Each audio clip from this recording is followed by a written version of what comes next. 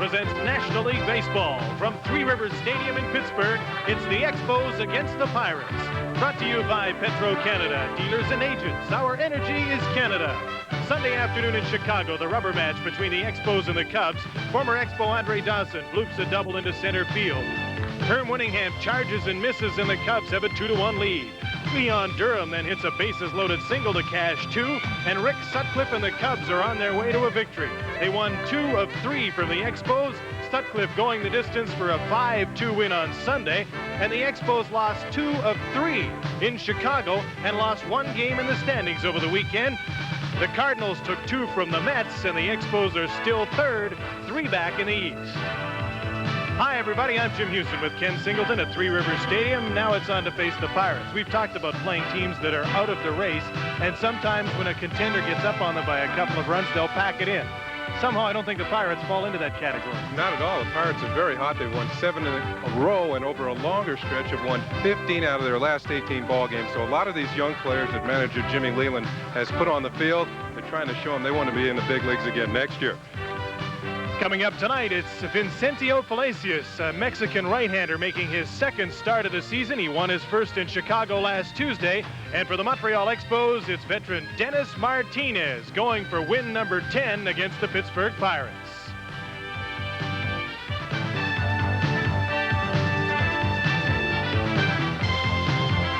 This is Labatt Expos Baseball on TSN. 24-year-old Vicente Palacios from Mexico, who played most of this season in Vancouver of AAA, starts tonight against the Montreal Expos. The Expos are tied for first in the National League with St. Louis and the Mets, appropriately, all hitting .270. Mitch Webster gets the night off. Casey Candell plays right field and bats seventh. Tom Foley makes only his 4th appearance in the number 2 spot. Galarraga, Raines, and Wallach all in the top 10 in National League batting. Welcome to that batting order, Vicente. 24-year-old right-hander from Mataloma, Mexico. Got a fastball, a good slider, and what his pitching coach Ray Miller calls a Mataloma ball. Ooh, sounds like something we'd have at the restaurant a little later. Well, I think it's a pitch that nobody else throws. It's a combination of a fork ball and a knuckle ball. He'll be pitching to Tim Raines, leading off the Expos. And the first pitch is high for ball 1. The Expos coming off a series in which they lost 2 of 3 to the Chicago Cubs and lost 1 game in the standings. As we pointed out, they're 3 back of St. Louis. St. Louis in Philadelphia tonight. Tim Raines, the leadoff man as usual, almost up to the average that won him a National League batting crown last season. He's at .332. He won it at .334 last year. That's going to be a considerable distance from where Tony Gwynn will finish this season. I think the race is just about wrapped up last year this time. It was Raines, Gwynn, and Steve Sachs.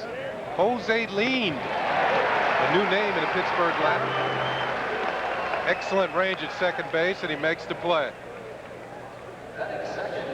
Second baseman, number 16. Palacios. He's going to be a long, leaned right-hander. Palacios will pitch to Mike LaValliere tonight, the former St. Louis Cardinal. Sid Bream, Jose Lind, who has started every game since Johnny Ray was traded to California. Al Pedrique, the former Met. Bobby Bonilla, the former White Sox. Barry Bonds, Andy Van Slyke, the former Cardinal, and R.J. Reynolds, the former Dodger, form the outfield for the Pittsburgh Pirates. You can see they've been everywhere. Pirates. Their general manager, Sid Thrift, have made a number of moves this year to improve this ball club. And the moves are starting to pay off, Jim, as we get down to the latter stages of the season. Good fastball. Right on by Tom Foley. The count is now 0-2. Here's a good look at it. Fastball right down the middle. A challenge type of pitch thrown by Palacios. Mentioning about Sid Thrift and the moves, the Pirates have used 47 players this year, and that's a club record. That could have been that combination fork ball, knuckle ball, whatever you want to call it. A Norkel. There's Jose Lind. He has so much range at second base and has been playing so well in the Pirates minor league system that Johnny Ray became expendable. Lind has excellent hands, made very few errors in the minor leagues, and that's a good indication that players that do well in the majors, because in the minor leagues you get the rough infields, you get there's no AstroTurf to speak of in the minors, and you're dealing with rough skin infield. I've seen some highlights already. He's making the tapes, the weekend tapes of super plays at second already, and he's only been around for 14 games. Hubie Brooks, number 3 in the order, top of the first, 2 away for the Expos as these major leaguers have their first look at Vicente Palacios. And I think he would benefit in the first trip around. I think he would too, at least through the order the first time before the Expos get used to him, get one good look at him through the order. You know, you hear a lot of things about him as Hubie chases a pitch out of the strike zone. Hubie Brooks has been hitting the ball somewhat better of late. 11 for 42, 75 over his last 11 games. That's not much. You know, it's no great shakes, but it's better than what Hubie was hitting before that. Fastball low and away. 2 balls, 2 strikes to Hubie Brooks. Vicente this season had a .258 earned run average with a 13-5 record for the Vancouver Canadians of the AAA Pacific Coast League. That ERA was the best in the PCL. He also led the league in strikeouts, if I'm not mistaken, and just had a great second half of the season. 8-2 with a 2.03 ERA in the second half. First strikeout with a breaking ball. Round 1 goes to Vicente Palacios as he gets the Expos 1-2-3 in the first, and the Bucks, who've won 7 in a row, are coming up in the bottom of the first. This is Labatt Expos baseball on TSN. Well, hello to you folks here and those in North Bay and around Canada as we watch the Expos in the pennant drive on TSN. The scoreless game with the Pittsburgh Pirates at Three Rivers Stadium as the Pirates come to the plate to face 32-year-old Dennis Martinez, who's been the anchor in a somewhat unpredictable Expos starting staff. The Pirates that he'll face are hitting .261 as a team, 7th in the National League. They're now just 4 games under 500. That's for the first time since late June. Only .300 hitter in this lineup is in the number 8 spot. That's Al Petrique. Top RBI man, Van Slyke with 72. Barry Bonds has 22 home runs. And Van Slyke also leads the team with 30 stolen bases. Dennis Martinez, good fastball, excellent curveball. And he's been the Expos stopper along with Pascual Perez, I'd say, this last month. Anytime they're into a mini slide, it's been Dennis Martinez or Pascual Perez that's answered the problem. And tonight, he's going to put that 2-0 career record against the Pirates on the line. And the Expos need to get pointed back in the right direction. It's not going to be easy. These Pirates are a team that's out of the race and playing, just having a lot of fun playing baseball. A lot of youngsters in their lineup.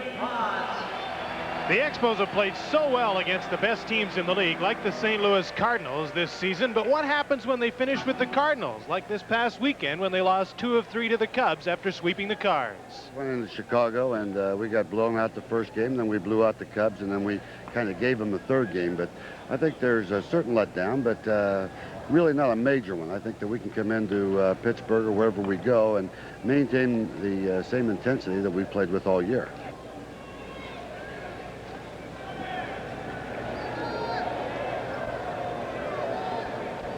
Previous to the Cubs series, the last time they played the Cardinals, they won 2 of 3 in early August and came here to Pittsburgh and lost 3 of 4 to the Pirates. The Pirates have been over 500 since the All-Star break, 28-26.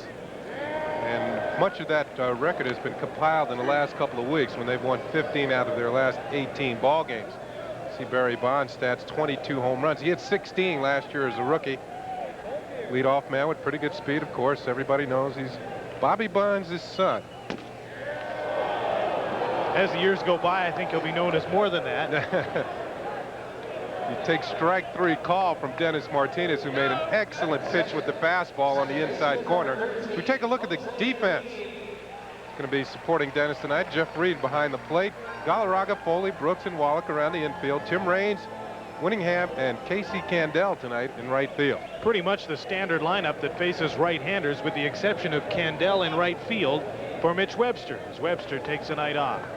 Jose Lean, the second baseman. Our first look at Jose at the plate.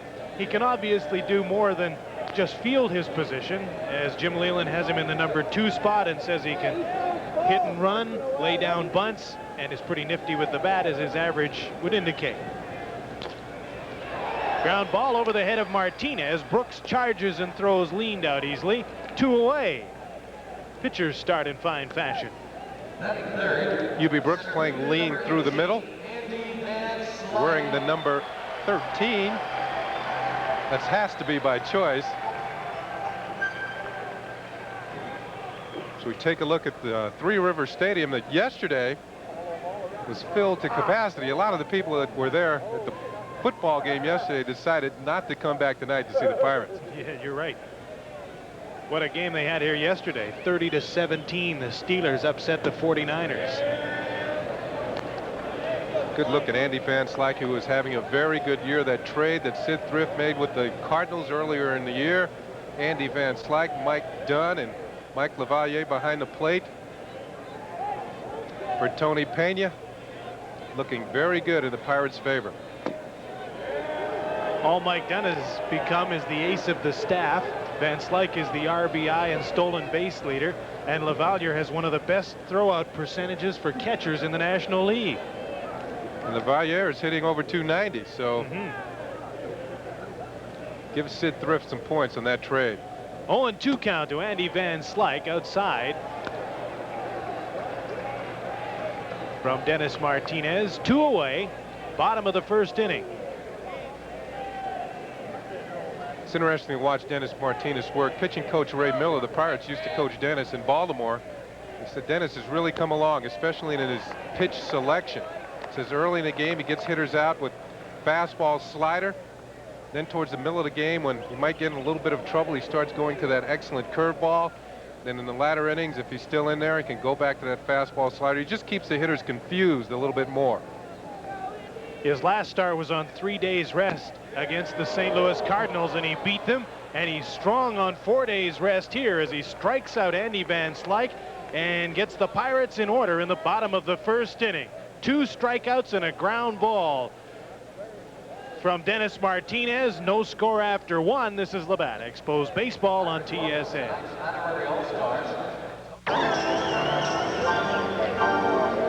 This season, the Expos have won 9, lost 5 to the Pittsburgh Pirates. Haven't done so well at Three Rivers Stadium because they lost 3 of 4 in their last visit here, but then they swept the Pirates after that in Montreal. 11-7 for the season, and overall the Expos behind in that record thanks to the great Pirate teams of the 70s. Charting the ball clubs, the Expos with a slight edge in batting average. Home runs, the Pirates lead. The runs, the Expos have scored more.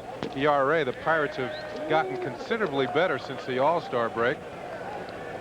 So we take a look at Tim Wallach, the number 4 hitter, leading off in the second inning, facing Vicente Palacios.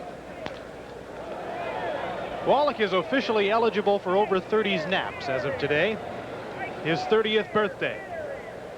And he would like nothing more, I'm sure, than to get to Andre Dawson's record of 113 runs batted in for a season. Wallach has been stuck at 111 for the last 4 games. He hasn't had an RBI in the last game of the St. Louis series and 3 in Chicago. In fact, has only 1 in his last 8 games.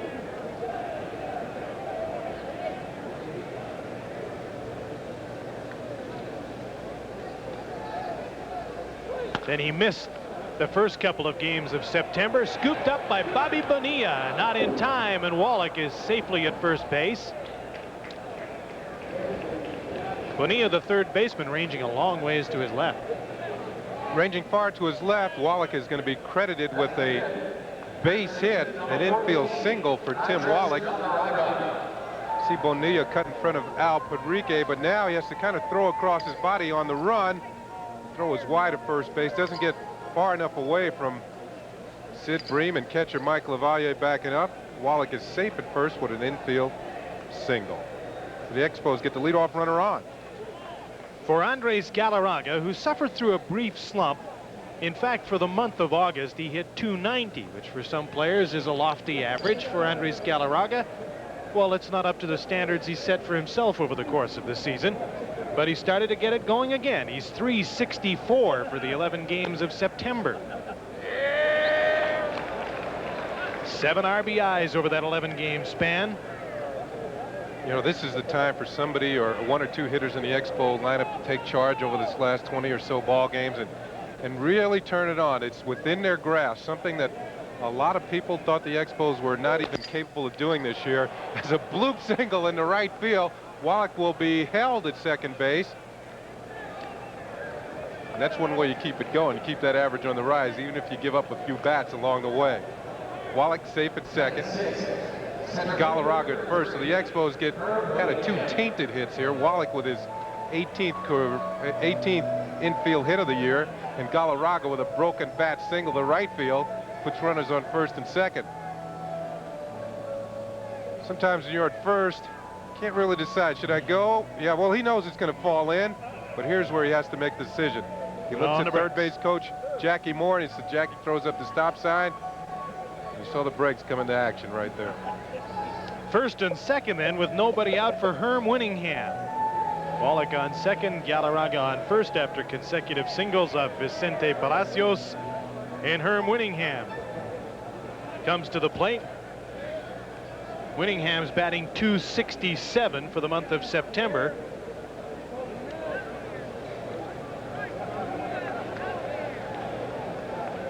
Pirate defense in on the corners, expecting Winningham to drop a bunt. He did have a consultation with third base coach Jackie Moore. You see Bream at first, Bonilla at third, kind of crawling in slowly, but Winningham takes a strike right down the middle.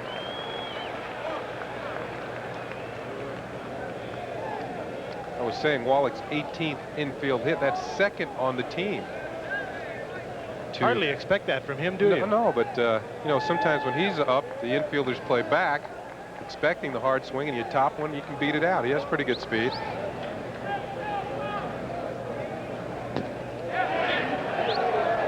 That is second on the team to Mitch Webster with 20. Now, I would have guessed Tim Raines would be first automatically. The appeal was to third base umpire Randy Marsh.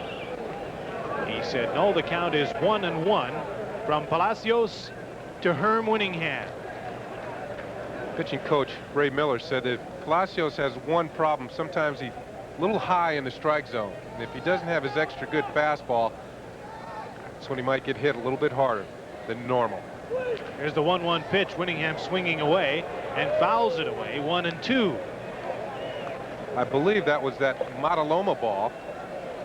He holds it like a knuckleball, but splits his fingers enough that it's like a fork ball. So the ball comes up with a little flutter on it, but actually dips more like a fork ball.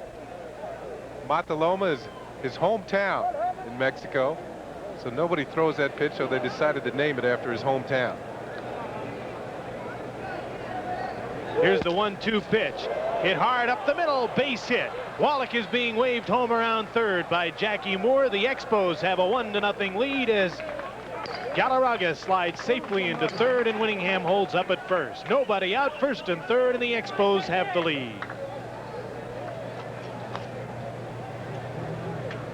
Mentioned the importance of jumping out on top against teams that are down in the standings this time of the year, and it looks like that funny pitch that he just threw. You saw his fingers up on the ball.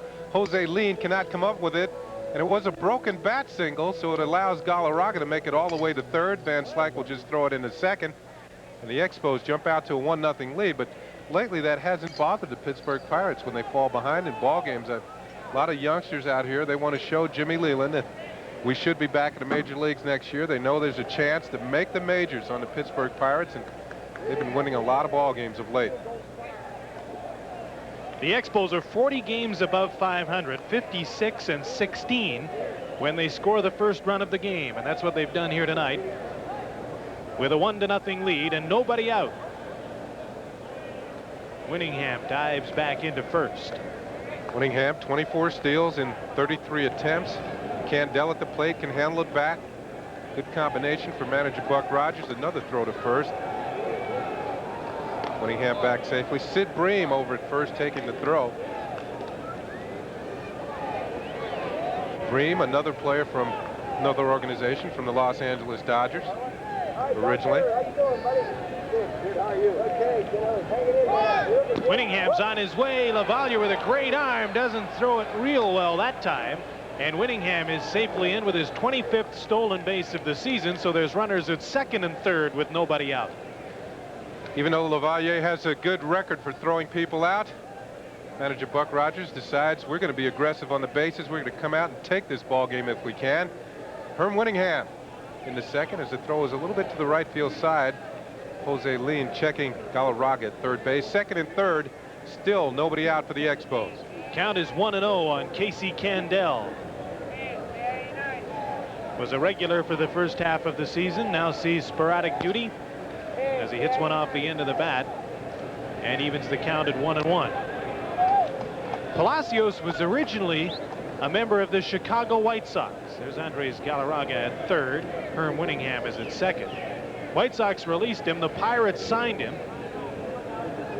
The story doesn't end there, because he didn't stay in the Pirate system after being originally acquired for them. There's the pitch to Candell. Ground ball. Jose leaned up with it. Galarraga comes in to score as Lean goes to first for the out, realizing he didn't have a play at the plate.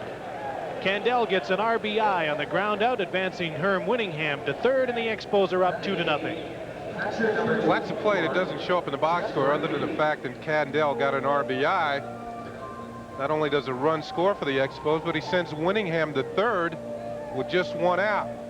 So the Pirates and Jimmy Leland, manager Jimmy Leland, are going to have to make a decision here as to where the infield is going to play, with Jeff Reed, the hitter. Expos up 2-0 here in the top half of the second inning. Right now, the infield's playing about halfway.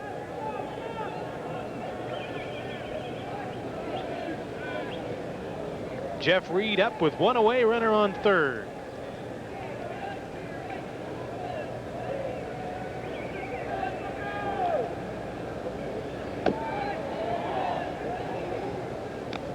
Valle calling a pitch out. Big at bat for the Expos. They have a chance to drive in another run. Key at bat for Jeff Reed with that 198 batting average. Could possibly jump over that 200 mark if he can get a base hit. He'll take any way he can to drive Winningham in for third base. Key too in that Dennis Martinez, an 053 hitter, is the next batter. So Palacios, as Jackie Moore flashes the signals, was with the White Sox. The Pirates signed him, and he was plucked in a major league draft out of the Pirate organization by the Milwaukee Brewers. This season, the Brewers didn't think he could make the big club. 3-0 to Jeff Reed. So the Pirates took him back from the Brewers for half the price Milwaukee had paid for him, $25,000. He went on to post the best ERA in the Pacific Coast League and now is 1-0 in the majors. 3-0 pitch to Jeff Reed. Strike 3-1. Reed taking all the way.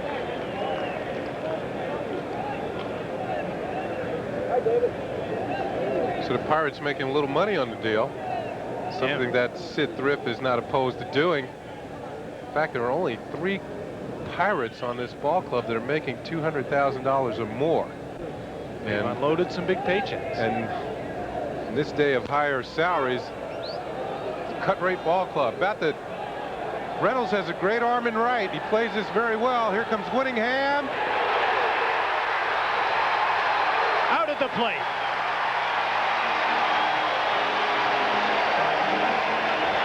The fly ball wasn't deep, and you're right.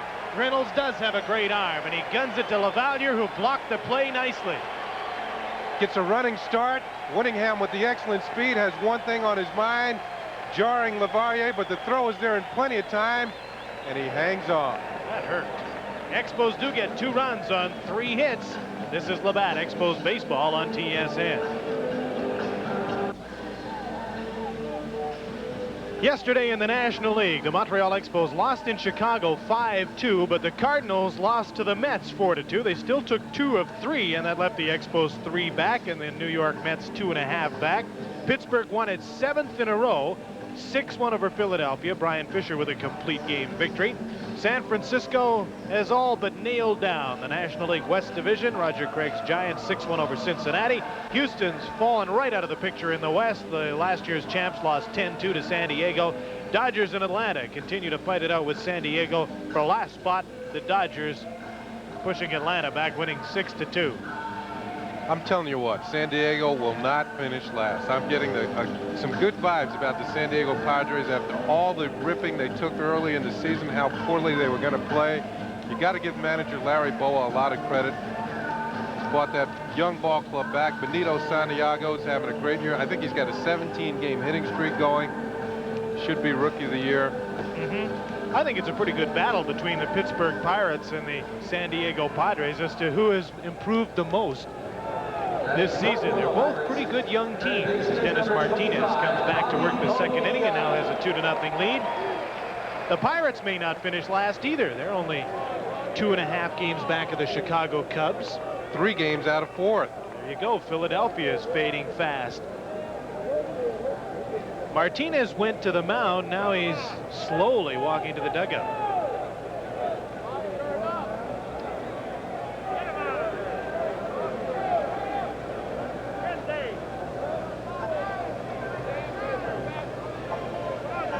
This is while we are away in commercial. The tapes were rolling, and the umpire came out. Paul Runge talked to Dennis Martinez, and you see he was feeling the side of his shirt. They're cutting off his t-shirt. Picky, picky, picky. Well, you can rest assured they didn't cut a piece of sandpaper off there, or he wouldn't be walking back out.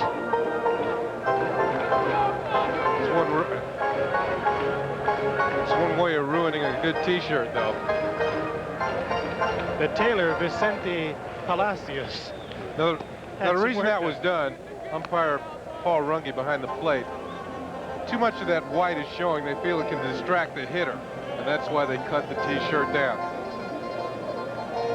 Maybe they thought the 2 strikeouts that Dennis had before the inning were just a little bit too much for the Pirates to handle. As we take a look at what we saw during the commercial while everybody was away. So now we're back to playing baseball as Bobby Bonilla comes to the plate.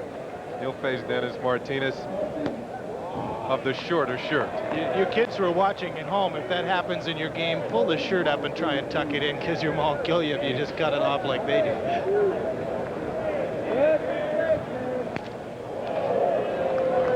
Martinez has had excellent control early in the ballgame, especially with his fastball, been spotting it very well.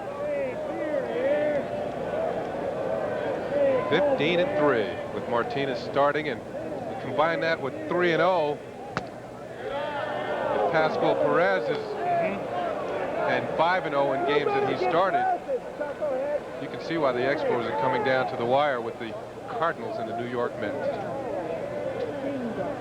1-2 pitch to Bobby Bonilla. Ground ball, sounds like another broken bat, and Huey Brooks throws the ball over to first. There's one away. This starting staff is indeed an interesting one when you consider A, that the man who's supposed to be the ace, Floyd Yeomans, is 9-7 and back in Montreal and probably won't figure in the rest of the stretch. B, Neil Heaton, the man who was picked up from the Minnesota Twins in the Jeff Reardon deal, hasn't won since the end of July. Dennis Martinez and Pascual Perez weren't with the team at the start of the season, nor was Bryn Smith, and nor was Charlie Lee. 4 of the 5 men who are now in the rotation didn't figure in the plans at all at spring training. So it's incredible that they have a starting staff together at all. Combine that with Tim Raines being away for the first month, Huey Brooks being out of the lineup with a broken hand for a while.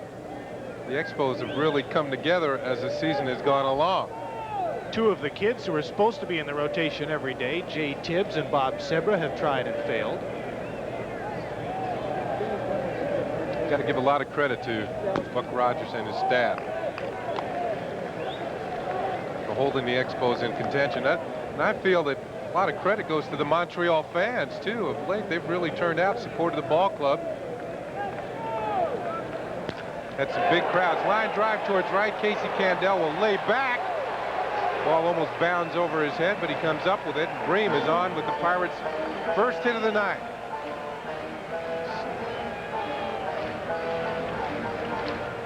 See, the target by Jeff Reed is down, but the pitch is up. Bream just kind of strokes it. Looked like he was returning a serve from Yvonne Lendl. And jacks a base hit into right field. Is R.J. Reynolds, the man of the strong, would you call it a smoking type arm? It was when he threw out Herm Winningham at the plate. Right fielder up now with a runner at first base. One away in the bottom of the second. The Expos leading 2-0 on 3 consecutive singles and a ground out to score a run in the top of the second. R.J. Reynolds out of the Dodgers organization, a switch hitter. Hits considerably better right-handed for average, but all 7 of his home runs have come from the left side of the plate. Talking about Ivan Lendl. He won the U.S. Open today. Yesterday it was, of course, delayed by rain, postponed by rain, and Lendl beat Mats Wilander in the finals. Wait, they were playing the baseline. I thought they'd be playing till tomorrow. 4 sets. Lendl won the U.S. Open over Mats Wilander. 21 consecutive U.S. Open matches for Lendl. Bream with his lead at first base.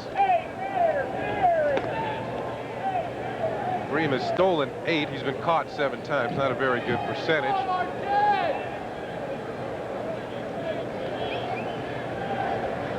One out and 0-1 count. 2-0 Expos.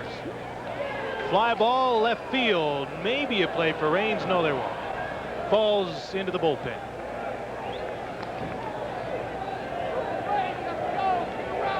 Dave Hingle and Tim Raines. Raines returns to his position, and if you look out at the field here, not too long ago, or just yesterday, this was a football stadium.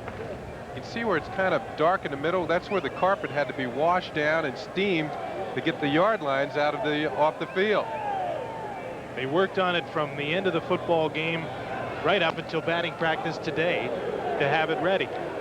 It's interesting, the biggest part of the work they have to do is around the mound. Underneath where Dennis Martinez is standing is a 10 by 10 section, excuse me, 4 by 4 feet section, 10 inches high of steel, and it comes out so that the mound stays the same height. They rough in the dirt around the edges as Martinez throws over to Bream. But the 10-inch section, the real height of the mound, stays intact and is hauled away in one piece.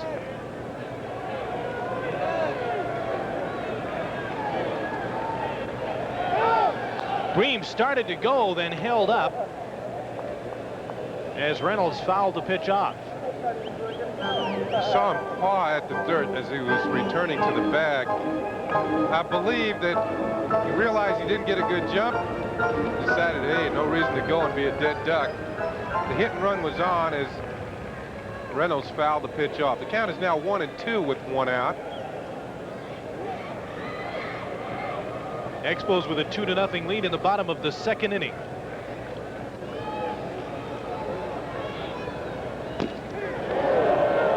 Strike call. Strikeout number 3 for Dennis Martinez, and no argument at all from Reynolds. One of the nastiest curveballs you'll ever see, right off the table.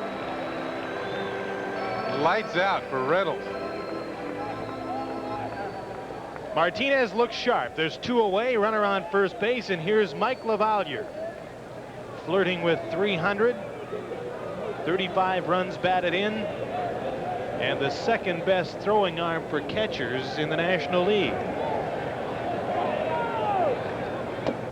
All 3 of Dennis's strikeouts, or Martinez's strikeouts, have come on a called third strike, which means he's spotting his pitches very well. 2 on fastballs on the corner, and 1 on that tremendous curveball to R.J. Reynolds. Bream back to first. LaValliere with a 1-0 count.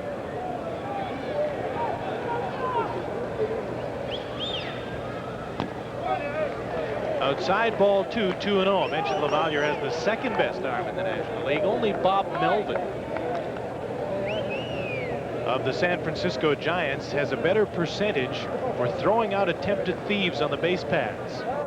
LaValliere has thrown out 40% of those trying to steal. LaValliere hitting 293. Melvin, I don't think he's cracked the 200 mark hitting. There's a considerable difference. In fact, Melvin doesn't play much anymore. Down the stretch, Bob Brenly is the everyday man for the Giants. LaValliere figures to be the everyday man here for quite some time.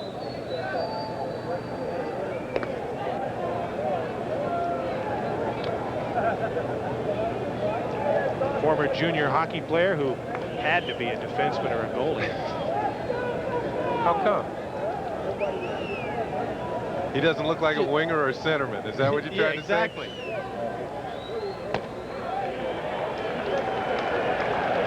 3-0.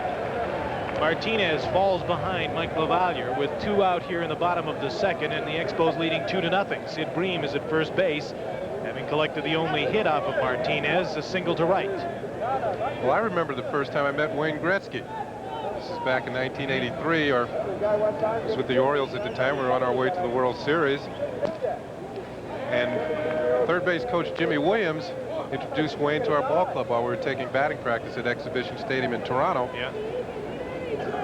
And I thought, this is the guy that's scoring all those points. I was expecting a bigger guy, big and strong, and Gretzky, of course, is not built that way, but I've seen him play hockey, and he's unbelievable. Some of the moves he makes, it's like he has eyes in the back of his head with the passes that he makes. But I was expecting a bigger, stronger guy, and of course, Jimmy Williams said, Wayne, I want you to meet the players that are going to the World Series this year. Not far off on that throw. He tries again. Martinez has picked up some of the best base runners in the game this season, including Vince Coleman and Ozzie Smith in the same game against the Cardinals, and he almost has Sid Bream here. He's thrown over 5 times, seems to be on a mission to get Bream. Well, Bream is not really a threat. I think Dennis is just giving a message to the Pirates that nobody's going anywhere tonight once you reach first base. 2 out. Bream gets up and walks back as Martinez takes his time. Maybe all this is just payback for making him cut his T-shirt down. You cost me a T-shirt, you guys. Bream's on the way off the end of the bat of LaValliere into the seats, 3-2. Well, you brought up the name Gretzky. He had 5 assists last night as Team Canada won a sensational hockey game over the Soviet Union, 6-5 in double overtime. And it was headlines in Pittsburgh today because Mario Lemieux had 3 goals, and of course he's a big star here. It was all the talk of the town. You'd have to have a special cable network in Pittsburgh to see the games. Bream is on the way again. Base on balls, so Reed won't throw, and LaValliere trots down to first base. The first walk surrendered by Dennis Martinez, so 2 out and runners at first and second. There's Sid Bream after all that effort, finally down at second base on a walk. And there's Mike LaValliere at first. Al Pedrique. Yes, that's right, batting .307. He picked up in another trade early in the season. Bill Allman was the other principal, going over to the New York Mets, a utility man. Pedrique hitting .417 against Montreal this season, and if you can remember back to that ball game where Pedrique got his shoestrings tied up at shortstop and tripped over his shoestrings. The Expos went on to win the ball game, and largely because of that play. We could check his shoes out. Let's see if he's got him cut down tonight after this pitch. Swing and a miss. 1-1. He seems to have more than repaid the Expos with his batting average. You have a look at his footwear. Ooh, I don't know. There's a couple of big loops there. Yeah. You might have to watch those a little bit later in the field. Pedrique is hitting .464 with runners in scoring position since he was called up in late May, and he has one in scoring position here, but is behind 1 and 2. Another player acquired from yet another organization. Pedrique coming over from the Mets. We saw him in spring training play an exhibition game against the Expos at West Palm Beach in a Met uniform. First and second, 1-2 pitch, 2 away, fouled off. Well, Dennis has worked on the inner half of the plate to Pedrique. Doesn't want to get his arms extended.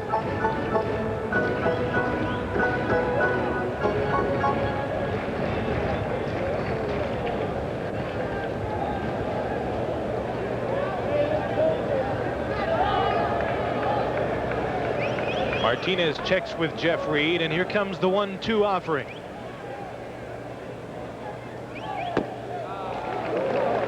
Just misses 2-2. He was going for the strikeout after working inside. He goes to the outside corner. But he just missed with the fastball. The count evens up at 2-2. Now does he send in the big hook? The breaking ball that's been so effective for him. He sends it in. He's been making clowns of the rest of the Pirate hitters with it, and many in the National League. Another fastball. Ooh, bad hot. Around to score is Sid Green. Labatt holds up at second. 2-1, the Expos lead. Now this could be a direct result of yesterday's football game. They're working on the field all day. Watch the bad hop. Tim Wallach up off the side of the head, on into left field. If you look at the third base area, you can see that they've worked on it extensively in the dirt area around third base. That's a Steeler hop for a single for Al Pedrique. The second hit off Dennis Martinez. One run comes in, an RBI for Pedrique. So he continues to hit well with runners in scoring position, although he's aided by the field this time. It continues to hit well against Montreal Expos as pitcher Vicente Palacios is the hitter. He's listed as a switch hitter. But it might be the unusual kind. It hits right-handed against righties and lefties against lefties.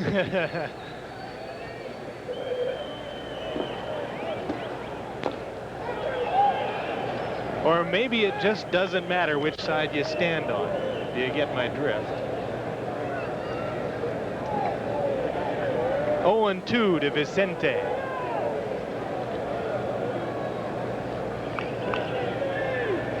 There's the ball bouncing towards the Expos dugout.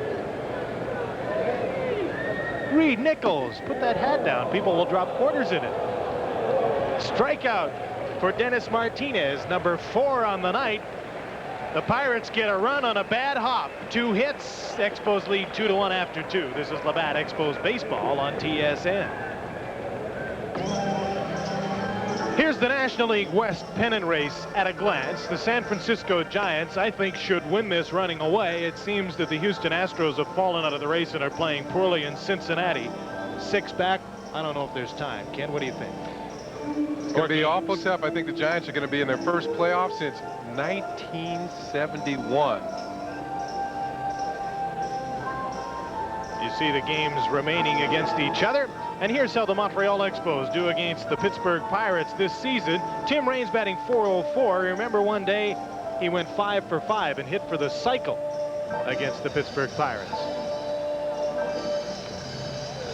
Raines with that .404 average has 5 home runs against Pittsburgh this year, 5 of his 16. Tom Foley stroking the ball well against Pittsburgh. Andres Galarraga up there. You can see the rest of the team maybe not quite as good. Team average 285. Overall, their team average is 270, so 15 points higher against the Bucks. The Labatt player of the game for the Pirates tonight will receive a Bulova Quartz watch. Nobody tells the time in as many beautiful ways as Bulova Quartz. Thin quartz, accurate and guaranteed for 2 full years. See them now at your Bulova jeweler. 2-1, the Expos lead the Pirates to the top of the 3rd inning, and Dennis Martinez in his .053 average to lead off. Let's see what Palacios has in mind for Dennis after getting called out on a sharp breaking ball. Starts Dennis off with the fastball. That front foot of Dennis headed for the Expo dugout. I always kid him about his hitting. Makes contact to right field. R.J. Reynolds charges over for a look at that ball that's up in amongst the fan. 1-1 to Dennis Martinez, who could be the National League Comeback Player of the Year. Expos are 15-3 when he's in the lineup. He's pitched extremely well as he hits a ground ball. Jose Lean throws him out. When you look at some of the other candidates, you'd have to figure Jack Clark, who was injured last year, Pedro Guerrero, Rick Sutcliffe, but all were hurt last season. Martinez is coming from a long ways back, and from so far back that many people thought that he might not even be in the major leagues again. This telecast is protected by copyright. It's intended solely for the non-commercial entertainment of our viewing audience. Any use, distribution, and all the rest of that stuff in whole or in part is strictly prohibited. It's a good look at Tim Raines. He scored 103 runs this year, which I think is a remarkable number considering the fact that he missed 21 ball games.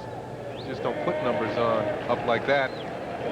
It's hard enough to do it over a 162 game stretch.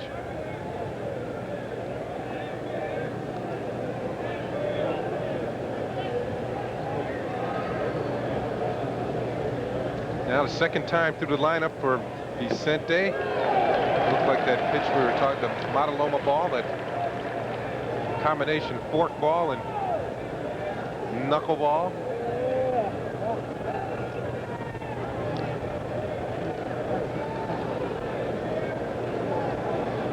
Oh, and 2 to Raines with 1 away. The Expos got 2 in the second, 3 consecutive hits. Wallach, Galarraga, and Winningham, a ground ball that scored a run from Casey Candell. 1 and 2 now to Raines.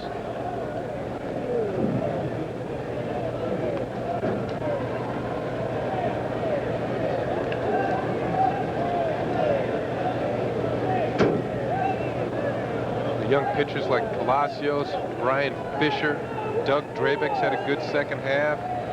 Mike Bilecki will be pitching tomorrow. Hard hit ball. Look at the range on Lean. Excellent play.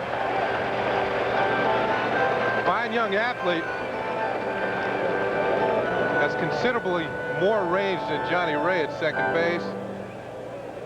That's the one reason why Johnny Ray is now playing for the California Angels. Jose Lean at second base. That's 5 ground balls hit to Lean tonight.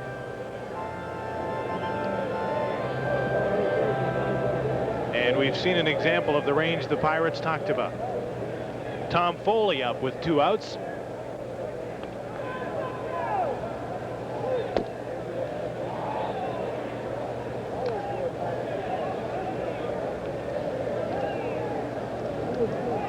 Foley getting a chance to play just about every day and hitting the ball well over the latter stages of the season. Takes a pitch, ball 2. Seems like Vance Law can only get in there against the left-handers, as he and Foley are now in a platoon situation at second base. Foley is hitting .382 for the month of September.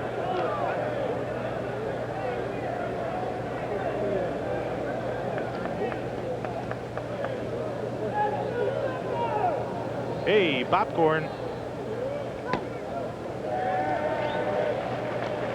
3-1 to Tom Foley. 2-1 Expos. 2 out. Top of the third. Vicente Palacios, 24-year-old with his second major league start. Inside, ball 4, loses him. First walk issued by Palacios. It's a good look at Jimmy Leland, the man with the jacket right in the corner there. Gene Labatt, one of his coaches, third base coach, sitting right next to him. Leland, along with general manager Sid Thrift, trying to return to the Pirates the glory years. Well, they've still got a ways to go, but they've started in the right direction. Leland says the pieces in the puzzle are almost together.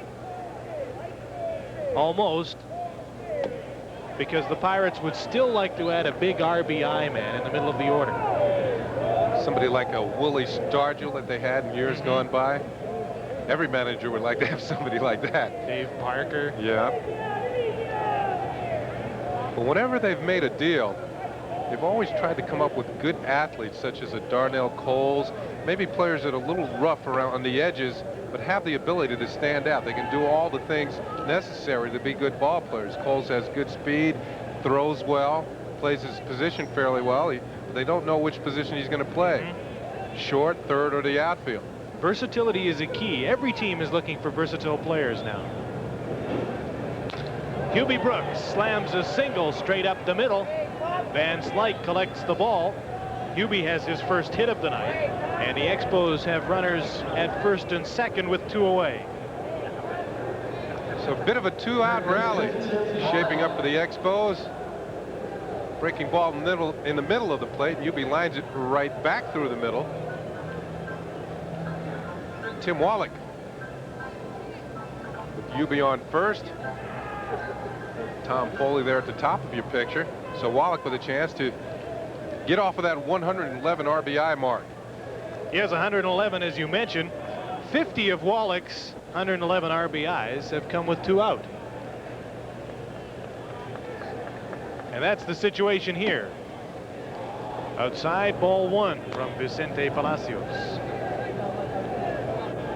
So if the Expos can pull this out, win the divisional title, Tim Wallach, who is going to get some MVP consideration, might just win the award.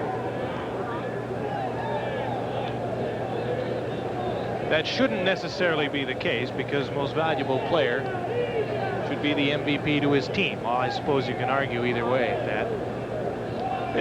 They have a way of voting for the players on the winning ball clubs. But it's hard to argue what Andre Dawson has done for the Chicago Cubs. He hasn't got them in a championship spot, but what would they be like without him? I guess Wallach second to Dawson. The major contention would come from Jack Clark. Eric Davis. There's a considerable faction, however, that will say that Ozzie Smith in St. Louis deserves as much recognition as Clark. That, for example, Tony Fernandez in Toronto deserves as much recognition as George Bell. Those are good points to be made.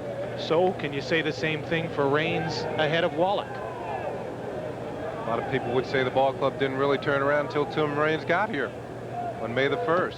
That Wallach wouldn't have all those RBIs if Raines hadn't scored 100 runs. However, he still has to drive them in. Right now, he has an excellent chance with a 3-1 count. He can sit back, pick his pitch. That was Ray Miller, the pitching coach, just hanging up the phone, and I don't think he was calling for a pizza. No, he wasn't. He was calling down to the Pirate bullpen, and that's Bob Kipper. Left-hander warming up. 3-1 pitch is fouled away. 3-2 to Tim Wallach. 2 away. 2-1 Expos. Top of the 3rd. Foley from second. Brooks from first will be off and running when Palacios delivers this 3-2 pitch with 2 down.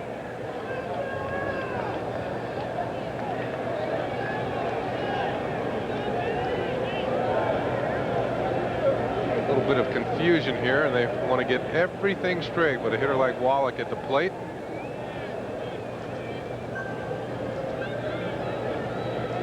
He goes out and he says, I don't want to throw that. I think you should. No, I don't want to. I don't want to see the Metaloma ball. You know, sometimes when a pitcher gives up a home run, it's interesting to watch as he looks at the catcher. I didn't want to throw that pitch, and the catcher looks at him and you shouldn't have thrown it there. Yeah. Throw it in the glove and you'll be fine. Well, let's see what Palacios offers to Tim Wallach. He shook him off twice again. Here's the 3-2 pitch, fouled away. Went to the breaking ball.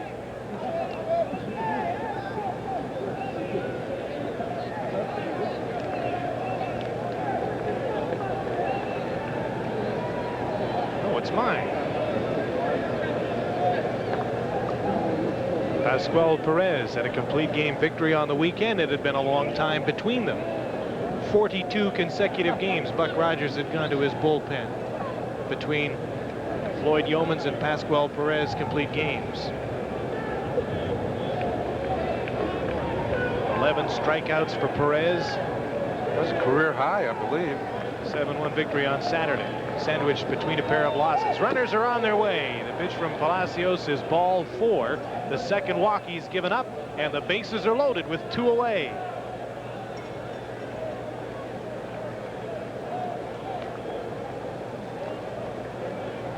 So still, the Expos have this 2-out rally hasn't been completed yet. They haven't scored any runs, but they have Tom Foley at third, Hubie Brooks at second, and Tim Wallach is now at third, and Ray Miller,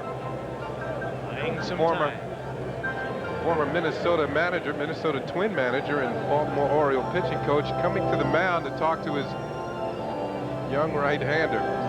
Well, there you see the young Pittsburgh Pirates gathered on the mound. Not a player in that group makes over $200,000. The only three over the $200,000 mark on Sid Thrift's team now are Bob Walk, a 30-year-old pitcher, Terry Harper, a utility man picked up from Detroit, and Andy Van Slyke, who's standing out in center field. Bob Kipper continues to warm as Ray Miller has purchased some time. Looked like they were having a Pittsburgh Steeler huddle on the mound for a while. They're calling a play, trying to get out of this mess. It's 3rd and long right now. Outfield expecting the bomb. Andres Galarraga. 0-1. Vicente Palacios trying to pitch out of a jam here. Gave up 2 runs in the second. He's behind 2-1 and staring a further deficit in the face.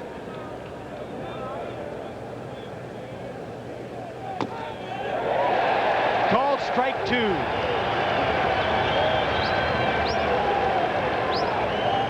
First pitch out over the plate. Galarraga missed.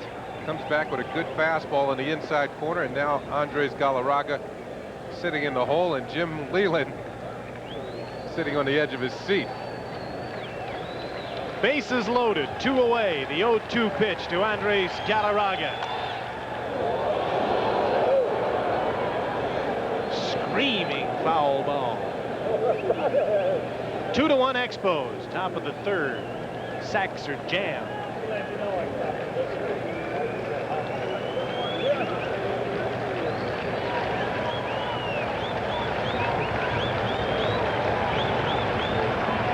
Galarraga 14 for his last 30. Almost a 500 pace. Foul again. The 0-2 count will remain.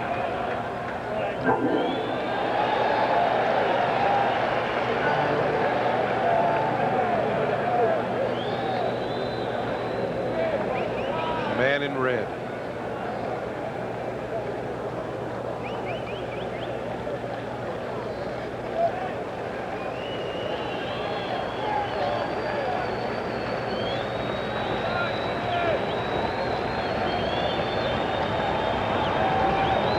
Here's the 0-2 pitch again. Real close. Appeal. First base umpire Bob Engel says he didn't go around. 1-2. Give Galarraga an A for guts right there. That was a close pitch to take. I don't know. 1-2.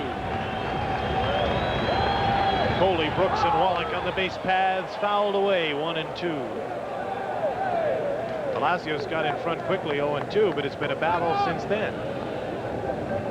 Tom Foley at 3rd base. Hubie Brooks going back to 2nd. Tim Wallach is on 1st. Base hit by Brooks in between a pair of walks to Foley and Wallach. That's the trouble that Palacios has got himself into. After 2 quick outs, he got Martinez and Raines in short order with ground balls to the second baseman lean. Here's the 1-2 pitch. Ground ball. Charging it is Pedrique. Guns it over to first, and the Pirates are out of the bases loaded jam. And to throw almost 30 pitches, but Palacios got out of it unscathed, leaving the bases loaded. The Expos lead 2-1. This is Labatt Expos baseball on TSN. As we move to the bottom half of the 3rd inning, scores from the American League on Sunday. The Yankees getting 3 home runs in the ball game, beat Toronto 8-5. Detroit 5-1 as they're Toronto and Detroit tied for first. Baltimore and Boston postponed. Other scores around the American League yesterday.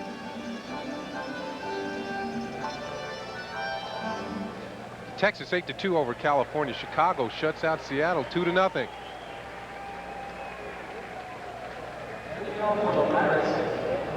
There's a lovely aerial of the three rivers that meet here in Pittsburgh, the Allegheny, the Monongahela, and the Ohio. We spare no expense to give you these beautiful aerial shots of the Pittsburgh area. Lovely city, don't you think? See that downtown? I saw our hotel right over there in the corner, the William Penn, very nicely redecorated as Herm Winningham drifts back in right center and takes the first out off the bat of Barry Bonds here in the third inning. In fact, I saw such a good look, and I got such a good look, I was wondering who that guy was in my room. He's holding my wallet. Winningham makes the out, one away, bottom of the third for Dennis Martinez. And the batter is Jose Lind, who grounded out to the shortstop Hubie Brooks in the first. To give you an idea what type of athlete Jose Lind is, I got a story from pitching coach Ray Miller. He took a $5 bill and put it up near the ceiling in the Pirate clubhouse, about 11 feet off the ground. He climbed up there with a ladder, put the $5 up there, and had a couple of Pirates try and jump up and get it. Well, John Smiley, who was about 6'4", ran up, jumped up, and got it. Jose Lind came over, jumped straight up in the air and picked the $5 up, put it in his pocket. Standing high jump. Standing high jump and got it. Casey Candell puts that one in the pocket of his glove, and Lind is retired. That gives you an idea what kind of athlete that guy is, though. That's Kenny Easley kind of territory. 2 away then. Nice running catch by Candell in right field. And here's Andy Van Slyke, having a fine season, leading the team with 72 runs batted in, has 30 stolen bases, hitting for average, hitting some long balls. Excellent fielder in center field. Steals some bases for you. Good all-around ball player. Great acquisition by Sid Thrift.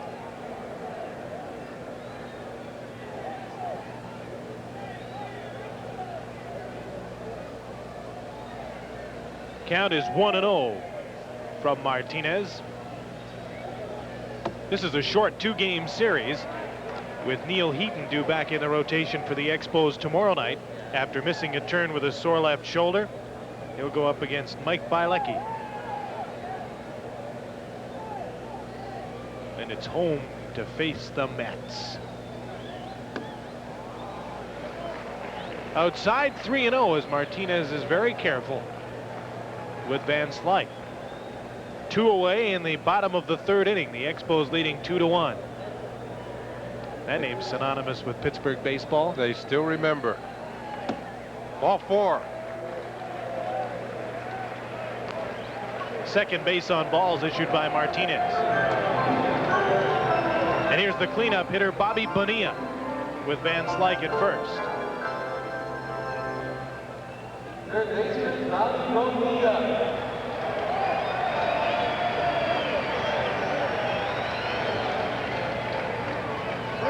Bobby Bonilla with 14 home runs.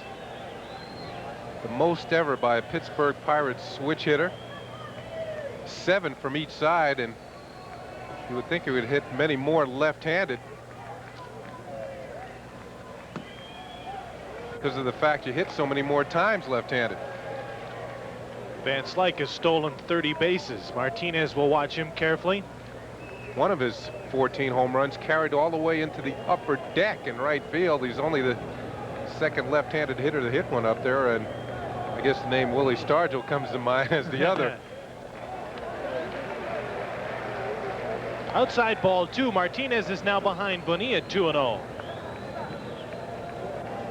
First time tonight he's really been behind anybody. He's been right out front with everybody he's faced for the most part. Now 2 in a row he gets behind. He walks Van Slyke, and now he's behind 2-0 to Bonilla. When Dennis was with the Orioles over the years, it seemed to have this very problem right now. Put 2 hitters away right away and then have trouble getting that third out. Maybe it's a lack of concentration. You feel a little relief sometimes. I got the first two breezing along in this inning. Before you know it, they got 2 men on, and they're breathing down your neck once again. It's a good percentage for Van Slyke. Here's the 2-0 pitch to Bonilla. 3-0. In his last start on 3 days rest, Martinez was in constant trouble against the St. Louis Cardinals, but the beauty of that performance was that he battled out of it consistently, and he also got some run support in an 8-3 Expo win. But it seemed that every inning he had somebody out at second base. 3-0 pitch fouled off the end of the bat, 3-1. Bonilla got the green light. Jimmy Leland showing some confidence in the man he's installed in the 4th spot in the order tonight. There's Gene Labatt, former catcher with the Pirates, Detroit Tigers. Former catchers everywhere in the coacher's boxes. Tim McCarver, now a broadcaster for the Mets, says the reason why catchers are broadcasters and coaches everywhere because they're so smart. They're in the game all the time. I wonder if they take any credit for calling all those home run pitches.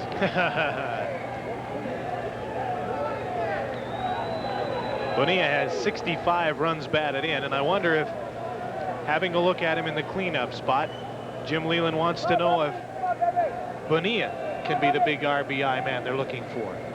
Give him a shot down the stretch in the cleanup spot. He can slug some home runs. He's big enough. There's no doubt about that. There goes Van Slyke. Ground ball to Wallach.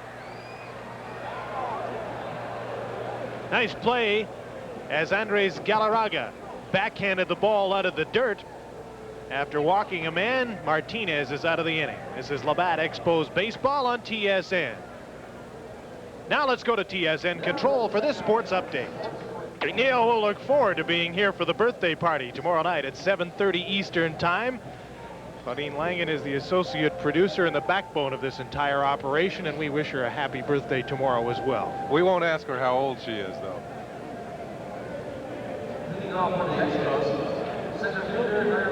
2-1, the Montreal Expos lead the Pittsburgh Pirates as we go to the top half of the 4th inning from Three Rivers Stadium in Pittsburgh, where the Pirates try to hold together a 7-game winning streak and increase upon it. They've won 15 of their last 18. The Expos have lost 2 of their last 3. And they're facing Vicente Palacios. Pitched out of a jam with the bases loaded in the 3rd after walking a couple. He's given up just 4 base hits, 3 of them in the 2nd. But he's walked a couple of batters and it cost him. Sometimes when a pitcher pitches out of jam, throws a lot of pitches in an inning, see how he bounces back. In the very next inning, and he gets Whittingham to pop up on a changeup, it looked to be. Right fielder, Casey Candel.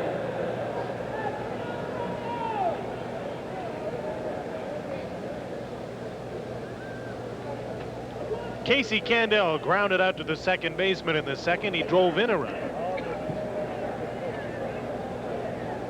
Starting in right field tonight.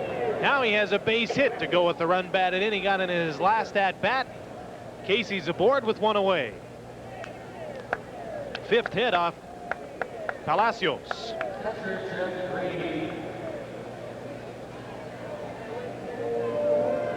So as I was saying, when a pitcher makes a number of pressure pitches in an inning,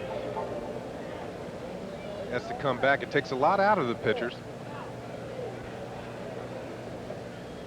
One thing that pitching coach Ray Miller tries to install in his pitchers is to change speeds, work fast, and throw strikes.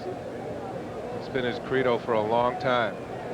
He found that pitchers like Doug Drabeck and Fisher had 2 pitches, basically just fastball slider pitches when they were the Yankees, and the Yankees always complained they could only give us 5 good innings. And Ray said, why not? They're throwing fast and as hard as they can for 5 innings. They're going to blow out. Make them come up with a changeup, an off-speed pitch, maybe a curveball. They can conserve some of that, conserve their arm during the ball game and go considerably longer. There's Ray. Miller and Leland say that over this stretch where they've won 7 in a row and 15 of their last 18, it's the young pitching staff that is deserving of most of the credit. Led by Mike Dunn. Mike Dunn, Brian Fisher had a complete game in yesterday's ball game in Philadelphia, had a career-high 10 strikeouts. He called it his best performance of the season. Palacios went 8 innings in his first Major League start last Tuesday and beating the Cubs as Reed fouls it off. Candel was running, but he'll be back to first. 1 away, the count is 0-2. If all this sounds like we're building up the Pittsburgh Pirates, they might be going in the right direction for next year. They are in last place, but they have the best record of any last place club in the major leagues. And they're also into a stretch where they play the Montreal Expos, then they'll welcome the Cardinals and the Mets in here, and then go on the road to play the Expos, Cardinals, and the Mets in that order. So in 2 weeks, they'll play all 3 contending teams in the East, and not only will it be a fine barometer as to the development of this young team, but it could put a wrinkle in somebody's plans for a pennant.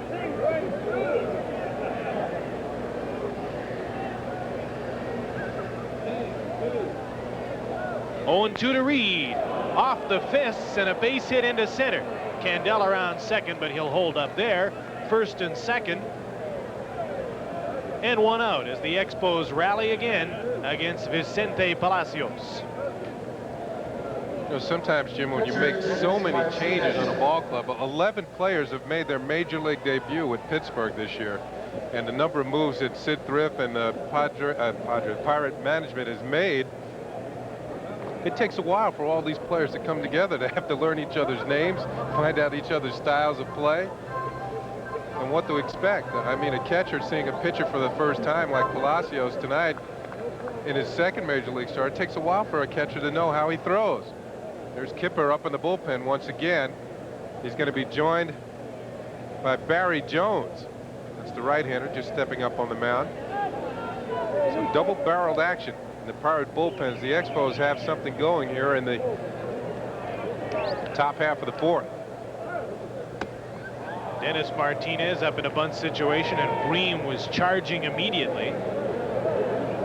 Also playing in on the carpet, Bobby Bonilla, the third baseman.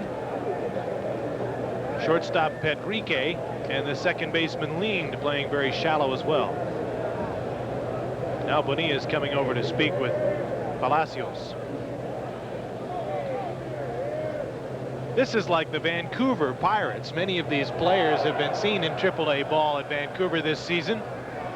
Casey Candel just raced over to third base. And he's going to be safe at third. Nobody called time. Nobody called time. Bobby Bonilla just walked over to third base. Jackie Moore started waving at Casey. Go ahead. Dennis Martinez says nobody called time. Good heads up base running. Called by Jackie Moore. And there's a young player's mistake, inexperience. And a young player's heads up play by Casey Candel, who picks up a stolen base. Number 7 on the year. It won't come easier. That's really a stolen base. Now first and third with 1 away. Can Martinez squeeze one in maybe? That was a safety squeeze. If he would have been bunting, Casey was not running on the pitch. Last time we saw Martinez try a squeeze bunt, he popped into a double play in San Francisco on the recent Expo road trip. See what he's up to here. 1-1 count, 1 out, first and third. Expos leading 2-1. We're in the top of the 4th.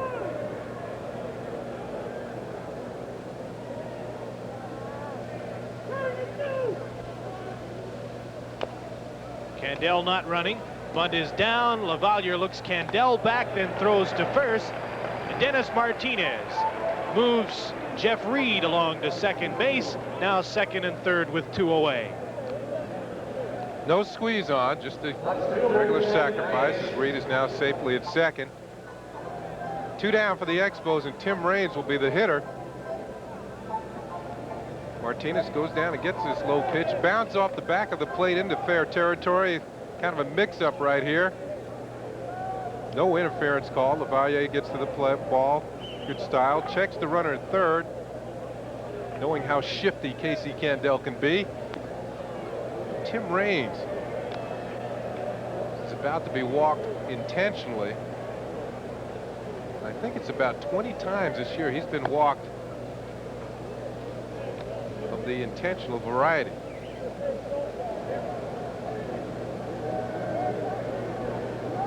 This will load the bases with 2 down and give Tom Foley a chance to do some damage. That is the 23rd intentional pass to Raines this season. That's just one off an Expo record of 24. Who do you think was past most intentional? Second baseman, Gary Carter. No. He holds some other records too. It's the Crow, Warren Cromartie. Casey Candel's at third. There's Jeff Reed at second, and Tim Raines on the intentional walk is at first. So the bases are loaded for the second inning in a row. The Expos left them loaded in the third. They only lead 2-1. And you have to think they have to produce some runs here. You can't go to the well too many times, and you won't get too many bases loaded opportunities. So don't let them slip through your hands. See what the Expos do here. Tom Foley fouls the first pitch from Palacios away, 0-1. Palacios for the second straight inning, treading water and making some more pressure pitches.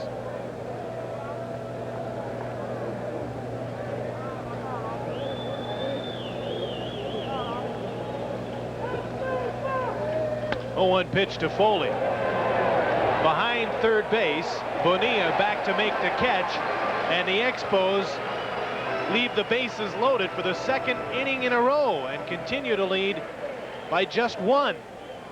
This is Labatt, Expos baseball on TSN. Let's look at the American League pennant races at a glance. The contenders, Toronto and Detroit, locked 6 ahead of the Yankees. I think the Yankees blew their chance, losing 2 of 3 to the Jays this weekend. There's 7 games between Toronto and Detroit that'll probably decide that pennant. Milwaukee Brewers are playing some good ball of late too. Let's take a look at the Western Division. Minnesota 3.5 up on Oakland. Kansas City has snuck up there 4.5 behind. Royals and the Twins with 6 games remaining. And Royals and the A's with 3 games remaining. Well, we told you earlier that they had to take this mound out entirely for the football game yesterday. So they have to do some repairs after the reinstallation. This is while we were away at commercial. They were doing some tidying up, and Dennis Martinez is now finishing his tune-ups as the Pirates come on in the bottom of the 4th inning, down just 2-1, despite the fact the Expos have loaded the bases in 2 consecutive innings. Martinez on the mound protecting a slim lead. And one of the reasons he's been successful this year is because the Expos have scored some runs when he's been pitching.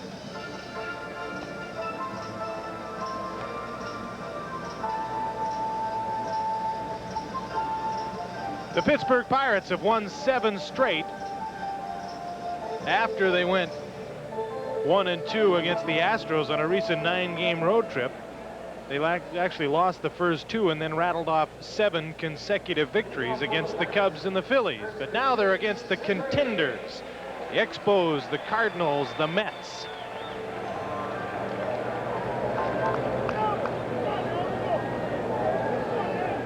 Jimmy Leland says he doesn't want his team necessarily to come in here and talk about being spoilers, because as soon as you do that, he said, it blows up in your face. But he said this team won't roll over. High shot by Sid Bream into center field. Takes a while to come down, but it settles in Herm Winningham's glove. Expos and the Pirates are both improved teams this year, and in fact have shown an equal amount of improvement. Both teams are 10 games above where they were last season, 10 wins. This time last year, the Pirates had 58 victories and were 34.5 out in the East. They have 68 and are 15.5 out this year. Expos had 70 wins at this time last season as Reynolds hits a ground ball to Foley and is out. They were 4th last year at this time, 21 behind the Mets. They've won 10 more this year at 80 victories and are 3rd, 3 away from the Cards. Case in point, Jim, with the Pittsburgh Pirates, their run differential last year maybe didn't give a true indication of the type of ball club they had. They didn't give up many more runs than they scored. They just didn't win any ball games while they were keeping the run total so close. So maybe the Pirates were a better ball club than people thought last year. They just weren't able to get the games into the win column. Well, that, of course, is the bottom line, and being 10 games ahead of last year's pace, people in Pittsburgh are starting to take notice, although they're still a little skeptical, as you can tell by the attendance tonight, which won't be much more than 10 grand. One thing, people have to get used to a lot of changes around here. Sometimes you get used to a ball player and all of a sudden he's out of here. This is Mike LaValliere. Fans are getting used to him in a hurry. It's hard to figure how the Cardinals couldn't see him as an everyday player. Here he is flirting with 300 and throwing out so many base runners, 40% of them attempting to steal. He looks like an everyday catcher the way he's played this season, particularly against the Expos. And the fact is that Tony Pena, we know he was out early in the year with a broken thumb, but he really hasn't had that great a year, especially defensively. 2-2 count, 2 out, nobody aboard as Dennis Martinez works here in the bottom of the 4th. Fly ball to Herm Whittingham territory. Just 7 pitches for Dennis Martinez, and he jogs to the dugout after a fine 4th. He's given up just 2 hits, one of those assisted by some bad turf. 2-1, the Expos lead after 4. This is Labatt, Expos baseball for all ages on TSN. More Blue Jay baseball coming your way on TSN. The Blue Jays against the Yankees this Thursday, the 17th of September. From Yankee Stadium, 7:30 Eastern Time. Fergie Oliver and Buck Martinez will have all that action for you. Toronto in action tonight in the heat of a pennant race in the American League East and playing the Baltimore Orioles. From what I understand, the Blue Jays are leading that ball game 7-1. George Bell has hit his 44th home run of the year in the 3rd inning. My goodness. Jays, after losing yesterday, bouncing back. Should be an interesting matchup tomorrow night on the mound. Mike Flanagan pitching for Toronto against the Orioles. And Jose Mesa, one of the players that the Blue Jays traded to Baltimore, will be pitching for the Orioles. The rookie and the wily vet. Mike Flanagan is going to help the Blue Jays down the stretch. I picked the Jays at the beginning of the year, and Mike Flanagan's going to help them get there. Double pump by Bobby Bonilla. It's going to go as an infield hit for Hubie Brooks. Hubie Brooks hustling all the way, and Bonilla couldn't make a throw. Started to, then he decided better of it. Here's a look at the swing by Hubie. Realize it's not hit very hard, and so does Bobby Bonilla. Playing back. Now, one doesn't quite have a handle on the ball and decides to hold on to it. So Hubie with his 2nd hit of the night. The Expos with runners on base for the 4th consecutive inning. They scored in the 2nd, loaded the bases in the 3rd and the 4th without bringing home any runs, and lead just 2-1, even though they've been all over Vicente Palacios. Tim Wallach, it's a fly ball to center field, and he's gone, 1 away.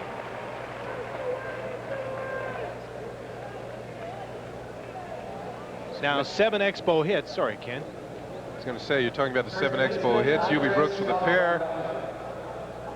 Maybe Hubie showing some signs here. Hubie says he'd like to have a ring like the one I'm wearing. Milwaukee leading the Yankees 5-0 in the 4th. Boston and Detroit scoreless in the 3rd. Ernest Riles had a solo home run, his 4th for Milwaukee, in the lead over the Yankees. As I was saying, the Milwaukee Brewers are making some noise. Had a very good record since the All-Star break. And tonight they have a chance to jump over the Yankees back into 3rd place.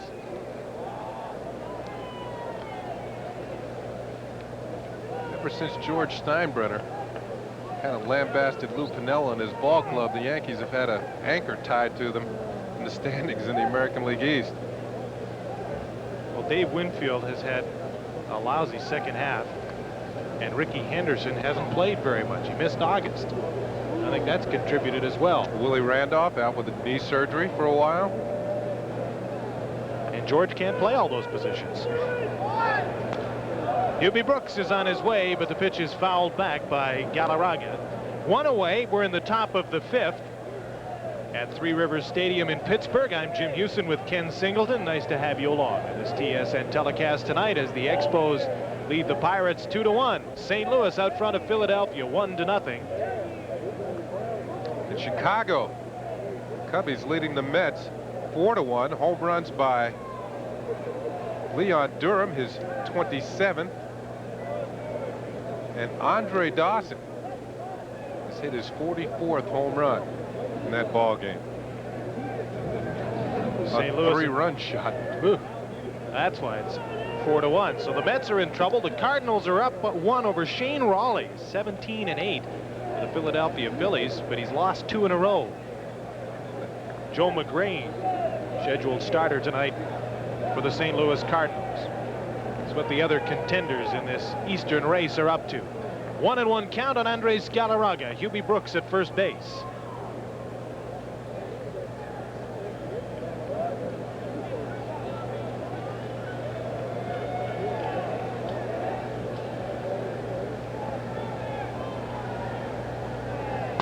Pitch out. Hubie got back. You know, baseball is on his way to maybe 50 million in attendance this year, and a large part of that is due to the fact of the close races in the divisions, maybe outside of the National League West. He's going to have a visit to the mound. Ray Miller coming out to talk to his young right-hander. Well, there should certainly be a warmed pitcher in the bullpen.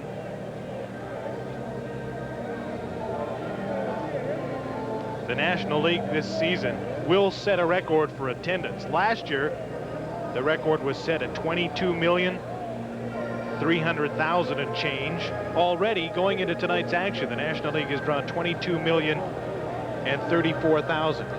So this week, the attendance record should be set. Cincinnati and Atlanta tied 1-1 in the fourth. The White Sox leading the Twins. It's 1-0 in the third inning. Still a long way to go in that ball game. The Angels 3-0 over Kansas City. That's in the first inning. They break out on top. Now, the Expos should be up considerably in attendance, maybe over 500,000, better than last season. You know, if the Expos stay in the race right through that final series with Chicago on the last weekend of the Major League season, they have a shot at 2 million.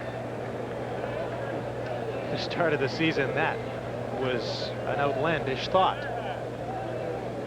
Number of reasons outside of the fact that the ball club's been playing very well. Hard hit ball, Pedrique over to Lean, over to Bream. Nice double play. 6-4-3. Vicente is free. In the top of the fifth inning, a single by Hubie Brooks. Wallach flies out, and a double play ball from Galarraga. The Expos lead by 1, middle of 5. This is Labatt Expos baseball on TSA. Lee Elia's Philadelphia Phillies have just been swept by the last place Pirates. Lee Elia, by the way, is rumored to be about to sign for next year as the manager, but after losing 5 straight, says we're a flat dead ball club right now. A minimal amount of intensity, nothing good to talk about, but we've got all winter to clean up that garbage. And by the sounds of things from Philadelphia, Lee Elia will be the man to sweep up this winter and prepare for next spring. Shortstop Al Fitz. One of the Pirate players talking to a little girl and maybe her mom. Hard to say. I like Whitey Herzog's quote. You take a look at that picture, why the Cardinals don't win or don't play well at home. Pedrique takes a strike. Got quotables floating around the ballpark. What's he say? Whitey said the reason why the Cardinals do not play well at home is because they're a young ball club. There's a lot of young children at home, and they wake their daddies up well before they should. Popular quote with the young families in St. Louis. Well, in a way, that's true. You know, I found when I was playing, I got a lot more sleep on the road. You can sleep in, sleep late. You got to go out and play ball in the backyard with the little guys. Then you got to go to the ballpark and play with the big guys. As Jim Gott has been on a terrific streak. The former Blue Jay pitcher has won 10 of his last 11 save opportunities. Here's a ground ball for Tim Wallach. Throws out Al Pedrique. One away in the bottom of the 5th inning. The Expos leading 2-1. Here's the swing from Pedrique. Wallach playing in close. Back in front of the bag, well in front of the bag, and makes a throw. Maybe doesn't want to deal with any more balls hopping in the dirt. The uneven dirt at third. Pirates are going to go to the bench. Sending up a pinch hitter for Vicente Palacios will be John Cangelosi, who on many days is the leadoff man of this team. Part of the Buster Brown endorsement team. Steps to the plate with one away in the bottom of the 5th and his team down 2-1. Of course, Jim is referring to a number of the Pirates who kind of short in stature, but big in heart. Cangelosi. Just 2 hits off of Dennis Martinez, one of them a tainted hit in the second that drove in a run as it took a bounce off some uneven dirt at third. There hasn't been a hit off Martinez since the second. He's walked a couple, now struck out 5 as he faces the top of the order in Bobby's son Barry.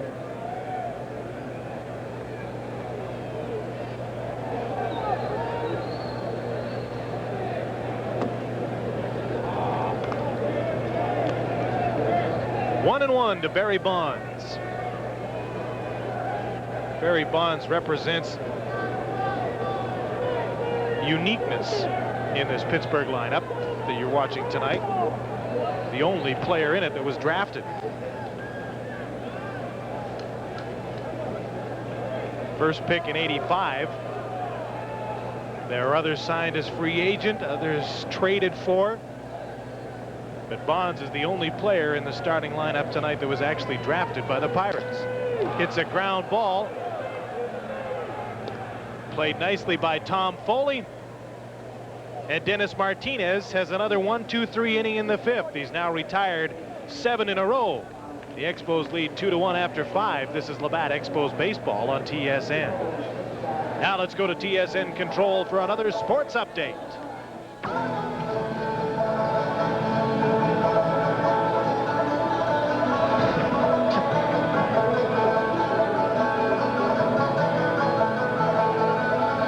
These guys went to college, folks.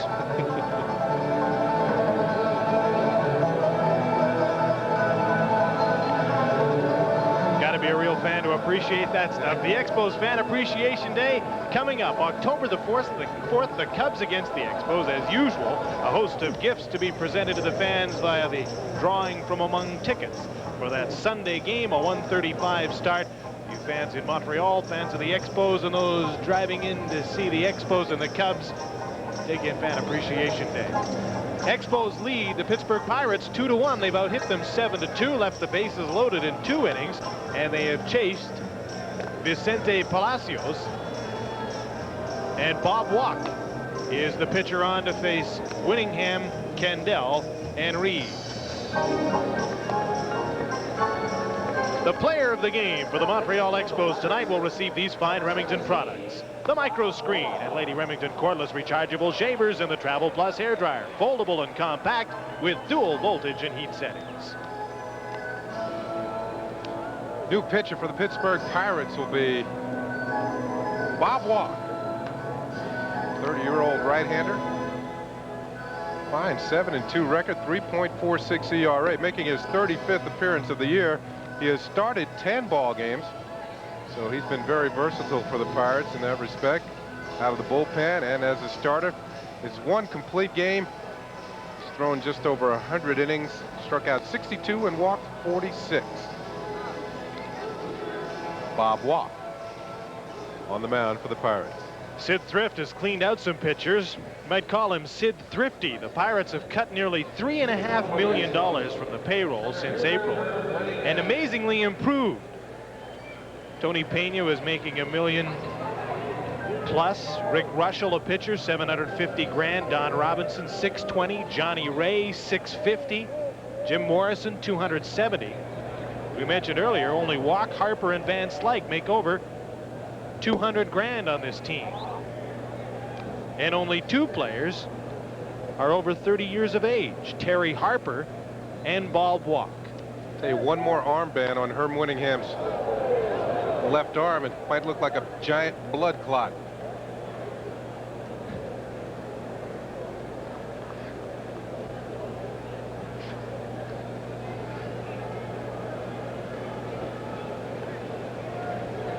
And they made the pitcher cut a little bit of his t-shirt. Ground ball, Walk over covering. Sid Bream to Bob Waugh. 1 away. Jim, you're talking about Fan Appreciation Day coming up in Montreal, and there's always a lot of prizes given away, a good time for the fans. And their Fan Appreciation Day last year in Minnesota was very special for one fan, and that was Al Milstein, who won a car on that day. But little did the people know that he had blasted the Twins earlier, a month earlier, in the papers, and had quit his job as the Twins ticket sales manager. Is that divine retribution? And he comes and wins a car on Fan Appreciation Day. So anything can happen. Anyone can win the big prizes.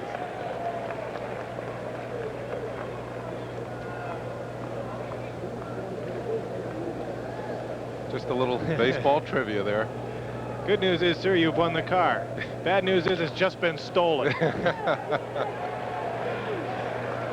To the first baseman, an unassisted play for Sid Bream. Casey Candella's gone. Bob Waugh gets the first 2 batters he faces in the top of the 6th inning.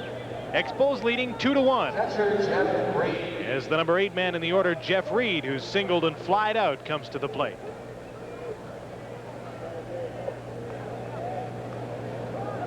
A 2-1 lead, but the Expos have had every opportunity to bust this game wide open, loading the bases in both the 3rd and the 4th, but stranding the bases loaded.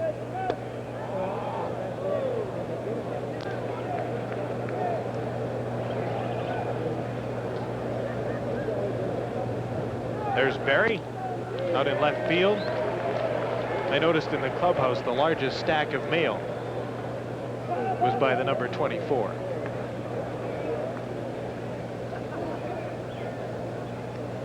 It's a Canada Cup summary.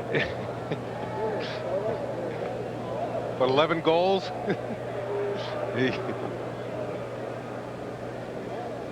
You gotta love baseball for being the greatest social sport in the world. I mean, there's not many sports where you could actually go and read a newspaper, where you could discuss anything. You check AT&T. But not a lot of sports where you could do that and not miss any action. Then you glance over, you catch Jeff Reed going after Bob Waugh's pitch and get back to the stocks. Baltimore, they used to say that when Mark Belanger used to come up to hit. That was the time to go out and get a hot dog. You wouldn't miss anything. They sell hot dogs, popcorn, beer, and newspapers.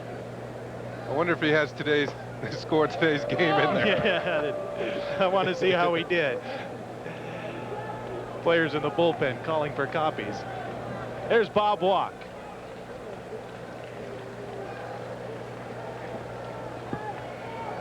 Count is 3-2 to Jeff Reed, and he has his second hit. Almost took Waugh with it out to center field. Runner aboard with 2 away. Waugh delivers this pitch, and it goes for a ride into center field, courtesy of Jeff Reed. By the time he got his glove up, that ball was almost to Andy Van Slyke.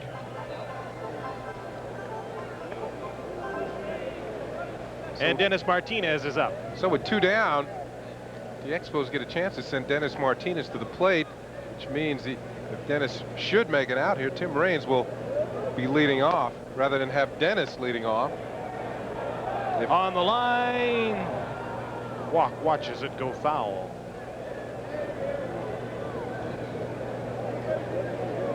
So indeed, Reed's hit, even if he's stranded, is significant.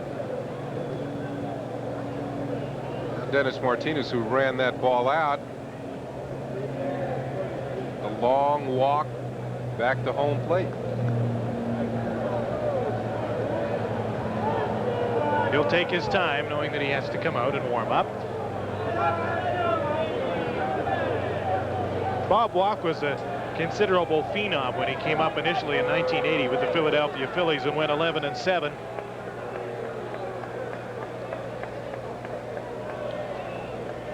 But that was it. He never did live up to expectations. He was moved on to Atlanta and then ended up here in Pittsburgh. 11-9 was his best season with the Braves. St. Louis now in front of Shane Raleigh, and the Phillies 2-0, 6th inning. Mets coming back, but still down 2 to Chicago. It's St. Louis by 2.5 on the Mets and 3 on the Expos in the National League East into this game. Martinez is gone, struck out by Walk. Strikeout number 1 for Bob. Expos lead 2-1, middle of the 6th. The Pirates are coming up. This is Labatt Expos Baseball on TSN. 30th birthday or a shot at a National League MVP award. How about a car when you're 17 years old? That's not bad either. Tim Wallach, 30 years old today, and has matured into a sensational ball player, having the season of his career. A season that was cast in shadows as it opened, but has brightened considerably as the days have passed. Montreal ahead of Pittsburgh 2-1, bottom of the 6th. Jose Lean, Andy Van Slyke, and Bobby Bonilla to face Dennis Martinez, who's allowed just 2 hits through 5. Out of town, we see that the Blue Jays are now in front of Baltimore 9-1. Mullinax, Bell, Mosby, and Witt have all hit homers for the Jays. Gene Lamont and Tommy Senz, coaches for Jim Leland's Pittsburgh Pirates. Blue Jays are becoming homer happy. They hit 5 home runs in a game against the Orioles the other day. And they hit 6 in tonight's ball game, which is a team record. So the Blue Jays flying high.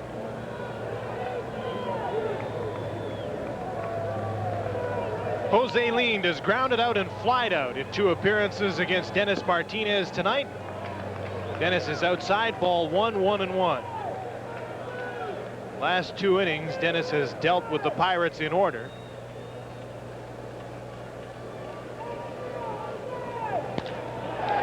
There's a shot for a base hit off the bat of Jose Lean. So the leadoff man is aboard in the bottom of the 6th.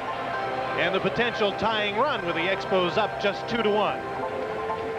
Jose Lean, the batter, has a brother in the Pirates organization, a pitcher, Orlando Lean.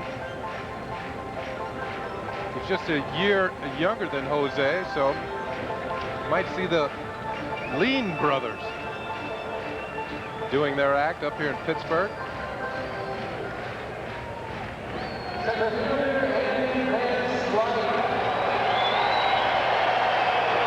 Here's the man they call Slick. 0 for 1, walked in the 3rd, struck out in the 1st.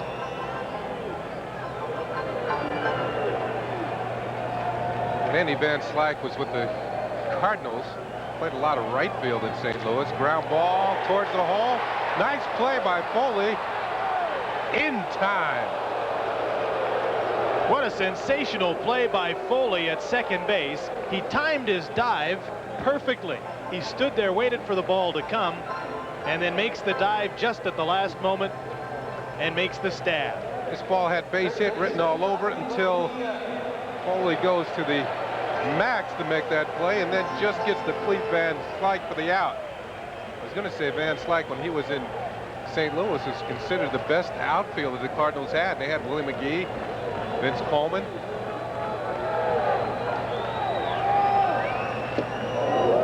That's quite a compliment. Tom Foley this season has made some great plays playing at short and second. And he's got his bat going, so he's played himself into an almost everyday situation. Platoon, he starts against the righties, which is almost every day.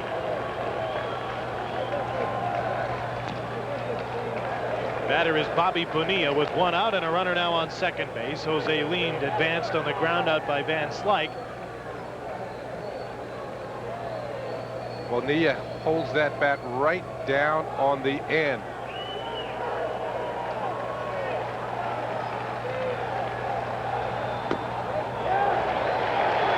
Outside ball, 2-1.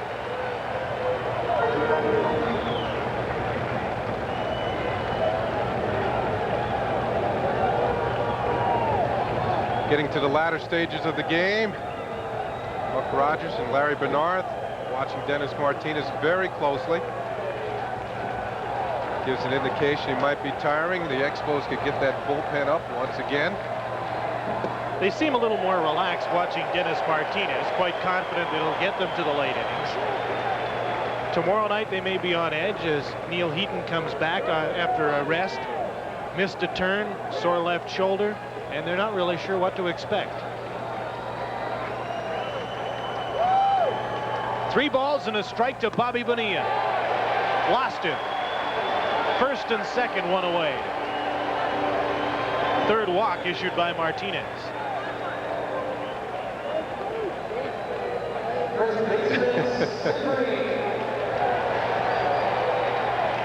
The Expos voted the best looking bullpen in the National League. That's a great team honor. It's not like it's an individual award. It's one that everyone can share in. Another award for the committee they can share. So now they're jumping into action here. We're going to have a right-hander and a left-hander get up. Mike Fitzgerald giving the indication. It's Bob McClure running for his glove. Grabs a baseball from Ken Maka. Andy McGaffigan looked as though he was scurrying to start up as well. Dennis Martinez, though, is still on the mound. And Larry Bernard will come out and buy some time. Sid Bream is the batter. Runners at first and second, one away, and it's only a 1-run game, 2-1. The Expos seem to have dominated this game with runners on consistently, but they haven't brought them home, and therefore are only up 2-1.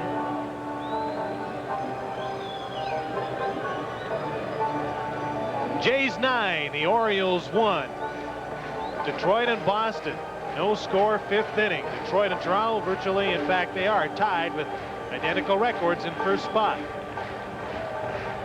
Milwaukee out front. Chicago leading the division leaders from the West 5-0. In that Detroit and Boston contest, Roger Clemens against Doyle Alexander. Good matchup. Both of them been pitching very well of late. Alexander 5-0 with the Tigers. Here's a base hit. It's going to score the tying run. There's a throw to the plate. Safe at the plate, down to third. Bonilla's safe there. Buck Rogers is going to come out and argue. You know, that play at the plate didn't look like it was going to be close till that rocket came out of left field. Raines threw it well.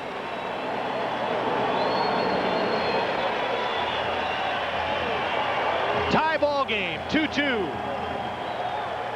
Rogers doesn't protest too loudly. Sid Bream hitting a sinker to the opposite field, lying it past Tim Wallach through the hole. But Jose Lind did look like he was going to score easily, but Raines throws a BB to home plate. And watch this play closely. The ball gets there ahead of him, but does Jeff Reed make the tag? The tag is up on the body. Paul Runge says he got his foot in there before the tag. If the tag is made down on his legs, he's out. The throw was there in time. Surprisingly, perhaps for Jose Lind too, but he gets in safely. So runners at first and third. Indeed, the tag was up high. Now he goes to third, seeing that Bonilla will advance on the throw in, and he's there safely as Hubie Brooks. He's there to accept the throw. So runners are at first and third. Bonilla is now at third. Sid Bream on the single with the RBI is at first. And we start over.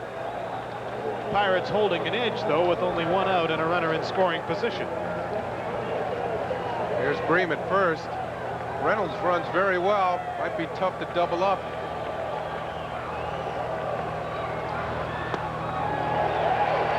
Two and oh.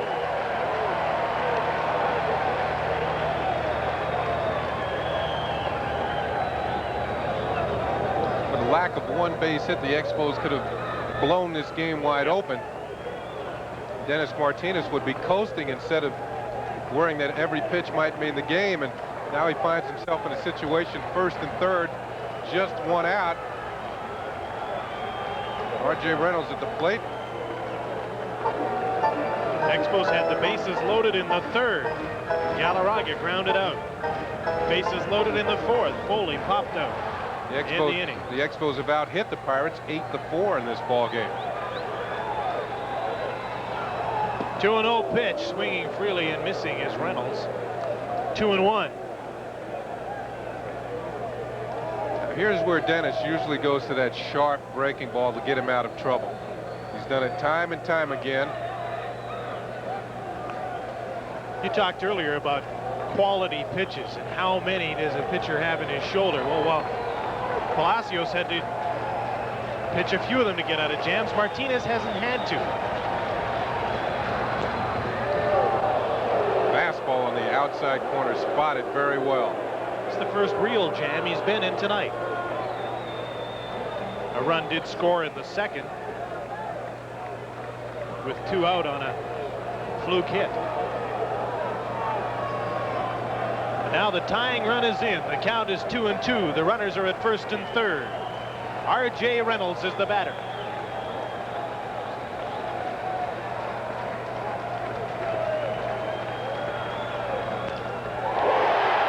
Shot to left center. Raines makes the catch. Bonilla tags and will score the go-ahead run. A sacrifice fly and an RBI for R.J. Reynolds. And the Pirates lead at home 3-2.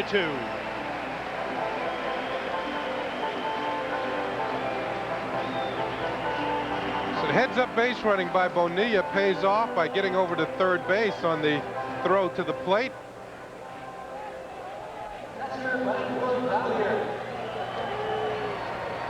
And the Pirates take the lead 3-2 in the 6th inning.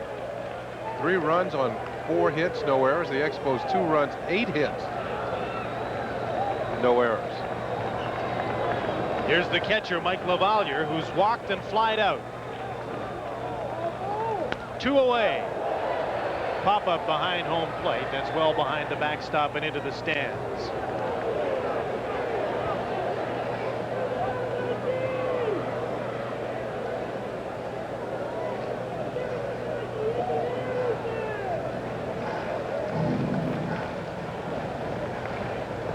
Labatt this year has hit for average, but not much power, just 1 home run. Martinez throws over. Checks Sid Bream at first.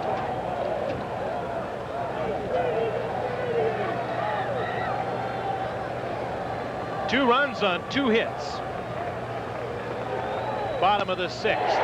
There's a shot to right field, right to Casey Candell, and Martinez is out of the 6th. But the Pirates take the lead. A run-scoring single by Sid Bream and a sacrifice fly by R.J. Reynolds put the Bucks out in front. This is Labatt, Expos Baseball on TSN. Trivia time. Name the only Expos player to hit a home run in each of the last 2 Expos pitched no-hitters. Charlie Lee and David Palmer are the last 2 pitchers. And that's probably a great hint to tell you who the hitter was. Tim Wallach. Home runs in each of them. David Palmer now in Atlanta. Charlie Lee is back. Tim Wallach on his 30th birthday. 2 days from now, Charlie Lee will have reason to celebrate as well, but it's not his birthday, it's his return to the major leagues. Lee will start against the New York Mets in Montreal on Wednesday night. Charlie will be along to talk about that and anything else you want to talk about in extra innings immediately following the ball game. It's an incredible recovery. Remember, Charlie Lee was the starting pitcher in the All-Star game in 1984. It's a study in determination more than anything else. Tim Raines determined to get on base in the top half of the 7th. Takes ball 3. Raines has been aboard just once, that on an intentional walk in the 4th. Bob Walk is the pitcher. There's Charlie Lee.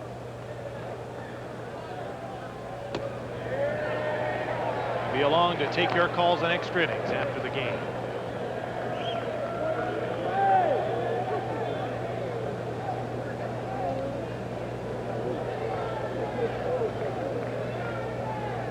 Three-1 to Raines. Full count. Raines fouls one into the stands.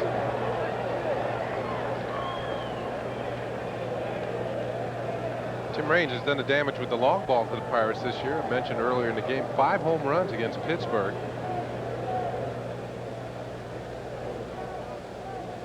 16 on the year. That's a career high. Way back into left field. And there's number 17. Home run for Tim Raines, and his 6th against the Pirates this season. The game is tied 3-3. Words were barely out of my mouth. Tim Raines has made the Expos look good over the years, and now he's making TSN look good. The Pirate Killer strikes again. So he gets aboard all right and touches them all. 3-2 pitch. Fastball up and out over the plate. Barry Bonds come up short like a number of wide receivers yesterday, right off the foul pole, I believe, for a home run. So the Expos get the big blow off the bat of Tim Raines. Speaking of home runs, George Bell has just hit his 3rd of the night as the Blue Jays are running away from the Baltimore Orioles. 3 home runs tonight for George Bell.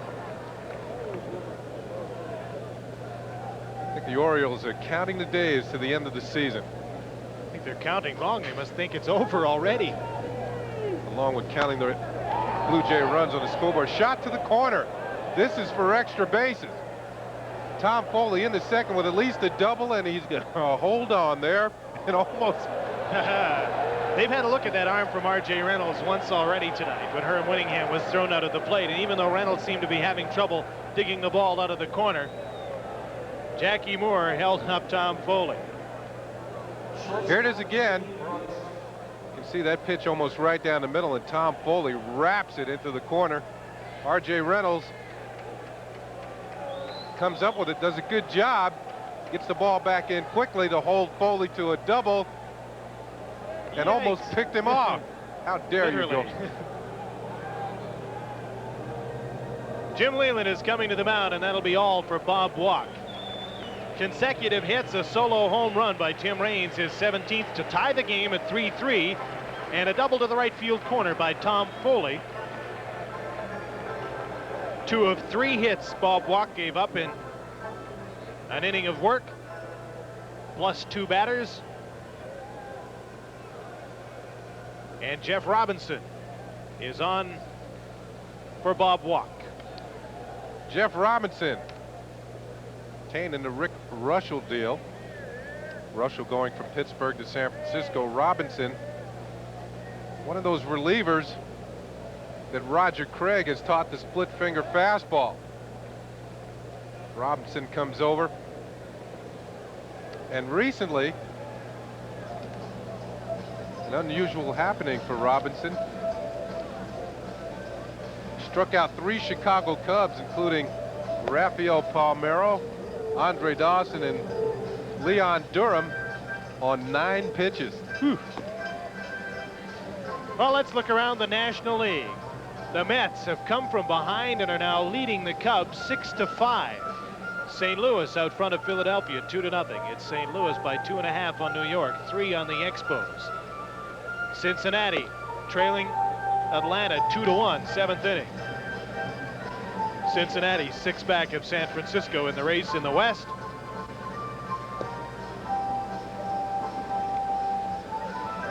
So Jeff Robinson is on. You know, not only was he great on the mound in Chicago recently, he also hit a home run in Wrigley Field to win a game for the Pirates as part of their 7-game winning streak. You know, striking out the side on 9 pitches has only been done 11 times in National League history, so Jeff Robinson's the last National League pitcher to accomplish that.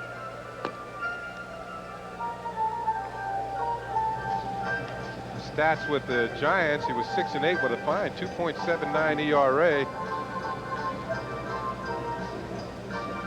He struck out 82 in 96 innings, so that split finger has really been dipping for Jeff Robinson. Robinson came over with Scott Medvin. He was the other member of the 3-player deal when Rick Russell went the other way. Russell's done a terrific job in San Francisco. Most recently, not only on the mound, but with the bat, he keeps driving in runs every time he gets a start. Here's Hubie Brooks with a runner on second base. 1 run is in, top of the 7th inning. To tie this game 3-3, Tim Raines has hit a solo home run. Tom Foley standing down on second base, having hit a double into the right field corner. Nobody out, and Hubie Brooks is up 2 for 3 with singles in his last at-bats. Nobody out, chance to advance Foley to third as Hubie takes a strike from Jeff Robinson. Robinson is 26 years old. He was originally drafted in 1983 by the San Francisco Giants.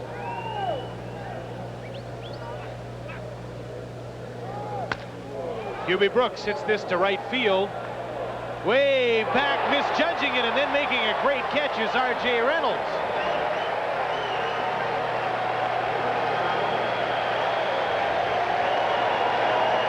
Advancing to third after tagging is Tom Foley.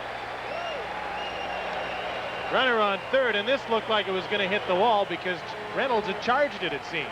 Hubie's got good wood on it, but an excellent catch by R.J. Reynolds. Tom Foley with the good base running tags up and advances to third, so Hubie does advance the runner. Over the shoulder catch by R.J. Reynolds. Sensational catch, but I think if he'd started back initially, he may have made it easier. Maybe Infield's in. Maybe didn't realize that Hubie had hit that ball so well.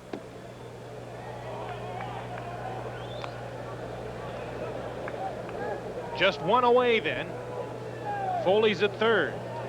Good chance for Wallach to pick up a birthday run batted in. On the corner.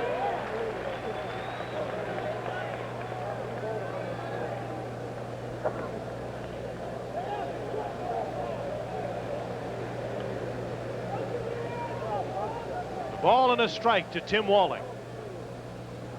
There's that split finger.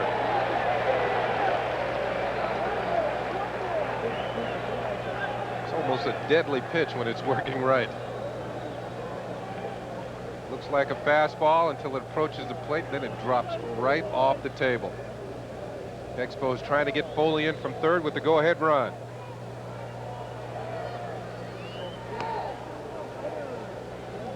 Foley goes back as the count evens up at 2-2. And Wallach with 13 game-winning runs batted in. Howard Johnson, Parker, Dawson, and Clark. Howard Johnson. It's amazing where his name is showing up and in which categories. All over the place. Drive along the highways. Yikes.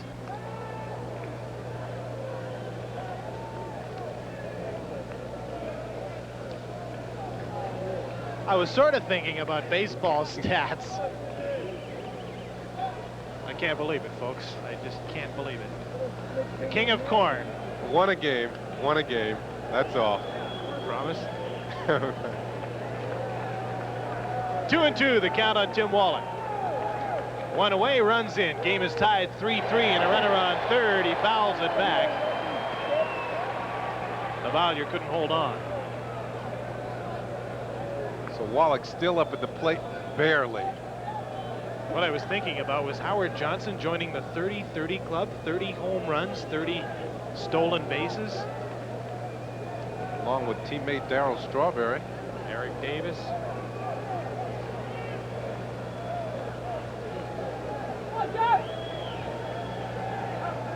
Eric Davis is just 4 home runs away from becoming the first 40-40 man. Wallach is unhappy, having struck out.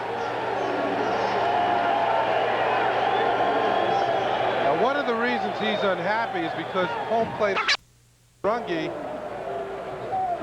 called that on his own without getting help.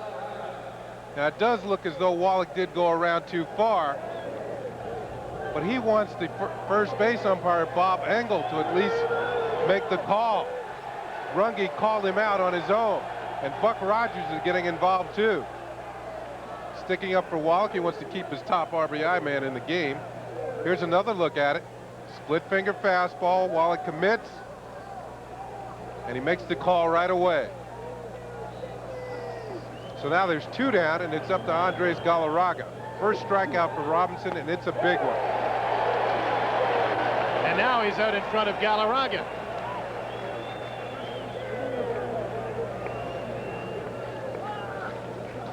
Galarraga leads the team, having struck out 108 times this season. And now he's behind 0-2. The record for Expos strikeouts is held by Andre Dawson with 128 in 1978 when he was a newcomer with the team. Foley's on third, where the Expos have parked runners on numerous occasions tonight without cashing them in. Ball bounces away from Lavalier. Foley had a mind to, but then scampers back to third.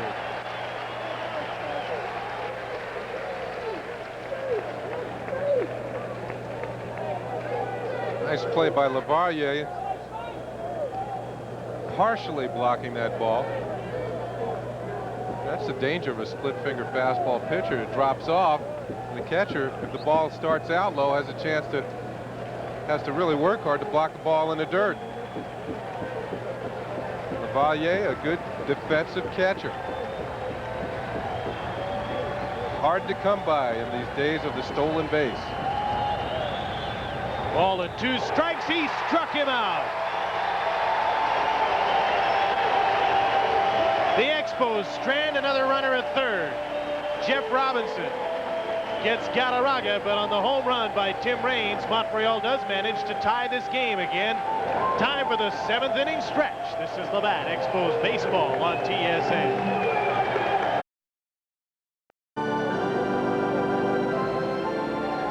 The Blue Jays are all over the Orioles in this home run derby, leading the Orioles 10-2 in the 6th at Detroit, out in front of Boston now, keeping pace with the Blue Jays. No matter how many you lead by, as long as you lead. 1-0 in the 6th. And Milwaukee threatening to take over third in the American League East, leading 6-4 in the 7th. Chicago putting a dent in Minnesota's chances on the Western Division. 5-0 in the 7th. California and Kansas City tied up 5-5. Steve Balboni has hit yet another home run. And Oakland leading Texas 1-0 in the 3rd. Here in Pittsburgh, the Expos and the Pittsburgh Pirates tied at 3. And at last report, St. Louis was in front 2-0. The Mets had come from behind to take a 6-5 lead over Chicago. So the importance is obvious for the Expos as they're 3 back of the Cardinals, a half game back of the Mets in this National League East pennant race. Dennis Martinez back for his 8th inning of work. 7th make that as Pedrique leads off. Dennis immediately falls behind the leadoff hitter. The Expos have the bullpen going. There's a strike. It's Bob McClure, the left-hander, and Tim Burke is now up.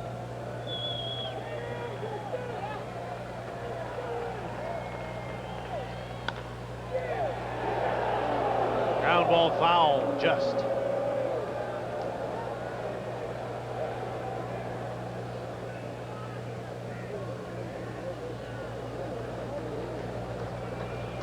Neither Burke nor McClure worked in the Chicago series. Both are well rested. In fact, you know, even though Buck Rogers, prior to the complete game by Pascual Perez on Saturday, had gone to his bullpen 42 consecutive games, fatigue has really never become a factor in the bullpen. Especially in the case of a Tim Burke. Now, the last few years, being used as a setup man for Jeff Reardon, Burke has been near the league lead in appearances. And at one time came to spring training, had a little bit of arm problems. But this year, with the bullpen by committee, his number of appearances are down. And Tim Burke has been relatively strong the whole season long. That's how you get a 7-0 record. Off the fists, up the middle, charging is Winningham, makes the catch, one away. Some center fielders, that's trouble. Not with this guy. It will not be a pinch hitter for Jeff Robinson. Hardly blame him for leaving him in the way he pitched after Bob Walk gave up a pair of hits. Robinson came in, got a fly ball from Hubie Brooks and struck out the heart of the order, Wallach and Galarraga. Maybe Leland feels that lightning will strike twice and Robinson can go downtown again. No wind blowing out here, and the ivy fence is nowhere to be seen. And it says 375 in the gap, not 358. Hits the ball though. Tom Foley scoops it up but throws out Jeff Robinson, 2 away.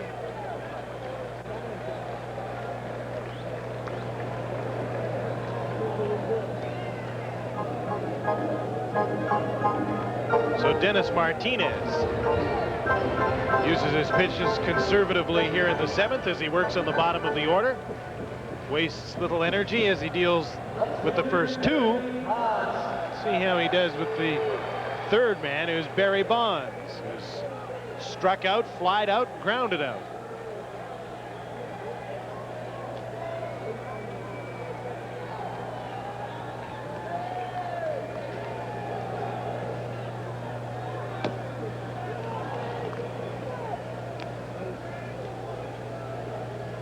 One and 0, 3-3 tie. Bottom of the 7th. Close game. That's the way it should be in a pennant race. Shot to right field. Casey Candell is back almost at the track. You see him a foot away, and he makes the catch. Good inning for Dennis Martinez. He throws few pitches and gets the Pirates in order. The game remains tied after 7. This is Labatt Expos Baseball on TSN. Clutch hitting statistics in a way tell the story of this game. It's a tie game, but the Expos could easily be in the lead had they cashed some runners. 3rd inning and the 4th inning, they left the bases loaded. And they left a runner on 3rd in the 7th and had him there with just 1 out. You see, with less than 2 outs, the Expos 1 for 5 with runners on 3rd. And the Pirates cashed in their only opportunity and have a 3-3 tie to show for it.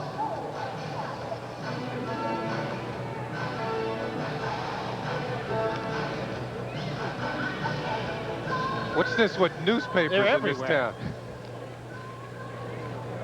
Conclusive evidence tonight that the people of Pittsburgh indeed are avid readers. Herm Winningham will lead things off against Jeff Robinson at the top of the 8th inning.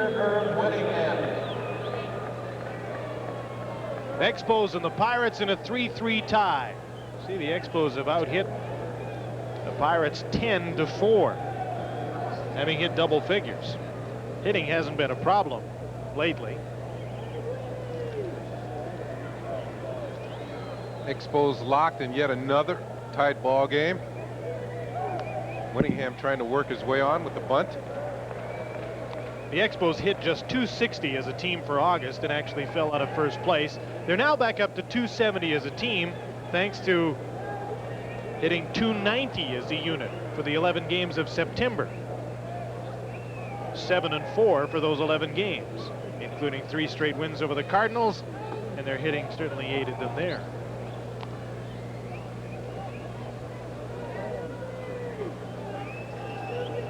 Jeff Robinson comes in to join the Pirates on the field who've come from other organizations.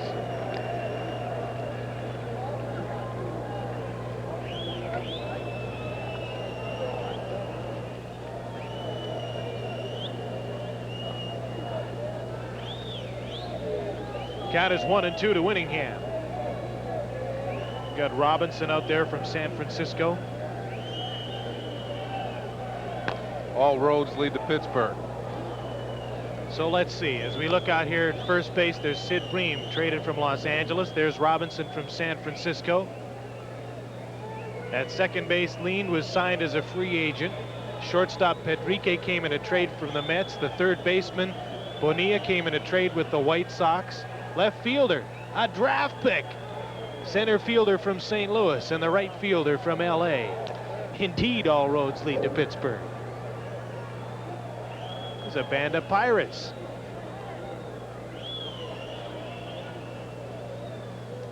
Got together, they're flying the skull and crossbones, and they're trying to steal a pennant from the grasp of one of 3 teams that'll be in here this week. Cardinals and the Mets follow the Expos to Pittsburgh. 1-2 pitch to Winningham. Fly ball left field. Barry Bonds going over. It's into the pen. Hit that left field fence kind of hard with that bullpen wall. Jarred his hip and leg. Here's another look at it. Good effort by Bonds, but then he loses his balance. Ooh. Still limping a bit. Very wet over there on the track from where they've been steaming and washing things down to get all the lines off and clean the place up after the football game.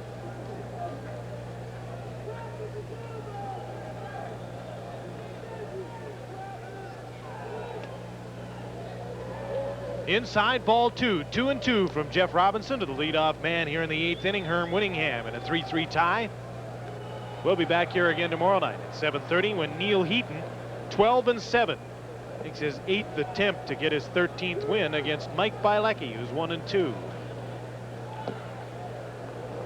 Robinson misses inside again, 3-2. Count is full. The big series with the Mets, if you're anticipating it, going down to see it in Montreal. Charlie Lee will start on Wednesday night. Pascual Perez and Dwight Gooden is due on Thursday night. That could be quite a matchup. The rotation stays the same way. Not sure who the Mets will start Wednesday with Ron Darling hurt. Ground ball for Bonilla. Scooped up by Bream, 1 away.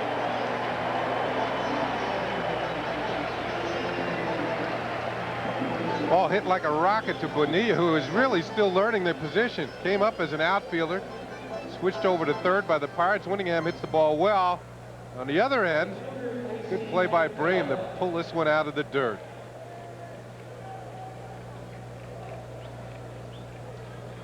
Winningham didn't quite get his footing coming out of the box. Shows you how fast he can run. He still got down to first base pretty good. Casey Candell rips one right into the pocket of Sid Bream, 2 away.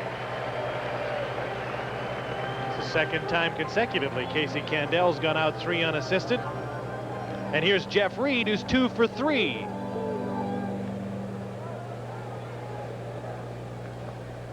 Three Rivers Stadium, Pittsburgh, Pennsylvania. 58,438 can get in here for a baseball game.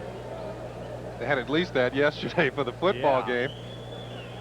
It opened in July of 1970.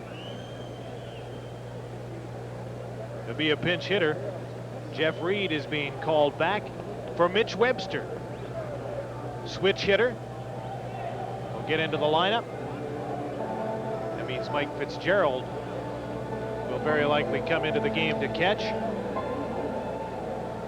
Or there are a couple of other options. Dave Engel, and there's also Nelson Santavania, who's been recalled from Double-A Jacksonville.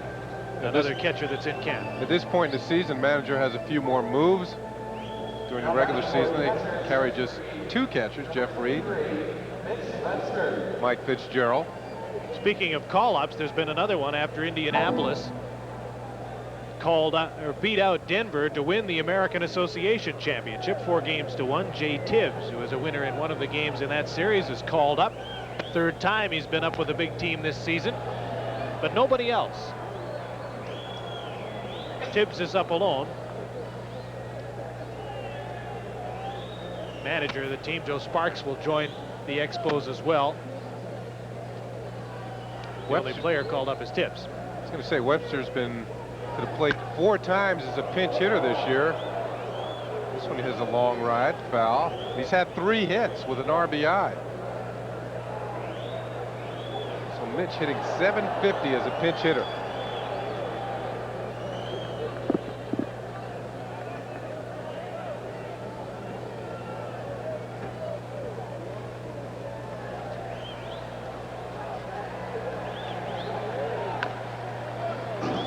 Fouls one off again, 0-2. Mitch is 12 for 45, 267 for the 11 games of September.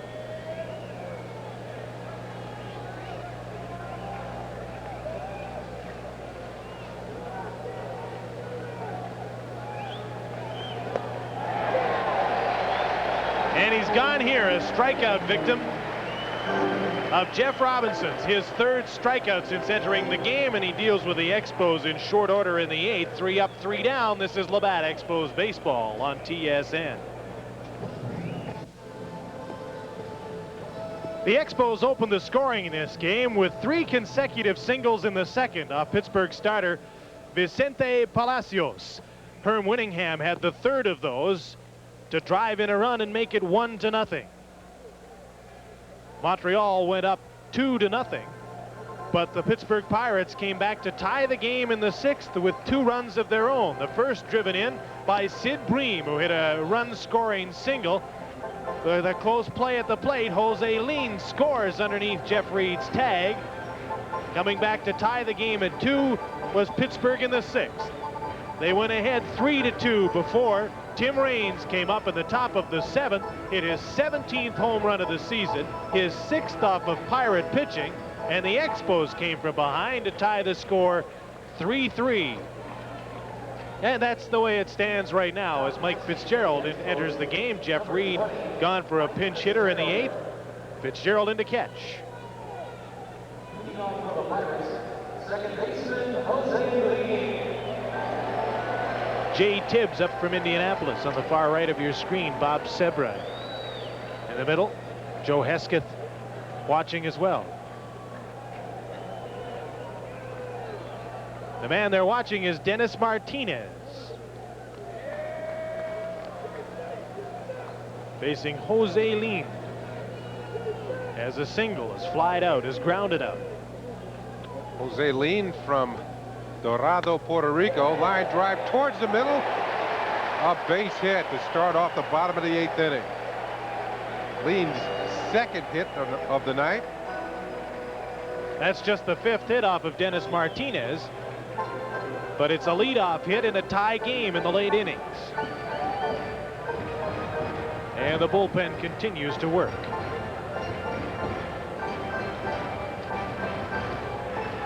Nothing unlucky about 13 tonight. Buck Rogers is paying a visit to the mound, and he's going to bring out the hook. He's in a pennant race. It's a 3-3 tie, and there's a leadoff man aboard, and he's seen enough. Buck Rogers will go to the pen for a left-hander. Bob McClure, who's been warming up, will likely be in. Got a left-hander to come in and face Andy Van Slyke. Bobby Bonilla is a switch hitter, but then he has Sid Bream, another left-handed hitter scheduled to hit for Pittsburgh. So 2 of the next 3 hitters for the Pirates are left-handers.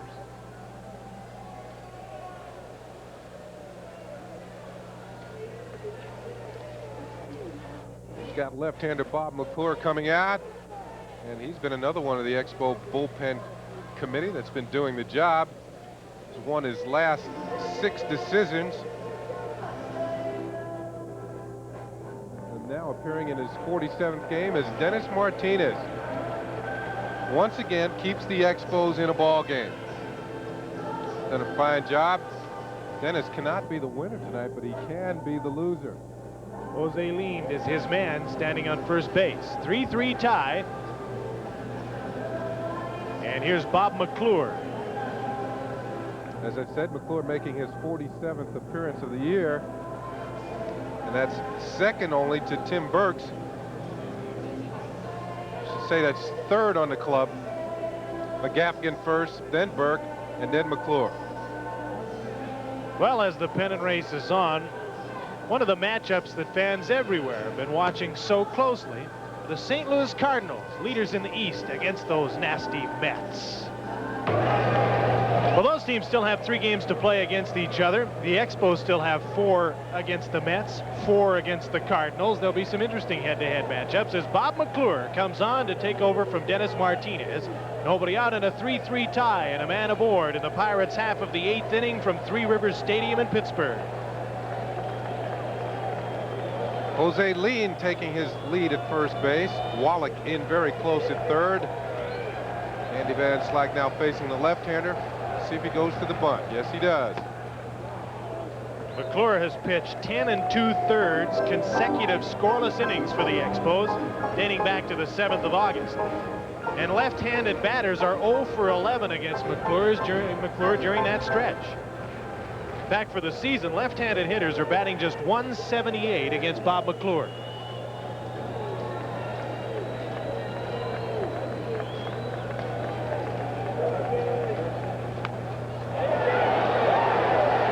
McClure is up with it.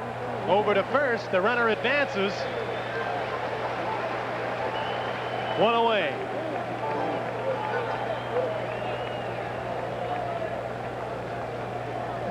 Third baseman Bobby 17-2. The Blue Jays win a Major League record 9 home runs. Rob Ducey, young Canadian outfielder, had a 3-run shot. Ernie Witt hit 3 home runs. George Bell had a pair. That wouldn't have happened a few years ago, I can guarantee you. How times have changed. How times have changed. Got the Tigers coming up in a while. Maybe they should have saved some runs. Ooh. 9 home runs? That's not a misprint, is it? Shot to center field. Winningham is back, makes the catch. Runner is tagging and on his way. And Lean slides safely into third. Good base running as the Pirates use a pair of outs to get the go-ahead run around to third base. Sacrificed by Van Slyke. Bonilla flies to center. 2 away. 3-3 tie. The go-ahead runs on third. Sid Bream's a left-handed batter to face Bob McClure. This is the man he wants to get out. He doesn't want to have to face R.J. Reynolds, so he won't be pitching around Sid Bream. R.J. Reynolds, a switch hitter. But Bob McClure is called a situation hitter. This is just the situation people talk about. Buck Rogers doesn't want him to stay in the game for a long time, just for a short time in this situation to get the lefties out. He needs a long lefty out of the pen. He's got Joe Hesketh now.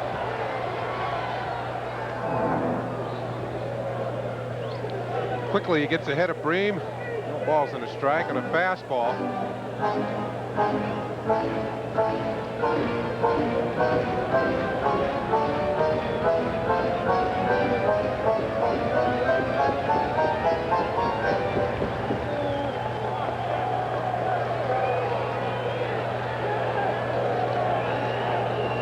Oh and 1. 2 away. Leaned is on third base. 1 and 1. Cards are out front of the Phils. Mets are out front of the Cubs. Expos are tied. And the Pirates have the go-ahead run at third.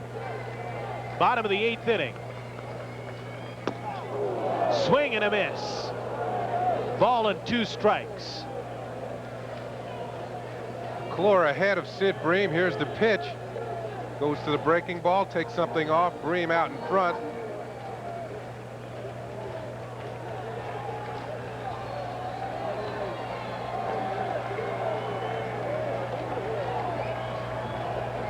might be another one of those sweeping curveballs. It's so very effective against left-handed hitters. There it is.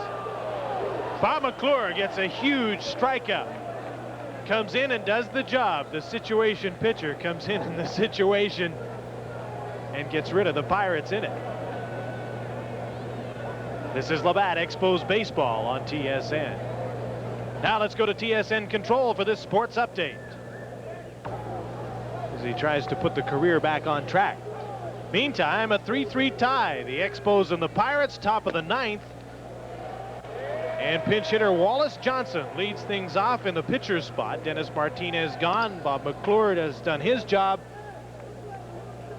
And Wallace Johnson just keeps churning out those pinch hits. He did it again yesterday, driving in a run in Chicago. Wallace Johnson and Dave Engel have formed a pretty good lefty-righty punch off the bench for manager Buck Rogers. Wallace with 16 pinch hits, Engel with 10. Between them, they have 23 runs batted in.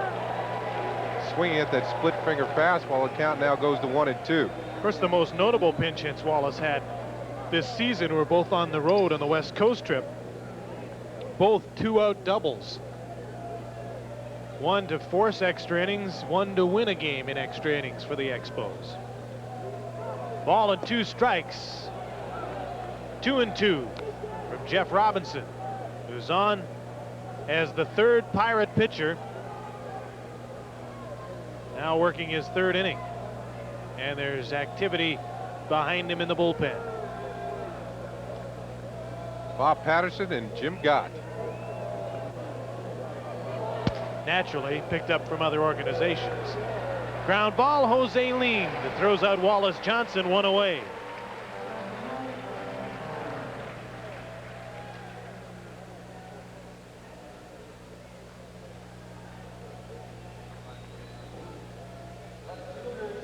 Top of the order, and Tim Raines up.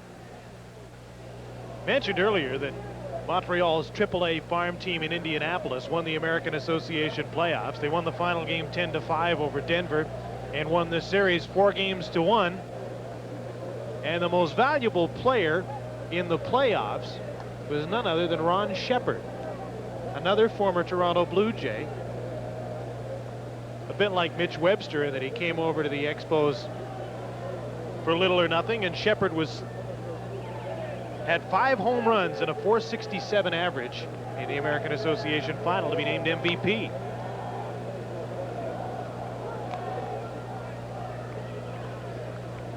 Five home runs in 5 games. Give anybody a shot at being an MVP just about anywhere. Larry Walker, another Expo farmhand, had 5 home runs in 5 games in a losing cause in the AA playoffs. Jacksonville was knocked out by Charlotte. The big club is striving to make the playoffs, and they're tied 3-3 with the Pirates with 1 out in the top of the 9th. Tim Raines hit a solo home run, his 17th shot of the season in the 7th. That's a career high. Last year, when Raines won the batting crown, he hit .334. He only scored 91 runs, had 62 RBIs and 9 home runs. Well, this year he won't win a batting crown, but he could equal last year's average. He's already scored more runs with 104 now. He's equaled to more RBIs at 63 than last year, and more home runs, and he missed a month.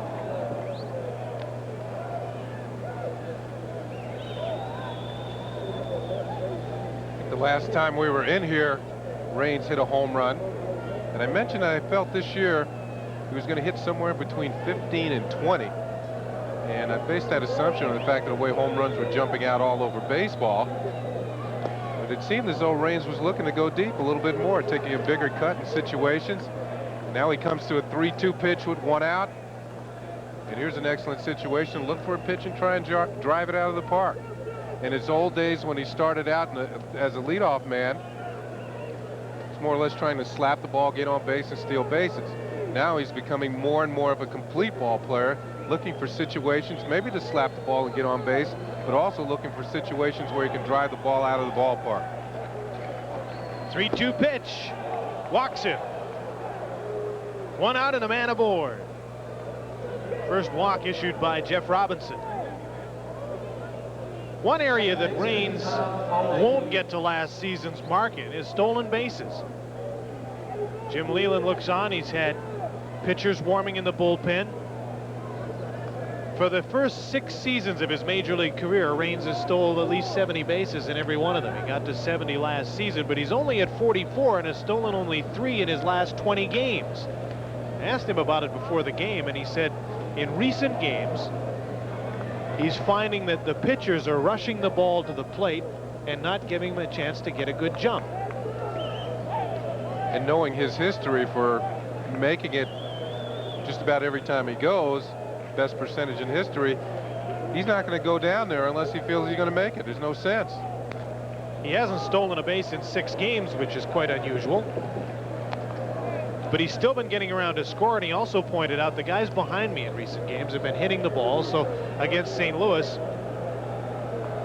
we even put the hit and run on with me aboard because we weren't having success with stolen bases. The pitchers were holding me on. Here's a good opportunity, either for the stolen base or the hit and run. There's a shot to the corner. Foul. Just.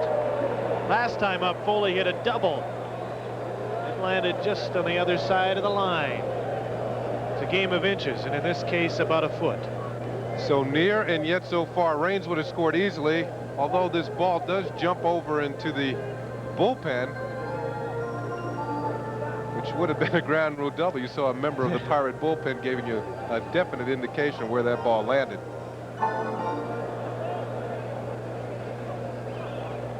Looks like John Smiley.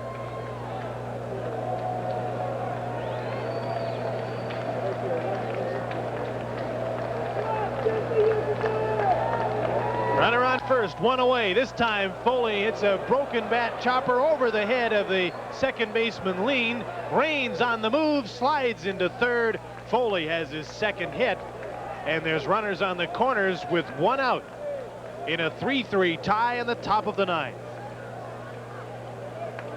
Tom Foley misses an extra base hit by inches and then breaks his bat and bloops one in. Tim Raines was off and running once he saw that Jose Lean wouldn't catch it. He knew that right fielder R.J. Reynolds is playing pretty deep, not wanting the ball hit over his head. And he shows that strong arm with a rocket to third. Raines is safe. And U.B. Brooks with a chance to bring home the go-ahead run. Once again, the Expos get a runner on third base. Only 1 away. And the right part of the order to drive home runs at the plate. Now, last time up, UB drove the ball well to right field. Was robbed on a sensational catch by R.J. Reynolds. And UB, of course, has shown a great ability to hit the ball hard all over the field. But in this situation, he's going for contact.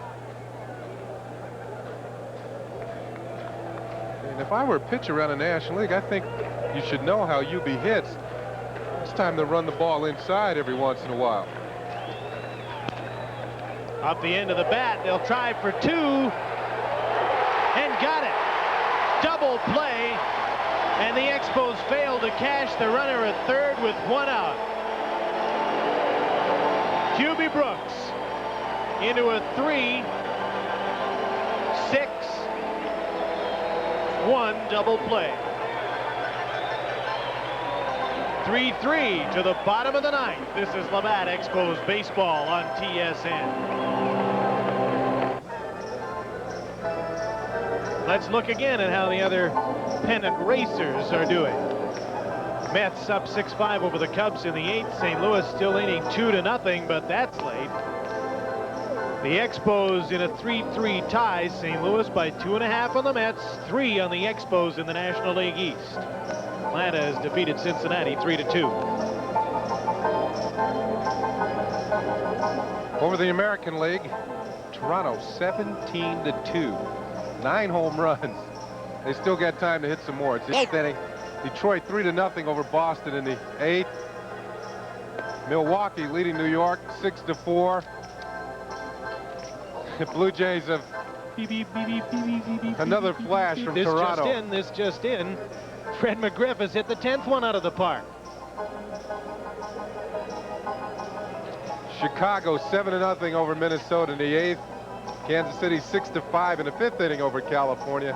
And the Oakland A's lead Texas 1-0. That's in the 6th inning. Joe Hesketh has come out of the Expo bullpen in relief of Bob McClure. Hesketh appearing in his 12th game for the Expos. Has no decisions as of yet, but a fine ERA of 2.95. 21 strikeouts in 18 1/3 innings. Seems to be coming back in fine style when used the right way. Manager Buck Rogers uses Joe maybe 2 or 3 innings during a ball game at the maximum, and maybe not 2 days in a row as of yet, or very rarely. So Hesketh will be facing R.J. Reynolds, Mike Lavalier, and Al Pedrique here in the bottom half of the 9th inning. Tied up at 3-3.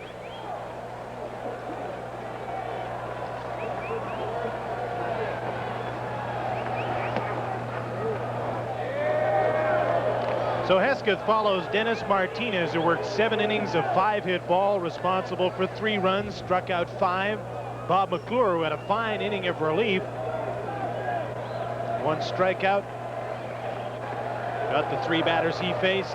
Hesketh on to try and hold for the offense again. Buck Rogers must be a little concerned that his team has gone to the well a few times and come up empty-handed. And they've had opportunities to win this game. They should be putting away the Pirates here in the 9th and cooling out in the locker room. Instead, they're in a 3-3 tie. They've out-hit them 11-5, but keep stranding base runners. Jimmy Leland seen his young Pittsburgh Pirates win their last 7 ball games, 15 of their last 18. Maybe building up a little bit of character as they head into the 1988 season. 2-1 pitch. 2-2.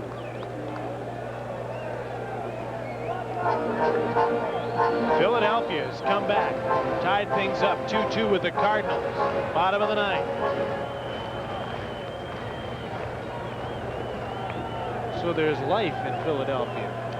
They've lost 5 in a row into this game. Phillies have 2 runs in, a man on, and 2 outs in the bottom of the 9th.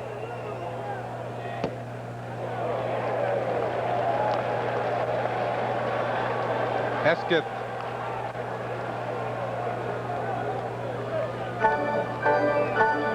looking to throw a strike here. Doesn't want to walk the leadoff man in the bottom of the 9th. Reynolds, 347 hitter, right-handed, 247 left-handed. 3-2 pitch off the end of the bat, foul.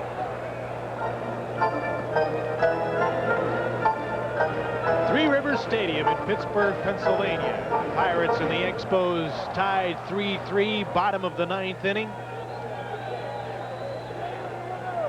Tomorrow night, 7:30 Eastern, we'll be back on the air. Neil Heaton against Mike Bilecki. Ground ball, Hubie Brooks can't come up with it. Reynolds is aboard.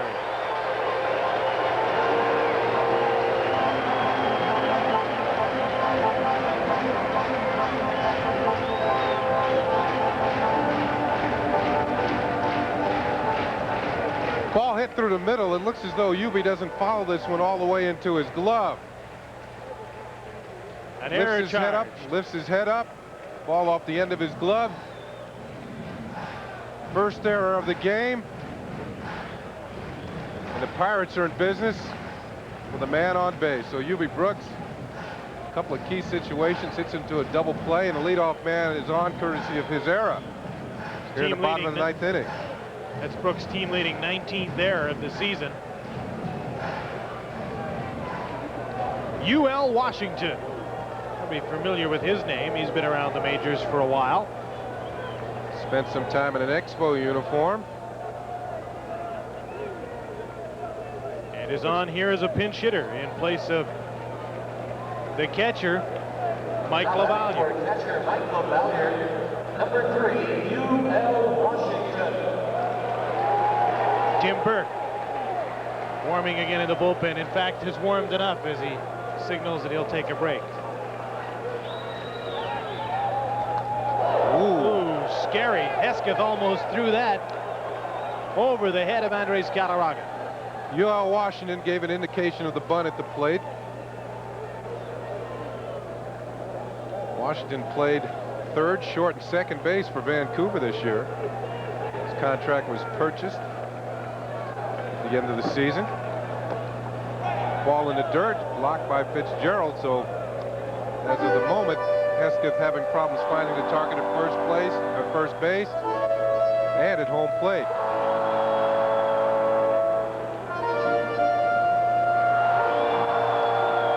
Errors yesterday, a couple of them. Mistakes cost the Expos in Chicago as they lost 5-2. You know, if you're going to make errors are going to happen in ball games, but in the latter stages in tight ball games, 7th, 8th, and 9th inning, that's when you got to really concentrate, tighten up the defense. Pitchers don't walk anybody, minimize your mistakes. That's how good teams win ball games.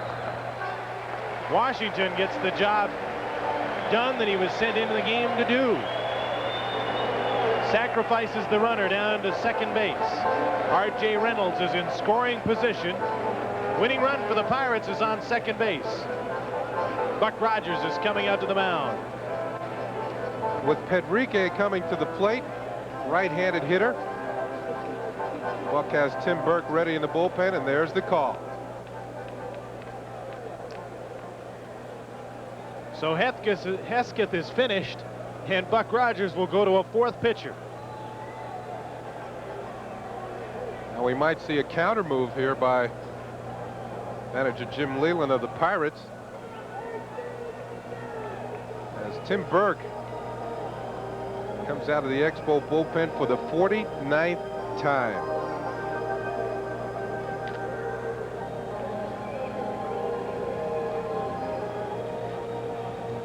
Facing a situation with the winning run on second base and just the one out.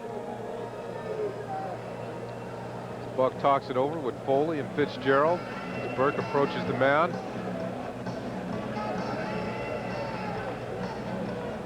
We mentioned Burke now making his 49th appearance of the year.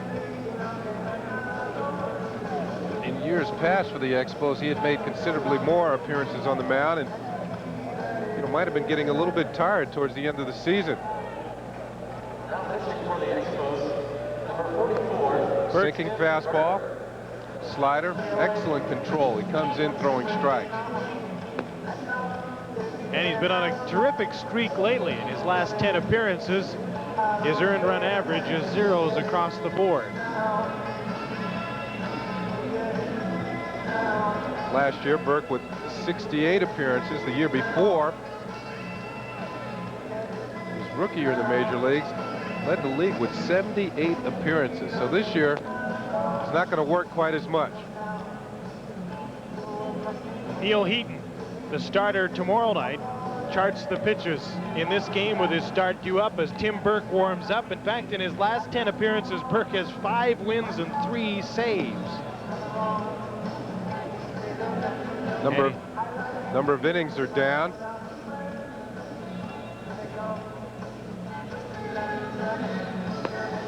So Tim Burke comes on. Earlier tonight, I had a chance to talk with Tim about the excitement of actually pitching in a pennant race, a chance to win it all. Great. I've never been in a pennant race in the big leagues. So this is, it means a little extra, and it's fun to come to the ballpark every day. When you're eliminated early, you know, when you've got to play all September knowing you're not going to be going anywhere, it gets kind of old, but this is great, and we're just going to give it our best shot, and we'll see what happens come October 4th. Bottom of the 9th, 1 away. Winning runs in scoring position on second base. It's R.J. Reynolds who reached on an error to the shortstop. Tim Burke is on. Foul ball. Al Pedrique fouls away the first pitch. No counter move by Jimmy Leyland. He's going to let Pedrique hit. Maybe he knows he's hit well against the Expos this season.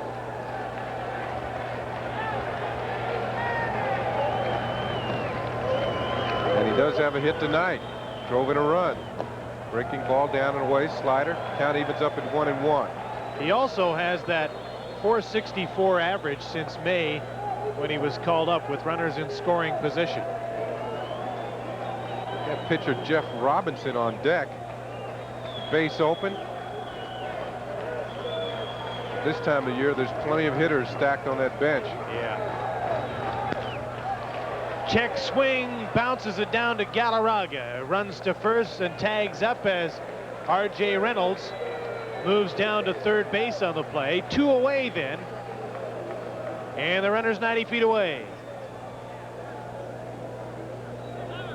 And going to his bench now for a pinch hitter is Jim Leland, and he'll go after catcher Mackie Sasser, who's one of his left-handed batters. He's still got Harper and Coles, but they're righties on the bench. And I knew that eventually I'd get to do a game when Mackie finally got in. One of the great names today in baseball, Mackie Sasser. Buck Rogers comes to the mound for the Conference of Expos. 2 out, 3-3 tie, runner at third.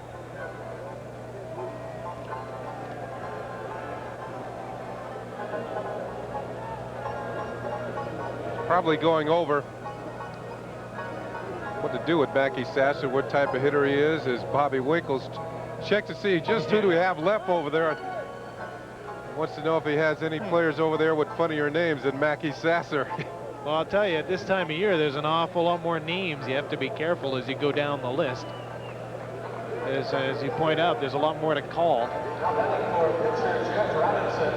Well, Mackie has been 1 for 2 as a pinch hitter for the Pirates.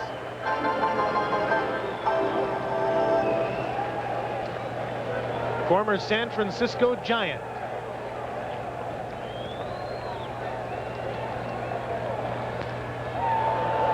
Pops it up. Sorry, Sasser goes back to the dugout, pops up the first pitch, and the Pirates leave the go-ahead run at third. Tim Burke does his job as he comes on in the ninth. 3-3 tie. We'll go to extra innings on TSN, but the teams will still be on the field. This is Labatt Expos baseball on TSN. In the American League, Toronto 18-3 and counting over the Baltimore Orioles. A Major League record 10 home runs for the Blue Jays as they belt the Orioles. Detroit 3-0 over Boston in the 9th inning. So there may not be a change in the American League East tonight with Toronto and Detroit on top. In New York, the Milwaukee Brewers have moved into third spot, or have a chance to. They have moved past the Yankees. Home run hitters for the Blue Jays, and it looks like a novel of home runs hit in Toronto. Witt 3, Mullenix 2, Mosby, George Bell 2, Rob Ducey, and Fred McGriff. I don't see Jimmy Williams' name up there. Number 35, Jim Gott. Elsewhere out of town, the White Sox 8-0 over the front runners in the American League West. Kansas City up over California. And Oakland underway, tied 1-1 in the 7th inning with Texas. And a new pitcher here in a 3-3 tie to the top of the 10th inning. The Expos and the Pirates, and Jim Gott, their former Blue Jay, came over from the San Francisco Giants, picked up for a waiver fee. And he has found a home in the Pittsburgh bullpen. Has not given up a run in his last 13 appearances. It's over 15 2/3 innings, has 10 saves in his last 11 opportunities since joining the Pirates. He has a save in each of his last 7 appearances. Well, he can't get one here tonight in a 3-3 tie, but he could notch a win. Ground ball from Tim Wallach. Al Pedrique to shortstop, throws him out, 1 away. One thing I've noticed about Gott, he's changed his appearance. No, not him. That's Junior Ortiz, the new catcher in the ball game in place of Mike LaValliere. But Gott has shaved his mustache. That long Fu Manchu style mustache he used to have. Now taking on a new look on the mound, and Seems to have worked. yeah. Jim Gott was almost a starter when he came over here. The original plan was to put him in the rotation. In fact, when the Expos were here the last time in August, Jim Gott was a scheduled starter in the third game of a 4-game series. But just before the series started, they made a change. After conferring with Gott, the Pirates had decided to start Bob Walk and put Jim Gott in the bullpen to work with some of the youngsters and perhaps become the closer. And he's done just that. I think Jim Gott represents what Ray Miller was talking about, a pitcher that throws hard. Ground ball to third. Bonilla is up with it. Now the long throw across the diamond is in time, and there's 2 down. Ray Miller was talking about a pitcher like a Jim Gott who has good stuff, throws hard, but is basically a 2-pitch pitcher. Fastball, slider. By the time the 5th or 6th inning rolls around, they're burnt out. His best spot for him is in the bullpen. Give me 2, maybe 3 innings max. We move on to somebody else. Throw as hard as you want for 2 or 3 innings.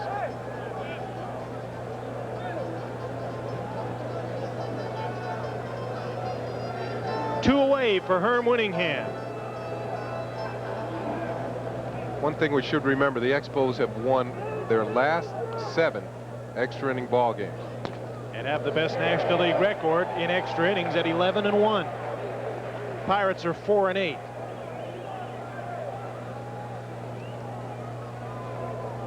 Oh, 1 to Winningham. Top of the 10th, 2 away. 1-1. Jim Gott misses. Out in San Francisco, the Giants were experimenting with a new motion for Jim Gott, and he hurt his shoulder doing it. Spent some time on the disabled list, but now he seems to be throwing very hard. Good fastball, kind of straight, but it's hard. Woo! Some pop on that heater. You bet. 2-1.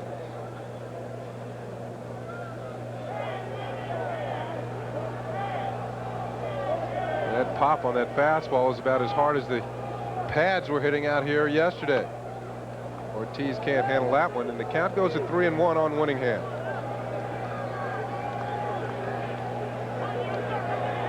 There's Junior Ortiz.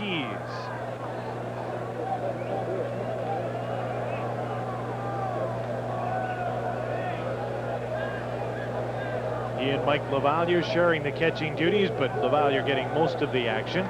It's hard to tell with Ortiz's mask on, but he looks a lot like Roberto Duran. Gott loses Herm Winningham with 2 away. A base on balls. And Casey Candell comes up as Bobby Bonilla comes in to speak with Jim Gott. Now Ortiz will go out, and there'll be a message coming from the dugout as well. Ray Miller probably telling Gott that you have a man on first base. He's got pretty good speed, and he probably will be going during this at bat of Casey Candell, but let's try and get Candell out, and then you're out of the inning.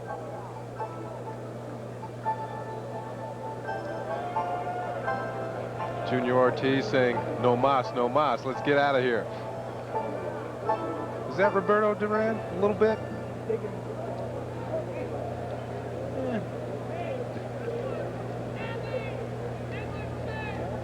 Roberto Duran's making a comeback. Okay, he's real well.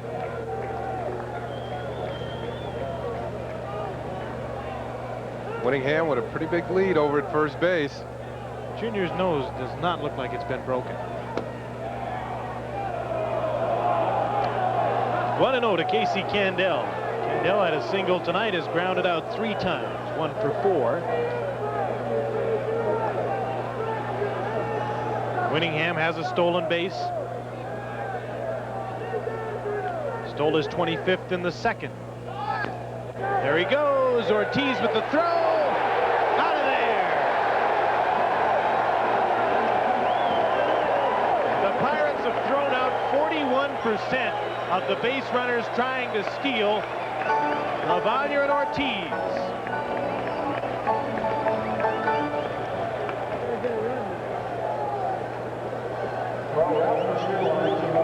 Whittingham's gone. So are the Expos in the 10th. The Pirates coming up. This is Labatt, Expos baseball on TSN.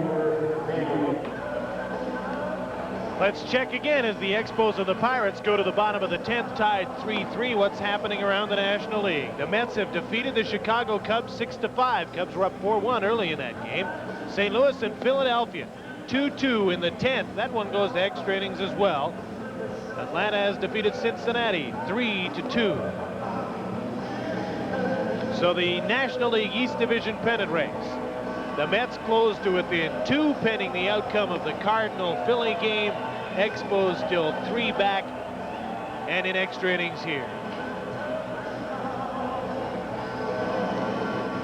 Cincinnati and Houston 6.5 back of San Francisco. That's the way it stands up to the moment in the National League West. I think San Francisco's in good shape, but it's a totally different story in the National League East. The Expos have lost 2 of their last 3 and lost 1 game, having gone into Chicago 2 games out of first place. The guy you just saw running off the field with the bucket was trying to pick up a pair of bats off the field, and not baseball bats, but were some bats entwined in center field. They fall into the carpet here, No. and as he came to pick them up, they flew away. They'll be back when the moon's full. Barry Bonds leading off. Bottom half of the 10th inning, not happy with the call. Barry, that pitch was a strike right over the inside corner. Not happy with an 0 for 4. I never was.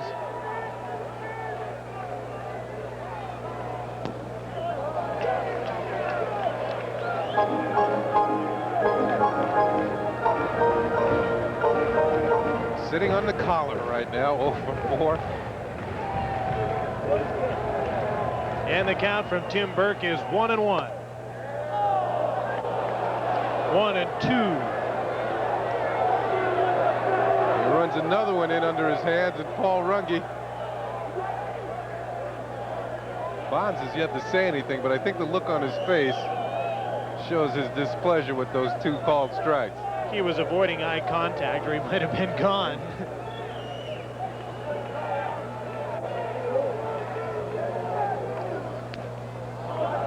Burke tries again. Yeah, won't win this one. 2-2. Well, actually, that pitch might be setting up a good sinker away. Mike Fitzgerald.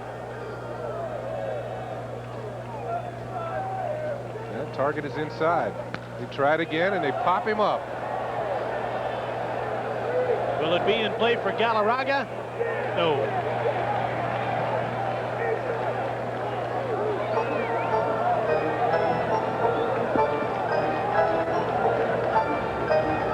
Galarraga goes back to first. Barry Bonds gets back in the batter's box. The count is 2-2.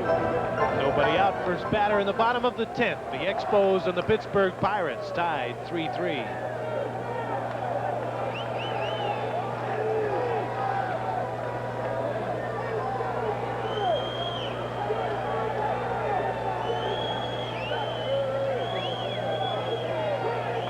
Here's the 2-2 pitch to Bonds. Swing and a miss. He struck him out. Breaking ball. Bonds is gone. 1 away. After all those pitches in, this one tails away. Second baseman, Jose. Bonds is gone.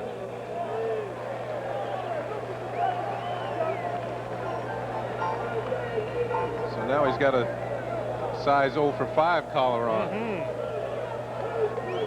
Staring at Tim Burke. Steam, doesn't he? Gee, that guy's tough. Ground ball from Jose Lean. Foley throws him out. 2 away. Center fielder, Andy Van Slyke. Tim Burke deals with the first 2 easily in the 10th.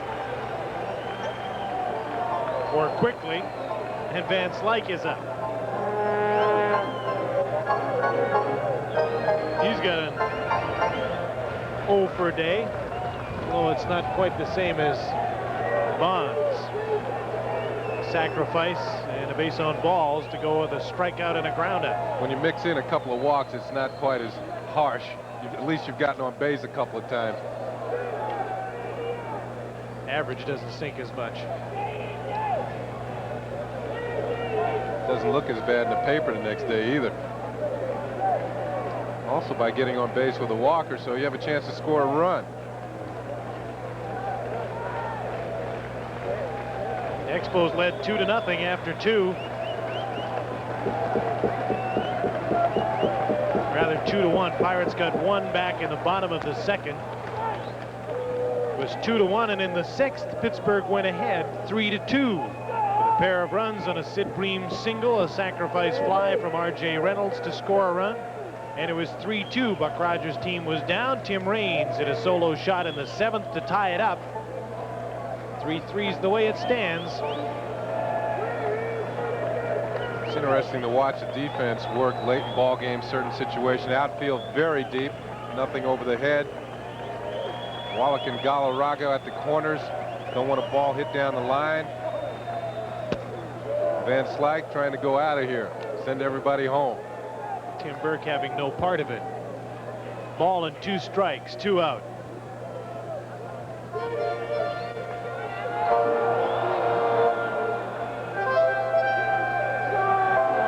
Van Slyke has hit 19 home runs.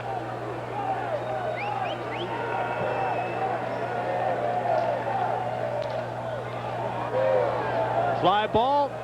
Wallach is way back. Makes the catch. Tough play, but he hauls it in, and Tim Burke deals with the top of the Pirate order in succession in the bottom of the 10th. We'll go to the 11th. This is Labatt Expos Baseball on TSN.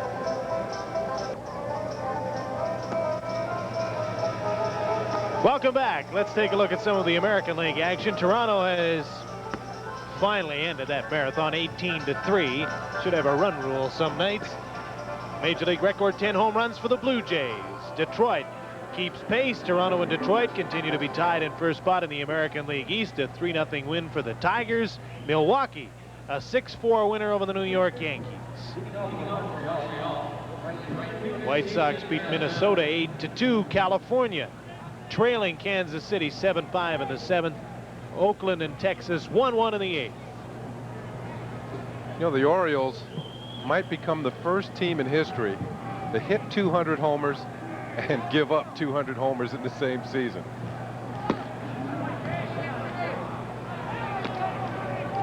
Kansas City and Oakland both with a chance to move to within 3.5 of the Twins tonight.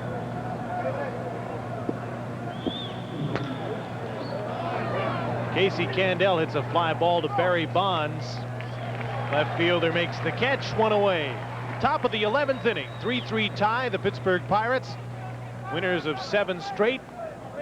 Montreal Expos, losers of 2 of their last 3. You can imagine the Tigers playing the Red Sox, facing Roger Clemens, and looking up at the scoreboard, seeing Toronto just blasting the Orioles away, 18-3.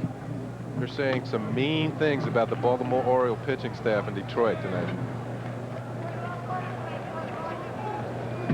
They're saying, where's Jim Palmer when you really need him? Hey, but they still didn't lose any ground. No bonus points for running up the score.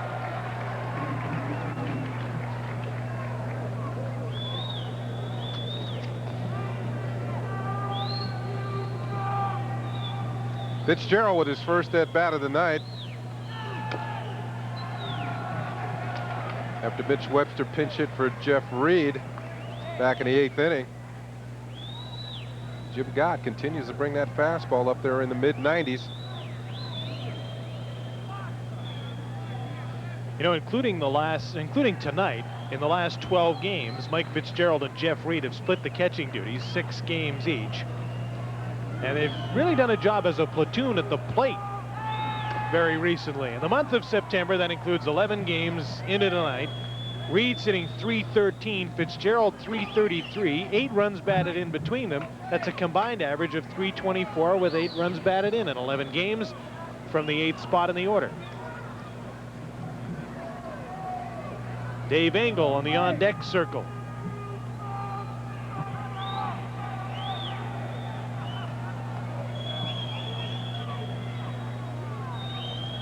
Oh, and 2 count, 1 away, fouled back. So Buck Rogers preparing to pinch hit for Tim Burke.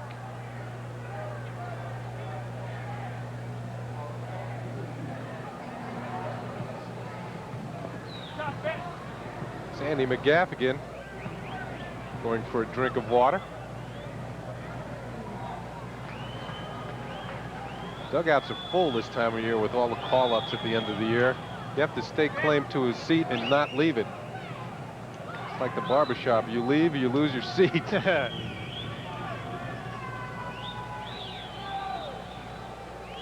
0-2 with 1 away. Jim got to Mike Fitzgerald. He got him.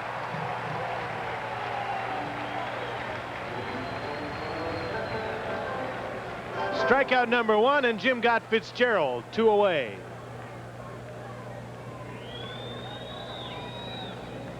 Bring up Dave Engel, part of that pinch hitting duo. Manager Buck Rogers likes to use with quite often. Engel does have a pinch hit home run this year. One of only 2 by Expo pinch hitters. Came way back early in the season in April against Philadelphia. Fly ball to center field. Van Slyke almost in his tracks. Now backtracks a bit and makes the catch. That's it. Jim Gott gets the Expos 1, 2, 3 at the bottom of the order in the 11th. And the Pirates come up again in the bottom of the 11th to face a new Expo pitcher. This is Labatt, Expos baseball on TSN. To the bottom of the 11th inning, the Expos and the Pirates tied 3-3. And Andy McGaffigan is now on as the 5th pitcher. Buck Rogers is sent out to the mound tonight. Earlier tonight, Ken had a chance to talk with Buck Rogers about his feelings at the start of this season compared to those now. Well, I think back in March was a different situation. We were trying to put together a ball club, almost an interim ball club, to try to keep this thing together so we wouldn't get blown out the first half. And it was kind of a waiting game, hoping that a Tim Raines and Martinez and Smith and some of the people that were injured or free agency had affected them, that maybe some of these people would come back. So it was an entirely different situation. We were trying to hold things together and patch things up with anything that was available at that time. Now we feel that that has all been accomplished, and now we've got a pennant race on our hands. We're exactly where we want to be, and now we've got to go in and we've got to play the last 20-plus games and just give it hell. Buck, you've done a great job putting this ball club together, hammering it together, as you said. A lot of people are starting to mention your name when it comes to Manager of the Year. Do you feel that's a jinx right now when you hear your name mentioned in that respect? Well, it's very nice to have those kind of things said about you, but we've got a job to do, and if Manager of the Year or any kind of the accolades that come along with the job do come along, then that's after the season. But we've got 20 games, we've got playoffs and World Series to think about right now, and so there's no individual honor. There's enough glory to go around if you win, and this, right now we want to win this thing. Well, they're tied 3-3 trying to win this thing with the Pittsburgh Pirates in the bottom of the 11th. And when Buck Rogers holds a committee meeting, usually everyone shows up. Andy McGaffigan is the 5th Expo pitcher of the night. McGaffigan has been just sensational as he faces Bobby Bonilla, who leads off for the Pirates here in the bottom half of the 11th. McGaffigan, 60th appearance out of the bullpen for the Expos. Over 100 innings. He's got 86 strikeouts, 4-2 record, 10 saves. Look at that ERA, 2.21. But more importantly, he and Tim Burke have a habit of keeping the ball in the ballpark. Only 3 home runs allowed in over 100 innings. And he's up against a batter who can put them out. Bobby Bonilla, by the way, was named the National League Player of the Week for the past week as the Pirates were on a 7-game winning streak. He hit .409, a couple of doubles, 2 home runs, drove in 7. And the Player of the Week is up now in the bottom of the 11th with a chance to win it for his team, but he hits a ground ball to Galarraga. McGaffigan covers, there's 1 away. Galarraga guarding the line. First baseman, Sid Bream. You don't want to allow an extra base hit to go between you and the bag. I'll bring up yet another left-handed hitter, Sid Bream. Face McGaffigan. Sid has a pair of hits tonight, has driven in a run. 2 for 4. Curiously, the number 3 and 4 spots in the Pirate order are hitless tonight. But the 5 spot where Sid Bream is, the former cleanup hitter, shows a pair of singles and a run batted in. A few years back in the minor leagues, the Dodgers had a choice between Sid Bream and Greg Brock as their future first baseman. They chose Greg Brock to keep him. Bream had some big numbers down at Albuquerque. He hit 32 home runs one season, over 100, close to 120 RBIs. They chose to keep Greg Brock. Now Brock is gone, and Bream is here in Pittsburgh. They tired of Brock shortly after. Now they've got Guerrero and Franklin Stubbs pop up in foul territory. That'll fall into the seats. There are rumors that might have Eddie Murray playing first base for the Dodgers next year. The thing is, what do the Dodgers give up for it? Plenty. Do they have plenty to give up? Orioles would want a lot. They want players. They want pitchers, as you can see by that 18-3 score in Toronto tonight.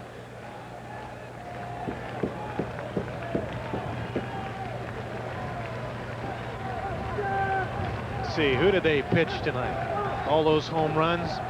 Ken Dixon. Been very poor in the role of a starter. Eric Bell was used as a starter. Mike Griffin was on in the 4th. He had started at one time this year. Mike Kinnunen was on in the 6th. Tony Arnold in the 7th. Jack O'Connor in the 8th. And Terry Kennedy caught them all.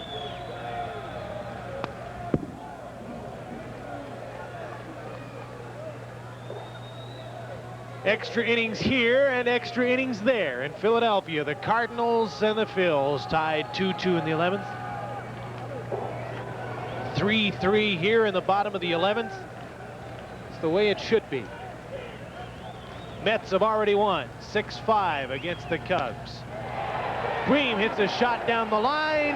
It's fair. Extra bases. Sid Bream digs in around first. Candell gets a handle on the ball. It's a double for Sid Bream.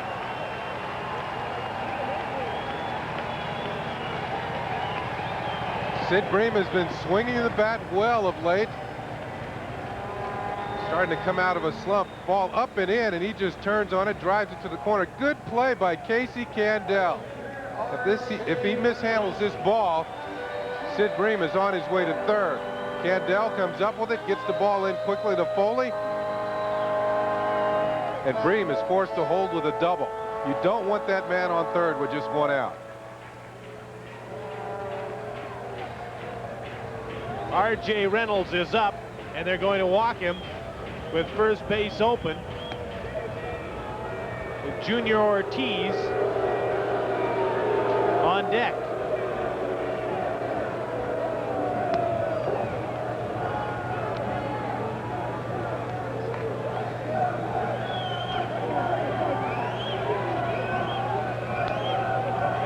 And it seems that Leland will have to stay with Ortiz, the right-handed batter, because he's used his other catchers. Lavalier's out of the game, and Mackie Sasser has already pinch hit.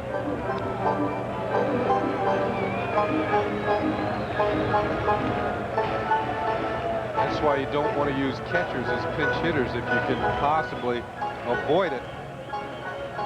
Get into situations just like these. You're stuck with a right-hander against a right-hander. Buck Rogers knows it. He looked at the card, although he probably would have walked Reynolds anyway. I still say he looks like Roberto Duran a little. Well, when they hold the look-alike contest, we'll see if he wins. One away, first and second. Ortiz with a chance to be a hero. Bottom of the 11th inning in a 3-3 tie. Swing and a miss. 0-1. Here we are in the late rounds, and it's Junior Ortiz trying to deliver the knockout blow to the Expos.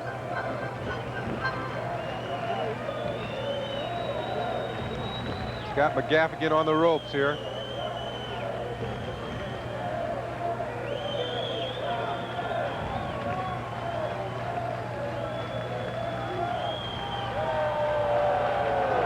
There's the bell. He'll get a break. They're going to talk it over. You want to get things right. If the Expos were 20 games out, you might not have that conversation. Atlanta 3-2 winner. Houston 3-0 over Los Angeles in the first. Houston scoring 3 runs, top of the first. San Francisco now underway, 2-1 over San Diego, second inning. Stick around, those games might be over before this one. Runners are going. Ground ball for Hubie Brooks. And with the runners going, Ortiz grounds out himself, and the others are safe at second and third with 2 out.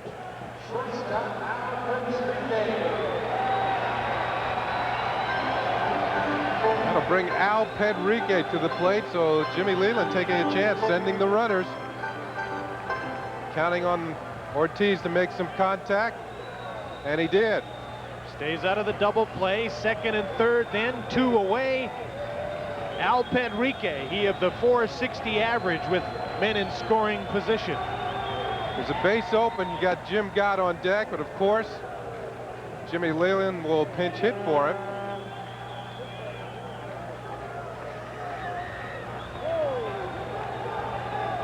There's Big Mike Diaz in the dugout, one of his better pinch hitters. So Buck says, I'd rather face Al Pedrique than somebody like Diaz.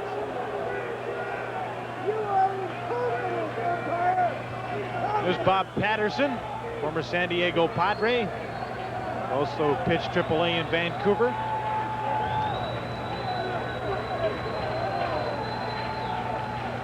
Count is 0-2.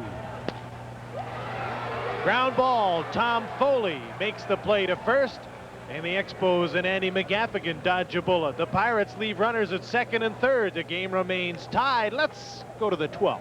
This is Labatt, Expos baseball on TSN. We're back at Three Rivers Stadium in Pittsburgh. A 3-3 tie to the top of the 12th inning. Let's have a look at the American League East standings tonight. These are updated. Milwaukee has moved into third. The Yankees fall back to fourth, and Toronto, with its big win, and Detroit with its shutout of Boston, remain in a first place tie. Still going to come down to that series between them.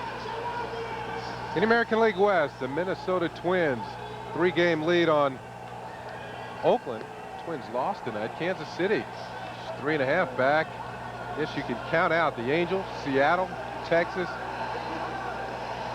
and the White Sox. The Royals, with Steve Balboni just swinging at probably the hottest bat in baseball right now. He hit another home run tonight. Royals making a late rush.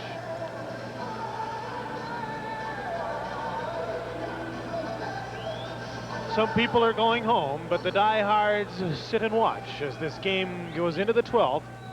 Love those Pirates. Take a look at left-hander Bob Patterson.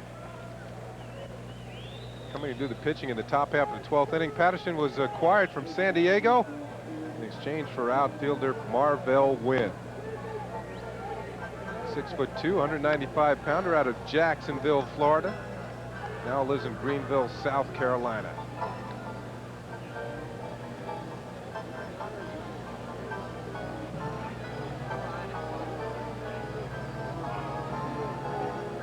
Tim Raines, Tom Foley, Hubie Brooks, top of the Expo order. Up to face Patterson in the top of the 12th inning. Game now approaching the 4-hour mark in duration. Raines now hitting right-handed, where he's a .388 hitter on the year. His on-base percentage is just over 45%. Sure he'd like to get on right here. Fakes the bunt, takes a pitch low for ball 1.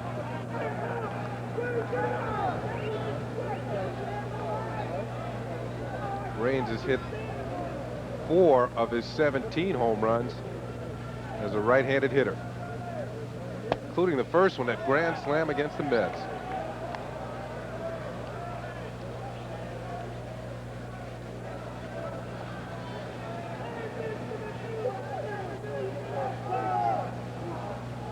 2-0 pitch to Tim Raines.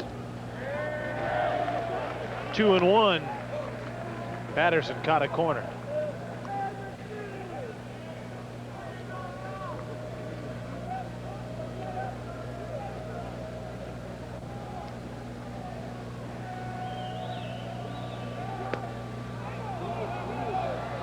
Now he falls behind 3-1.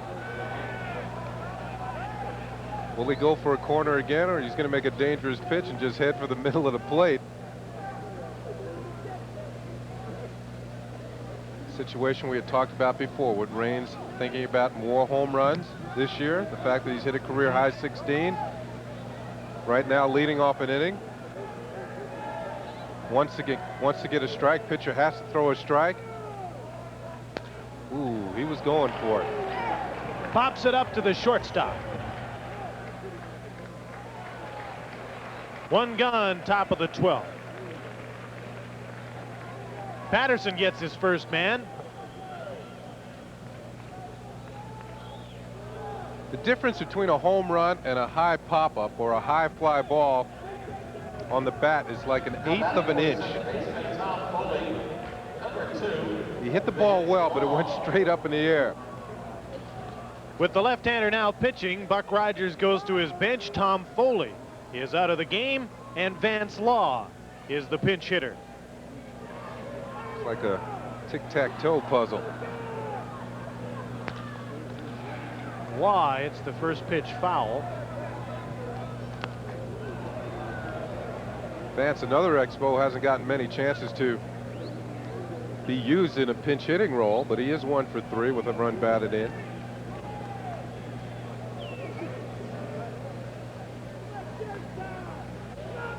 "12 home runs, 5 short of his career high of 17, and 54 RBIs this season, not far from his career high.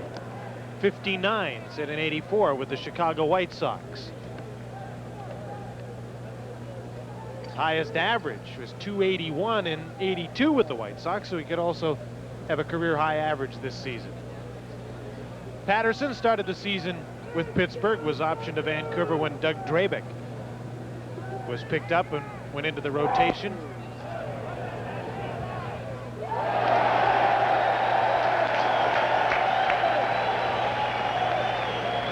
Cheer arose as a foul ball was caught in one of the private boxes.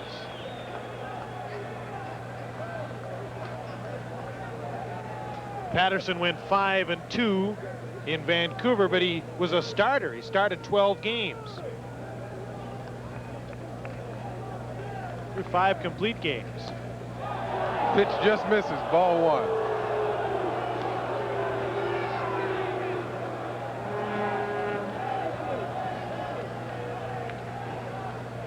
One out, 1-2.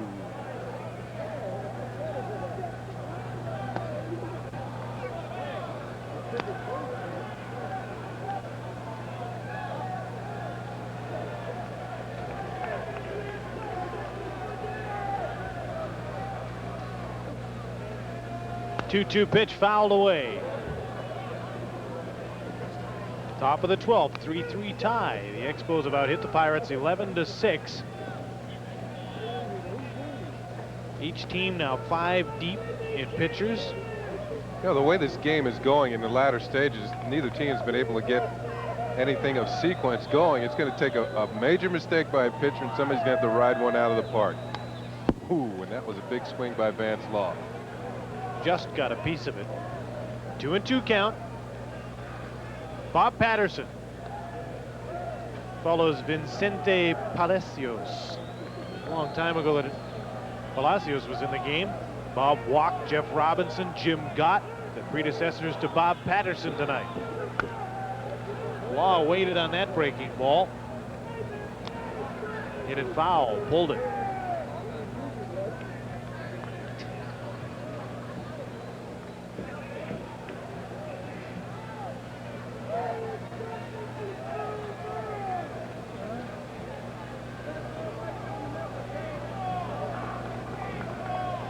Hubie Brooks is on deck.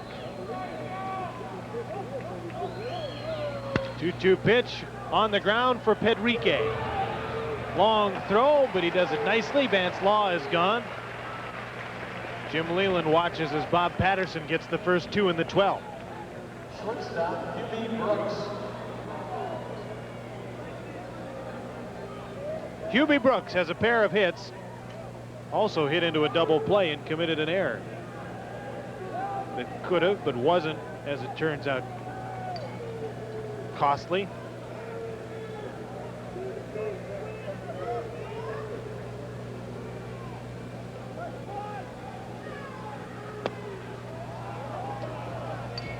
Talked about situations going for one.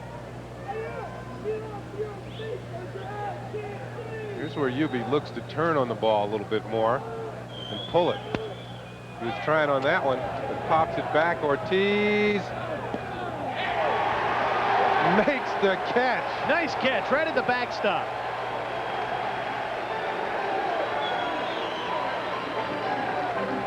Here it is again. Junior Ortiz just about out of real estate, reaches up and makes the grab. This is what you call staying with it, folks. Nice play by Ortiz. It's a bit like the knockout blow in the 12th. So we'll go to the bottom of the 12th. The Pirates coming up trying to win it again. This is Labatt Expos Baseball on TSN.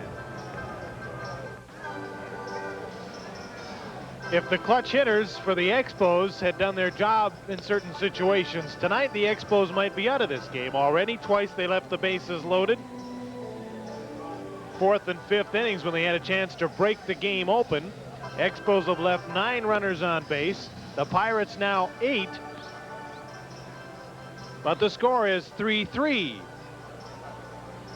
And we go to the bottom of the 12th inning at Three Rivers Stadium in Pittsburgh. I'm Jim Houston with Ken Singleton. 4 hours from the start, and it's over in Philadelphia. St. Louis loses 3-2 to the Phillies in 11 innings. Expos can pick up a game if they win here tonight. Maybe a little incentive for the Expos to win this ball game tonight. The Mets have pulled to within 1.5 of the lead. You're gonna have a pinch hitter. Darnell Coles, like so many other Pirates, in from out of town. He from the Detroit Tigers in a deal that sent veteran third baseman Jim Morrison to the Tigers. Coles had 20 home runs as part of that all 20 home run infield in Detroit last season. But he started the season kicking the ball around at third. He made so many errors that Sparky Anderson took him out of the lineup. Said he'd lost all his confidence, eventually traded him over here.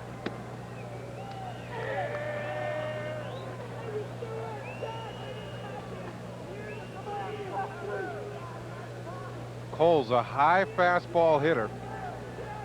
Gaffigan want to keep the ball down to him. Maybe go with the breaking ball. Fastball on the corner for a strike. 1-2. Either that or keep the fastball on the corner.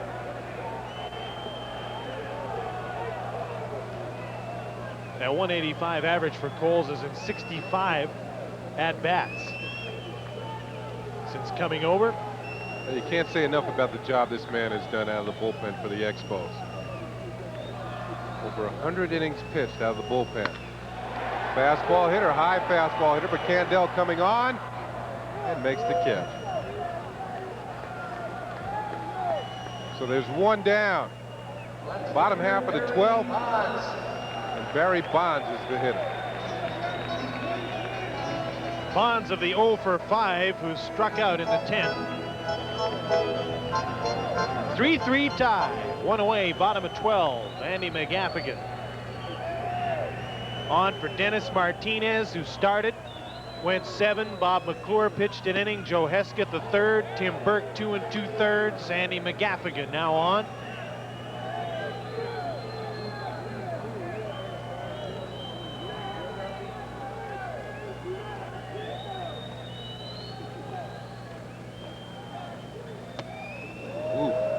Seems like every hitter up there is trying to end the game himself.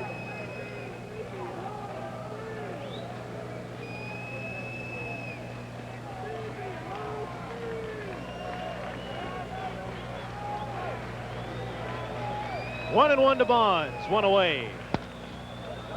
Popped it straight up. Bonds is 0 for 6. There's 2 away.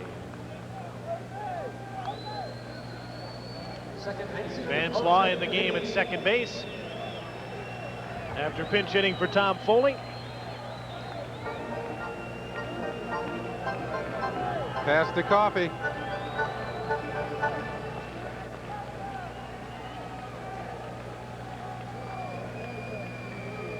The second baseman, Jose Lean, has a couple of hits. Single in the 6th, a single in the 8th.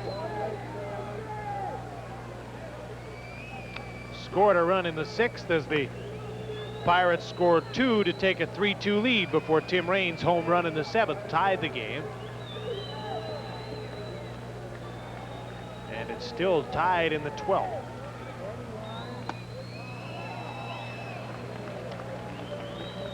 Two and 0.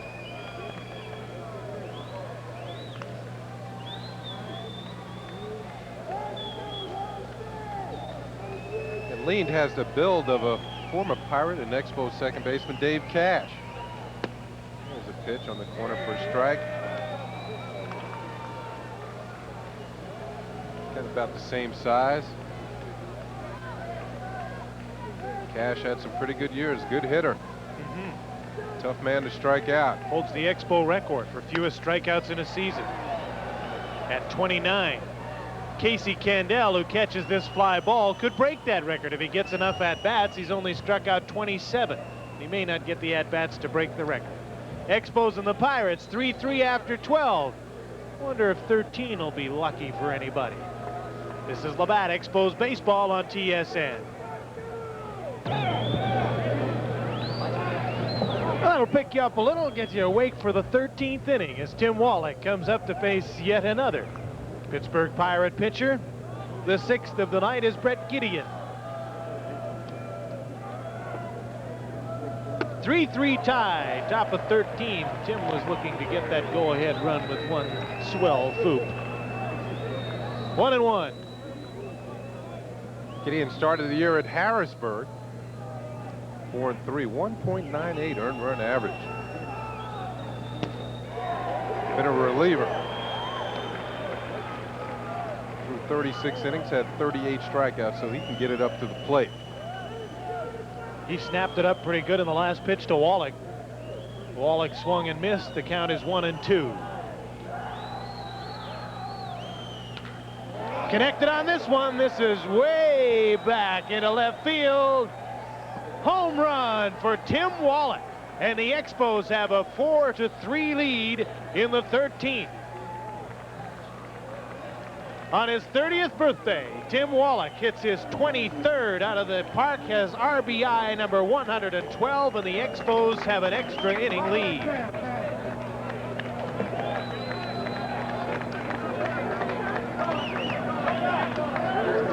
I've said it many times before, you like to have your big power hitters up leading off an inning. In clutch situations, Wallach getting strikes from Brett Gideon and rides one out of the park. First RBI in 4 games for Wallach.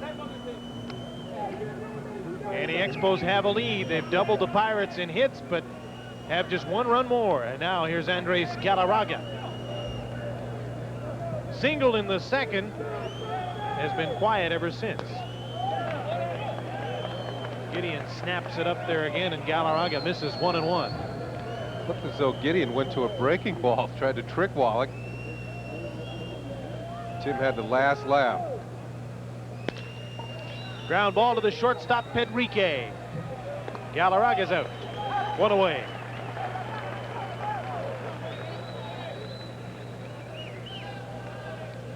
Center fielder, Herb Winningham. It's Gideon from Ozona, Texas. Say he was born in Ozona, Texas. Now lives in Georgetown, Texas. Which in Texas can be a long, long way from Ozona. And Tipperary, for that matter.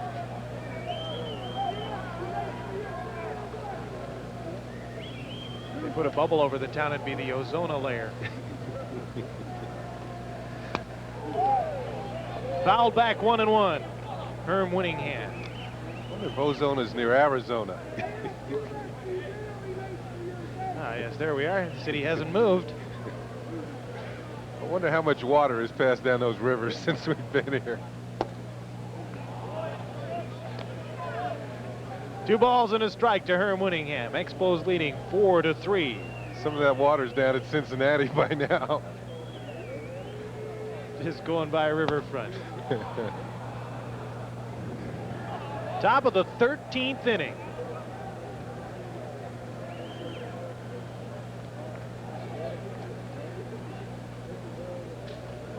Andy McGaffigan for the Expos has worked the last couple of innings. He's capable of going further than that.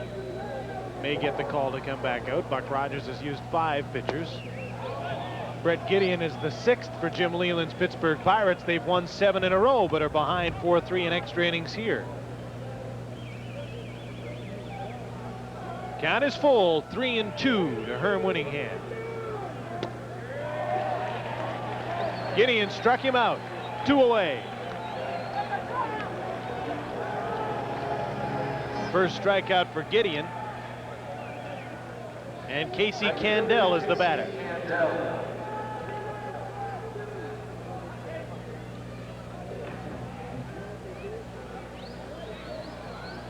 So maybe the Expos finding out that the Cardinals had lost in extra innings provided that incentive to come back. Sure, they didn't need any, but as soon as that score went up, a run went up for the Expos.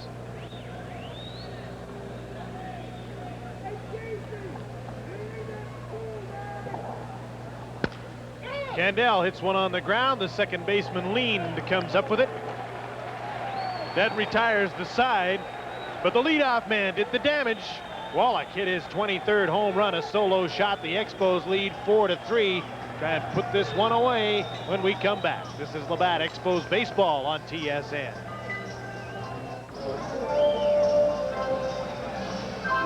There are still some diehards left to see the Pirates come to the plate in the bottom of the 13th inning at Three Rivers Stadium in Pittsburgh. As the Expos lead 4-3, let's take a look at what the others did. New York beat Chicago 6-5. St. Louis has lost in extra innings to Philadelphia. That means the Mets are within 1.5, and the Expos can move within 2. Other scores in the West: Houston 3-0 over LA. That 3-run first inning holding up right now, and San Francisco out front of San Diego 2-1. Here's a good look. The race as it stands right now, the Expos at 2.5. The Mets have moved to within 1.5 as St. Louis loses tonight. Mets still with 3 games against the Cardinals. The Expos 4 games.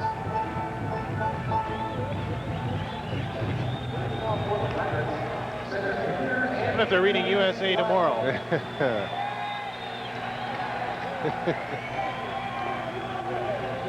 Andy McGaffigan is on for his 3rd inning of work.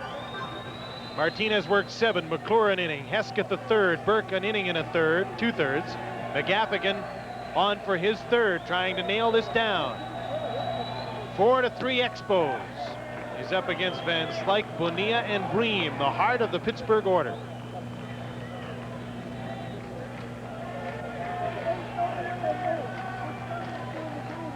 A couple more details from the pennant contenders games in the National League East. Mets won, and Rick Aguilera went 9-2. Jesse Orozco had his 14th save in the Mets 6-5 win over Chicago. Mike Schmidt had the game-winning RBI as Philly beat St. Louis.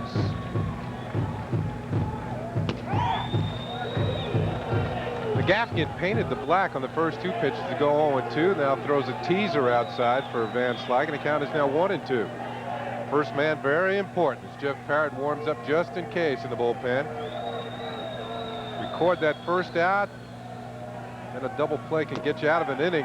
Ooh, excellent pitching by McGaffigan. He strikes out Van Slyke, retires the first hitter of the 13th inning.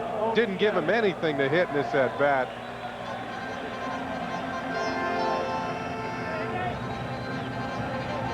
Bobby Bonilla.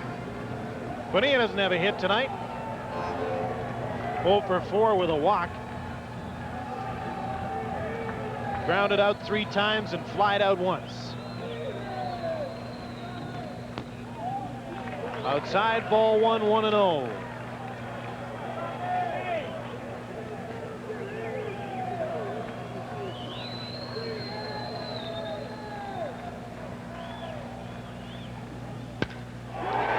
The shot to center field. Way back. Home run for Bobby Bonilla.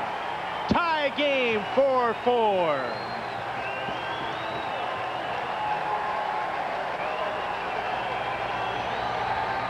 Home run number 15.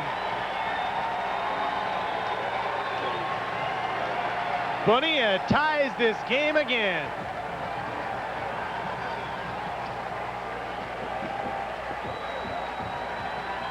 Fell behind, got too much of the plate, almost right down the middle. You saw the reaction from McGaffigan after the ball was touched off. He knew where it was going. Brand new ball game. There's still some life in these folks.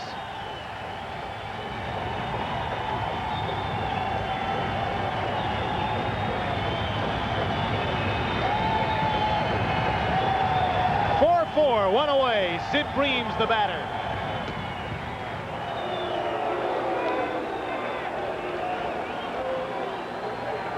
Now you got to concentrate, get these other guys out.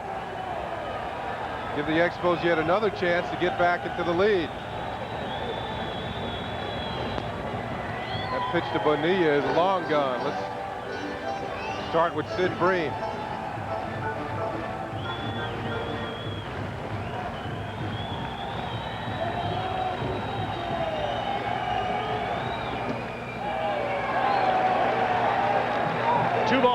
Strike to Bream, 1 away. The Expos and Pirates trading solo home runs here in the 13th inning. Wallach with his 23rd. Bobby Bonilla with his 15th. 3-1. McGaffigan falls behind Sid Bream.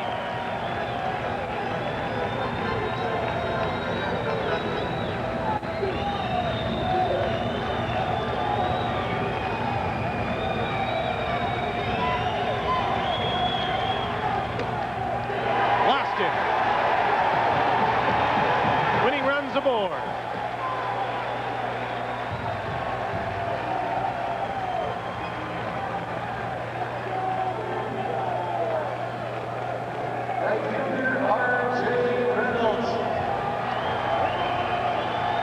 Bring up R.J. Reynolds.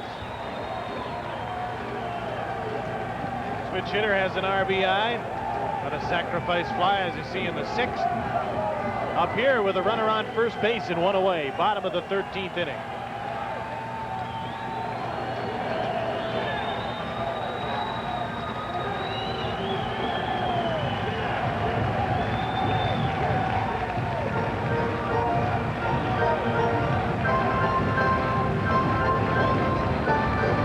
Mentioned Reynolds.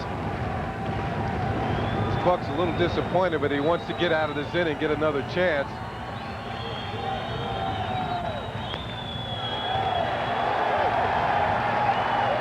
Reynolds coming from the Dodgers. Buck's making a trip.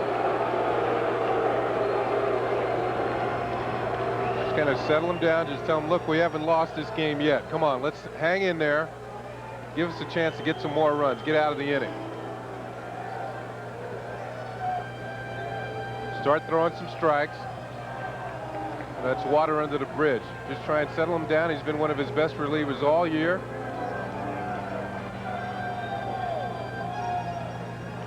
We've already been out here a long time. A little bit longer is not going to matter if we win the game.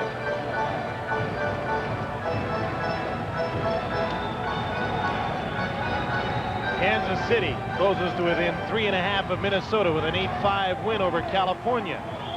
Buddy Black wins it. Gene Garber gets his 4th save. Oakland can move within 3.5. Tied 1-1 with Texas.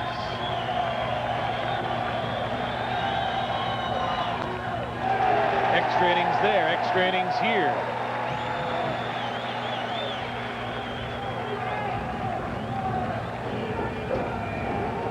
Reynolds ahead 2-0. Bream at first with 1 out. Good pitch to start the runner.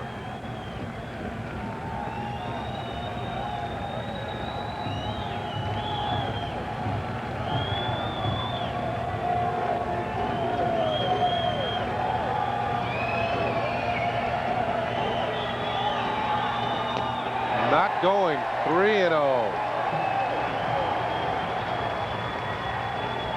McGaffigan struck out Van Slyke to start the 13th, gave up the home run to Bonilla. And since then hasn't been able to find a strike zone. The disappointment, lost his concentration. Walks Bream, and now behind 3-0 to R.J. Reynolds. Throws a strike, 3-1. Another good pitch to start the runner for manager Jimmy Leland. 3-1 count.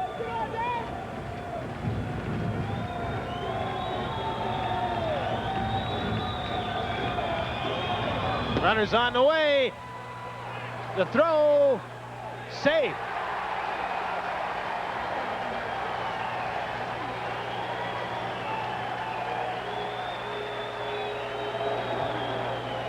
Strike was called. The count is 3-2, and the throw seemed to be there. What you're going to see on the end of this play, a fine throw by Mike Fitzgerald, but a missed tag by Ubi Brooks. He sticks the glove down a little bit too early and pulls it back up, and Bream is safe. Never touched him. Puts the glove, and Bream is in there. Missed the tag. Did he give it away by coming back and tagging him? Had he just sort of lifted the glove and walked away, might he have got that play? You're right. A lot of times in the major leagues, if the ball beats you, you're going to be out no matter whether you're tagged or not. But in this situation, he did go back and kind of indicated, I didn't get him the first time. Like admitting you missed him. So if there was any uncertainty in the umpire's part, he certainly wasn't uncertain after that.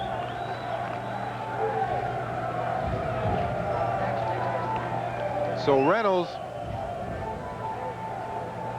is put on a base on balls. There's a swing and miss on the 3-1 pitch. Here's the throw. Watch Ubi. Throws in plenty of time, maybe too much time for Ubi. Puts the glove down, pulls it up, tries to tag him again. Here's Bream at second. R.J. Reynolds is now at first. 4-4 tie. Junior Ortiz is the hitter.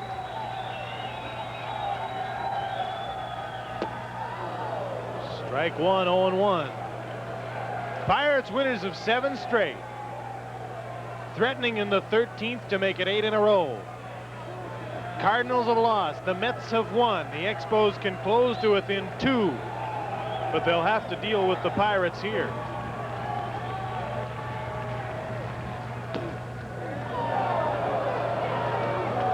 Called strike 2.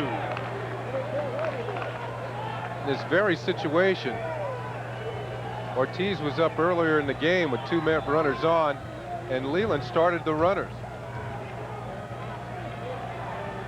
hoping to open up a hole in the infield for Ortiz. They're not going. Count is now 1-2. Of course, he's but well behind on the count.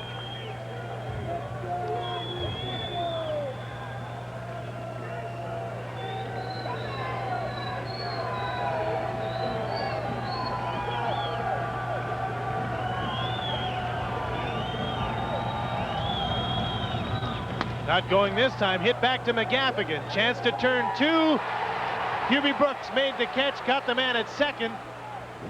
And Bream is hung up. Fitzgerald makes the tag. And that's it.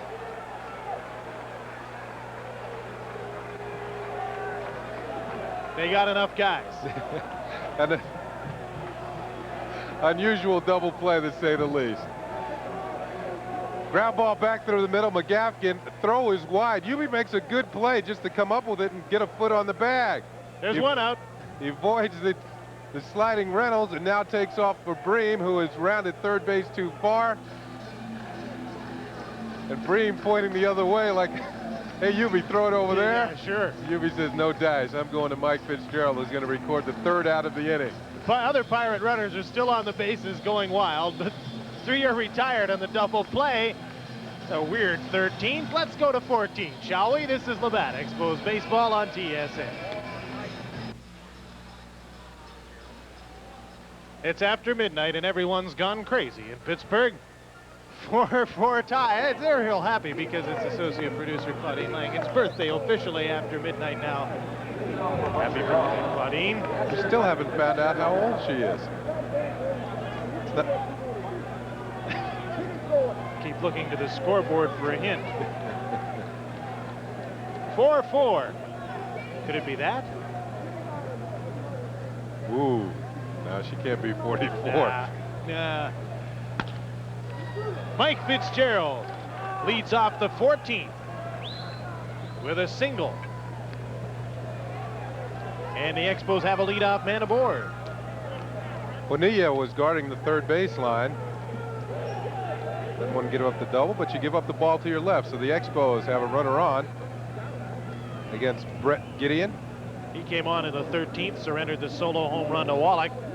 And there'll be another pinch hitter. Buck Rogers goes to his bench for his switch inning. Jack Dougherty up from Indianapolis. 3 at-bats, still looking for a hit. Right now, if Dougherty bunts, you can be sure Tim Raines will not get a chance.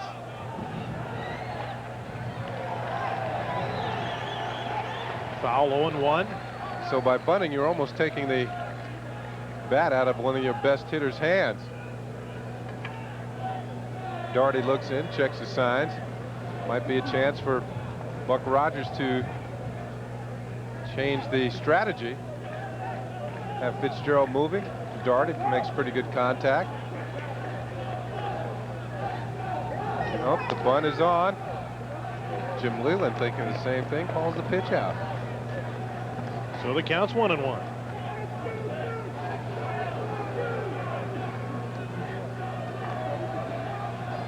Expos trying to push Mike Fitzgerald around with the go-ahead run.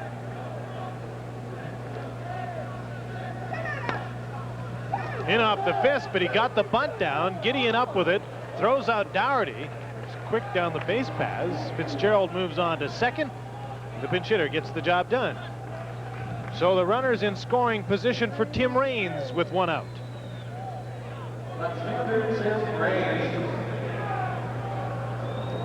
It didn't look like an easy bunt.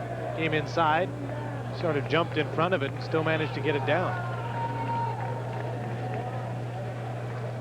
Raines could have gone up there without a bat.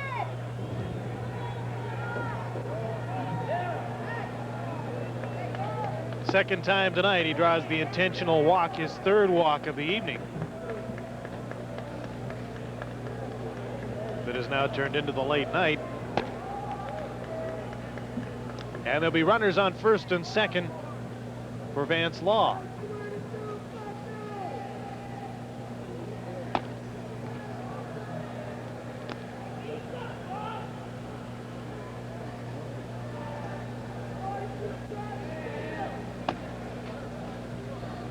That pitch completes the base on balls to Tim Raines. Jimmy Leland plays baseball's percentage. Bring up Vance Law. 2 men on. Ball game tied. Top half of the 14th inning. And that's it for Brett Gideon. Do you know where your children are? Jim Leland's coming out carrying the hook. Gideon's gone. He'll go to his 7th pitcher.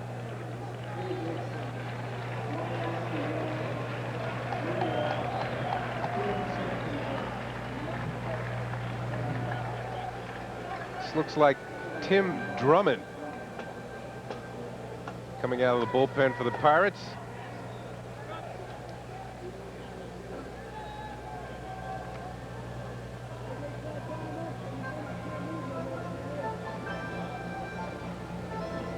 Drummond called upon. Try and get Pittsburgh out of this jam in the 14th.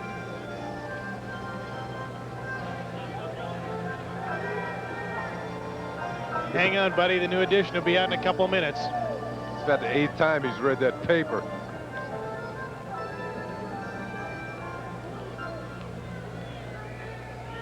Drummond will warm up. Runners on first and second.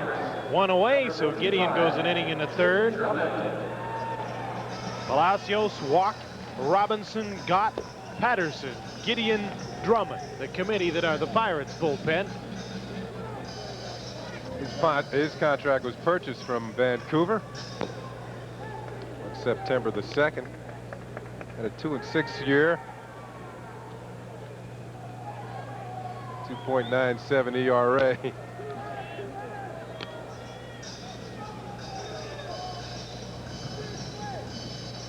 And those are some scouts. Getting plenty of notes tonight. Seeing plenty of players. Every player that could be in the lineup.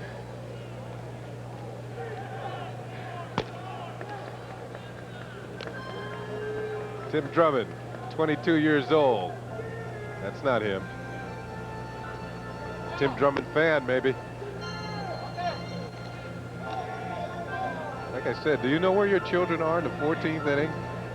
12:09 here at Pittsburgh. Looks like Mom and Dad bailed out and left him here. He's there to finish up with the game.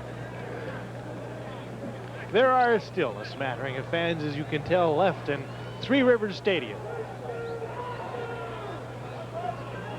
14th inning. First and second. Drummond has finished his warm-ups, and Vance Law is the batter. Hits this one down the right field line and into the bullpen foul. Raines is at first. Fitzgerald, who singled, is at second. Vance Law, the batter. Law grounded out in the 12th.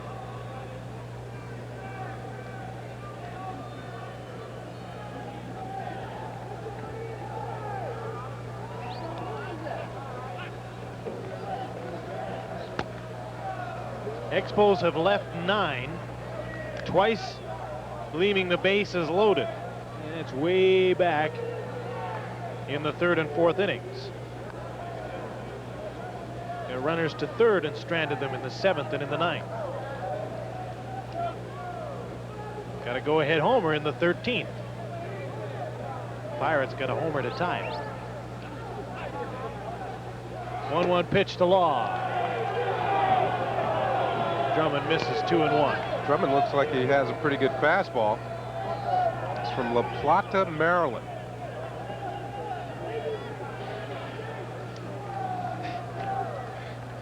It's over on the Eastern Shore, I believe.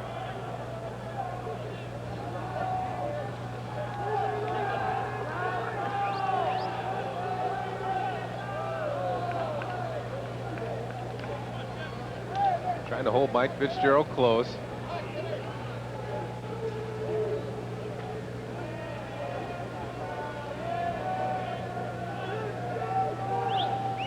Four tie, top of 14. Drummond's pitch. Swing and a miss. 2-2. Kind of a side wielding motion. Looks like he's going to throw sidearm and then comes back over the top just at the end. Could be a little disconcerting to a hitter. Seen a little bit of everything, every different kind of motion, everything from great fastballs to a Norcal ball. A knuckle forkball in this game tonight. Drummond strikes out Vance Law. 2 away. Law chasing a pitch well out of the strike zone. A little high. He was upset with himself for going after it. See, this ball is almost up where his hands start. He has to try and get the bat back up quickly and can't do it.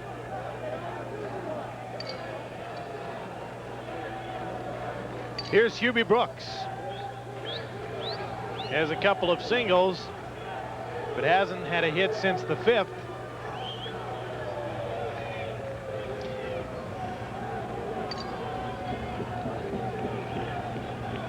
The Expos faced with yet another runner in scoring position. They haven't been doing well tonight.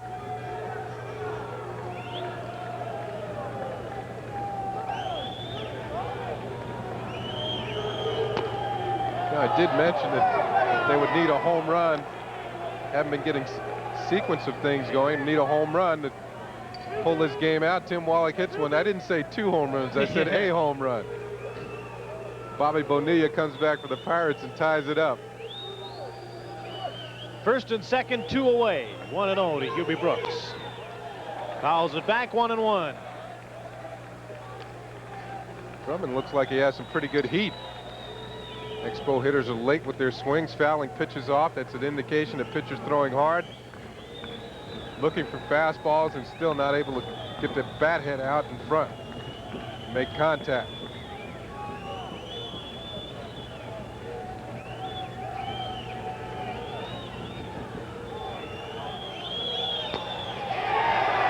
Brooks misses, strike 2, 1-2.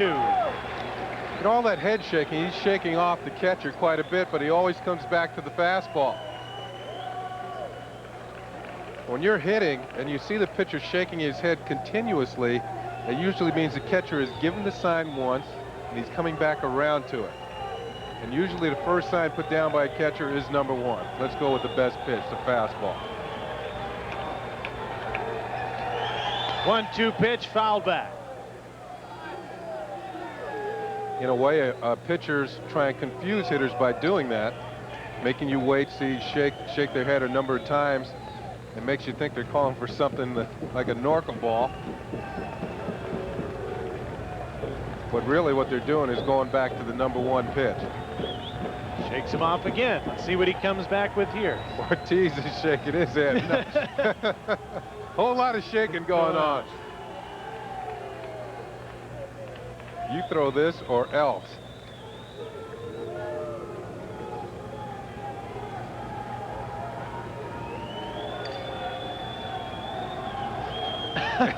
No. No, you throw this.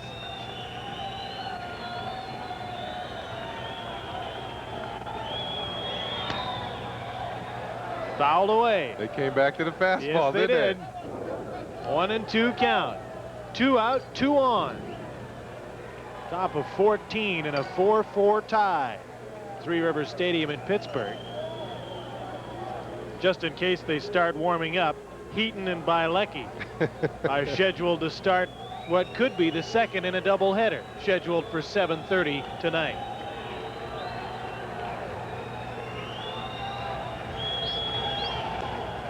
Finally, a breaking ball. The count goes to 2-2. All along, I just wanted to throw one. Now that I've done it, let's go back to number 1. It didn't work so well. 2-2 count. Now back to shaking again. They're going to have a little talk about this, you can bet. Fly ball in foul territory. Just out of the reach of the onrushing R.J. Reynolds. Somebody reached out and got that right in the hand. Here's another look. R.J. Reynolds, he's the man with the glove. The fan is the one without. Bet you he wishes he didn't reach out and touch that one.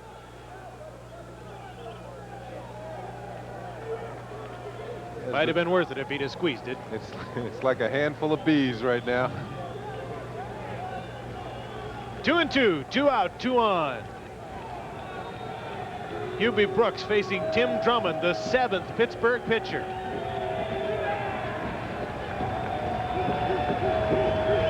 Ortiz sets up outside. That's where the pitch is, 3-2.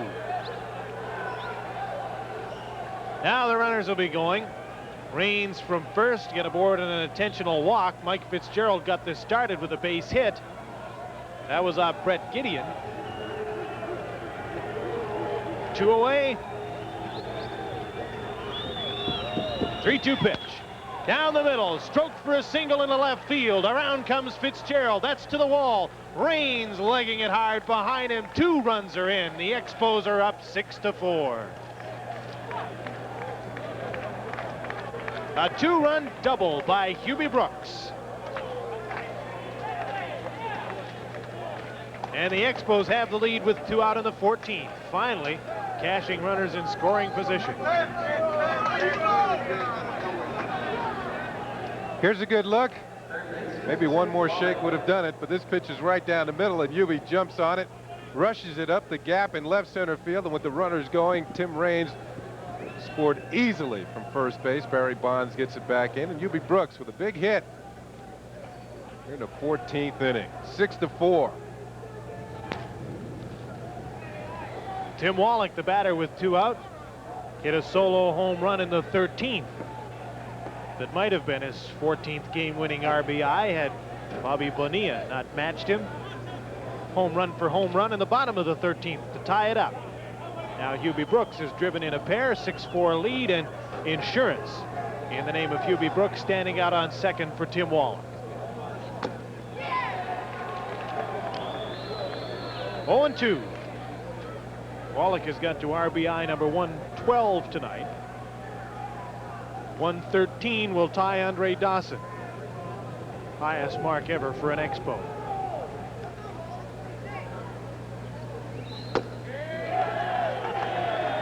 Wallach strikes out. Tim Drummond gets his second strikeout. And the Expos will try and hold this one. They're up by 2 thanks to the 2-run double from Hubie Brooks in the 14th. This is Labatt, Expos baseball on TSN. In the National League on Monday, the Mets defeated Chicago 6-5. Rick Aguilera got the win, his 9th. Philadelphia in extra innings got a 3-2 victory over St. Louis. Mike Schmidt with his 9th game-winning RBI.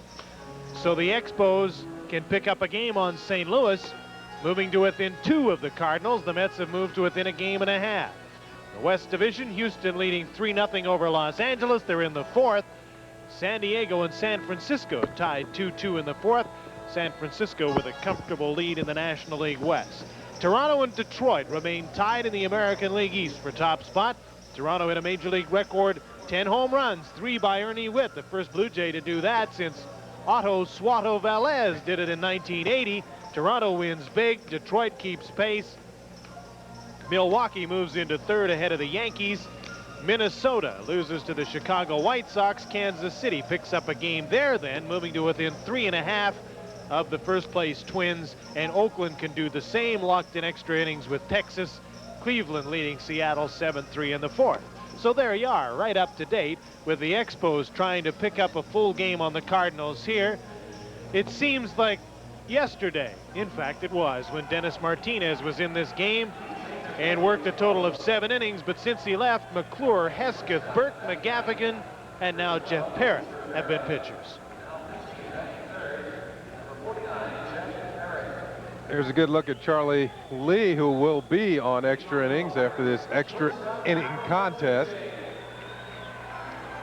I hope you haven't forgotten your questions. You'll still be able to phone and talk to Charlie Lee following the game on extra innings. Again, we got to give Dennis Martinez some credit. He's out on the bench. He could have been halfway back to the hotel by now.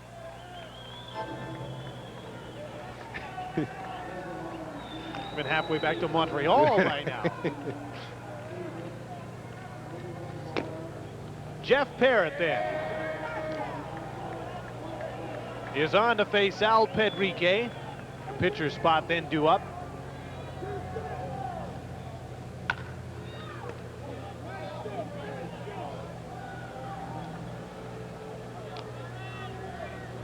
Here's a good look at Jeff Parrott, called upon to close this out for the Expos. A role that the Expos feel this young man can fill in the future. His good 90-mile-an-hour fastball.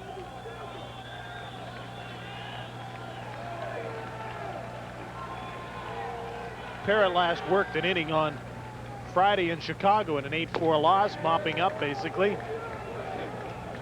Strikes out Pedrique. Start the 14th inning.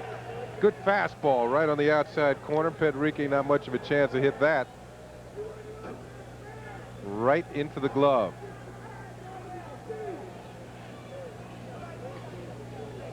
Striking out batters is not a problem for Jeff Parrott. He throws the fastball up around 90 miles an hour. That's his 48th strikeout this season. He has been prone to some wildness at times. He gets Pedrique, and now there'll be a pinch hitter. Number 47, Tom Gregg. Number 47, Tommy Gregg. Will be the pinch hitter for the Pirates. Tom Gregg, just up, purchased from the Harrisburg affiliate. That's Class AA. This game's been on so long, they're pulling them from 2 leagues down. Gregg hit .371 and led the league in Class AA, the Eastern League this season. Hit 10 home runs, had 82 runs batted in. Safe to say this is his first major league at bat. He takes a fastball and then a nasty hook. They didn't have pitchers like that in the Eastern League. He just played 2 games yesterday as Harrisburg swept a doubleheader from Vermont to win the best-of-5 league championship series. 3-1 is right up here for his first major league at bat, and it's over very quickly. 2 strikeouts for Jeff Parrott, 2 away. Pirates down to their last out in the bottom of the 14th inning. You always remember your first major league bat, but you always wish it would have turned out a little better than striking out.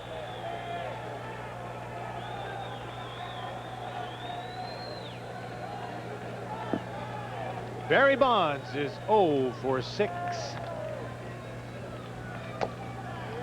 And up against Jeff Parrott. They'll be back to do it again, 7:30 Eastern Time, Tuesday night, and we'll be here as Neil Heaton goes up against Mike Bilecki.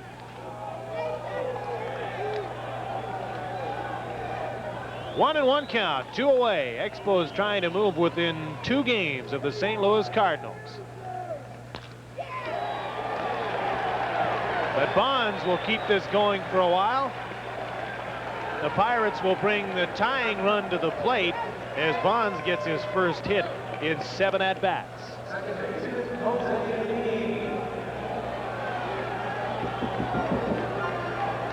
Shook the collar, and that'll bring up Jose Lean, second baseman.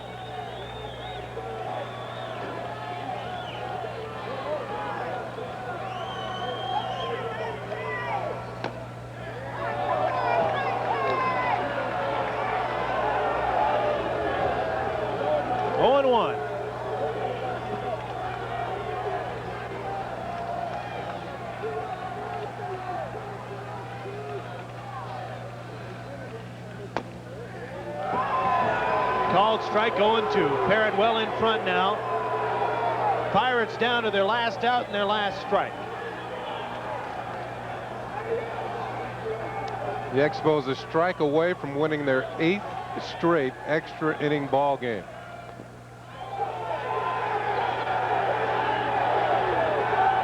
They're 11-1 in extra inning games.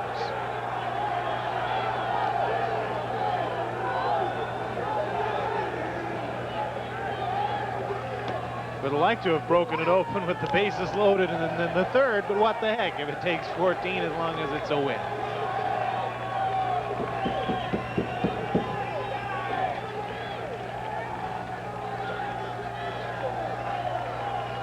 Taken 5 hours to get down to this, but it's 1-2, 2 out. And there's a bloop single, base hit, tying runs aboard with 2 out.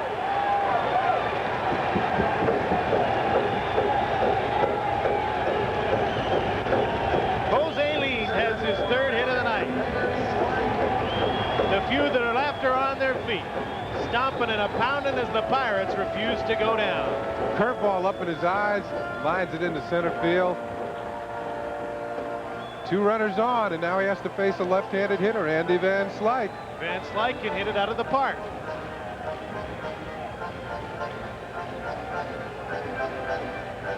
"19 home runs. And up without a hit tonight. Or last night, for that matter. First and second, 2 away. Parrott's pitch. Van Slyke has hit a big home run off of Jeff Parrott this season. Parrott came on in relief of Neil Heaton. That was worth sticking around for. Gonna have a souvenir to take home. Nice catch. Last time the Expos were in here and lost 3 of 4. Heaton left the game, so with the left-hander gone, Van Slyke came on as a pinch hitter to face Parrott. Hit a ball out of the park, and the Pirates won the game.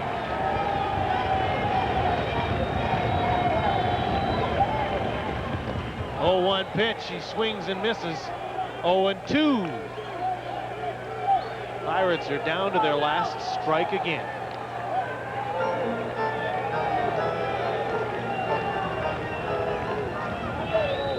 Van Slyke helping out on those last couple of pitches. That pitch was well out of the strike zone. He chased it.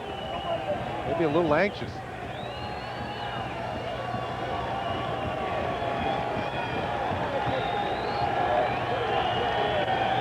First and second. 2 out. The 0-2 pitch. Fouled back. Barry Bonds at second. Buck Rogers and company look on. Jose Lean is at first.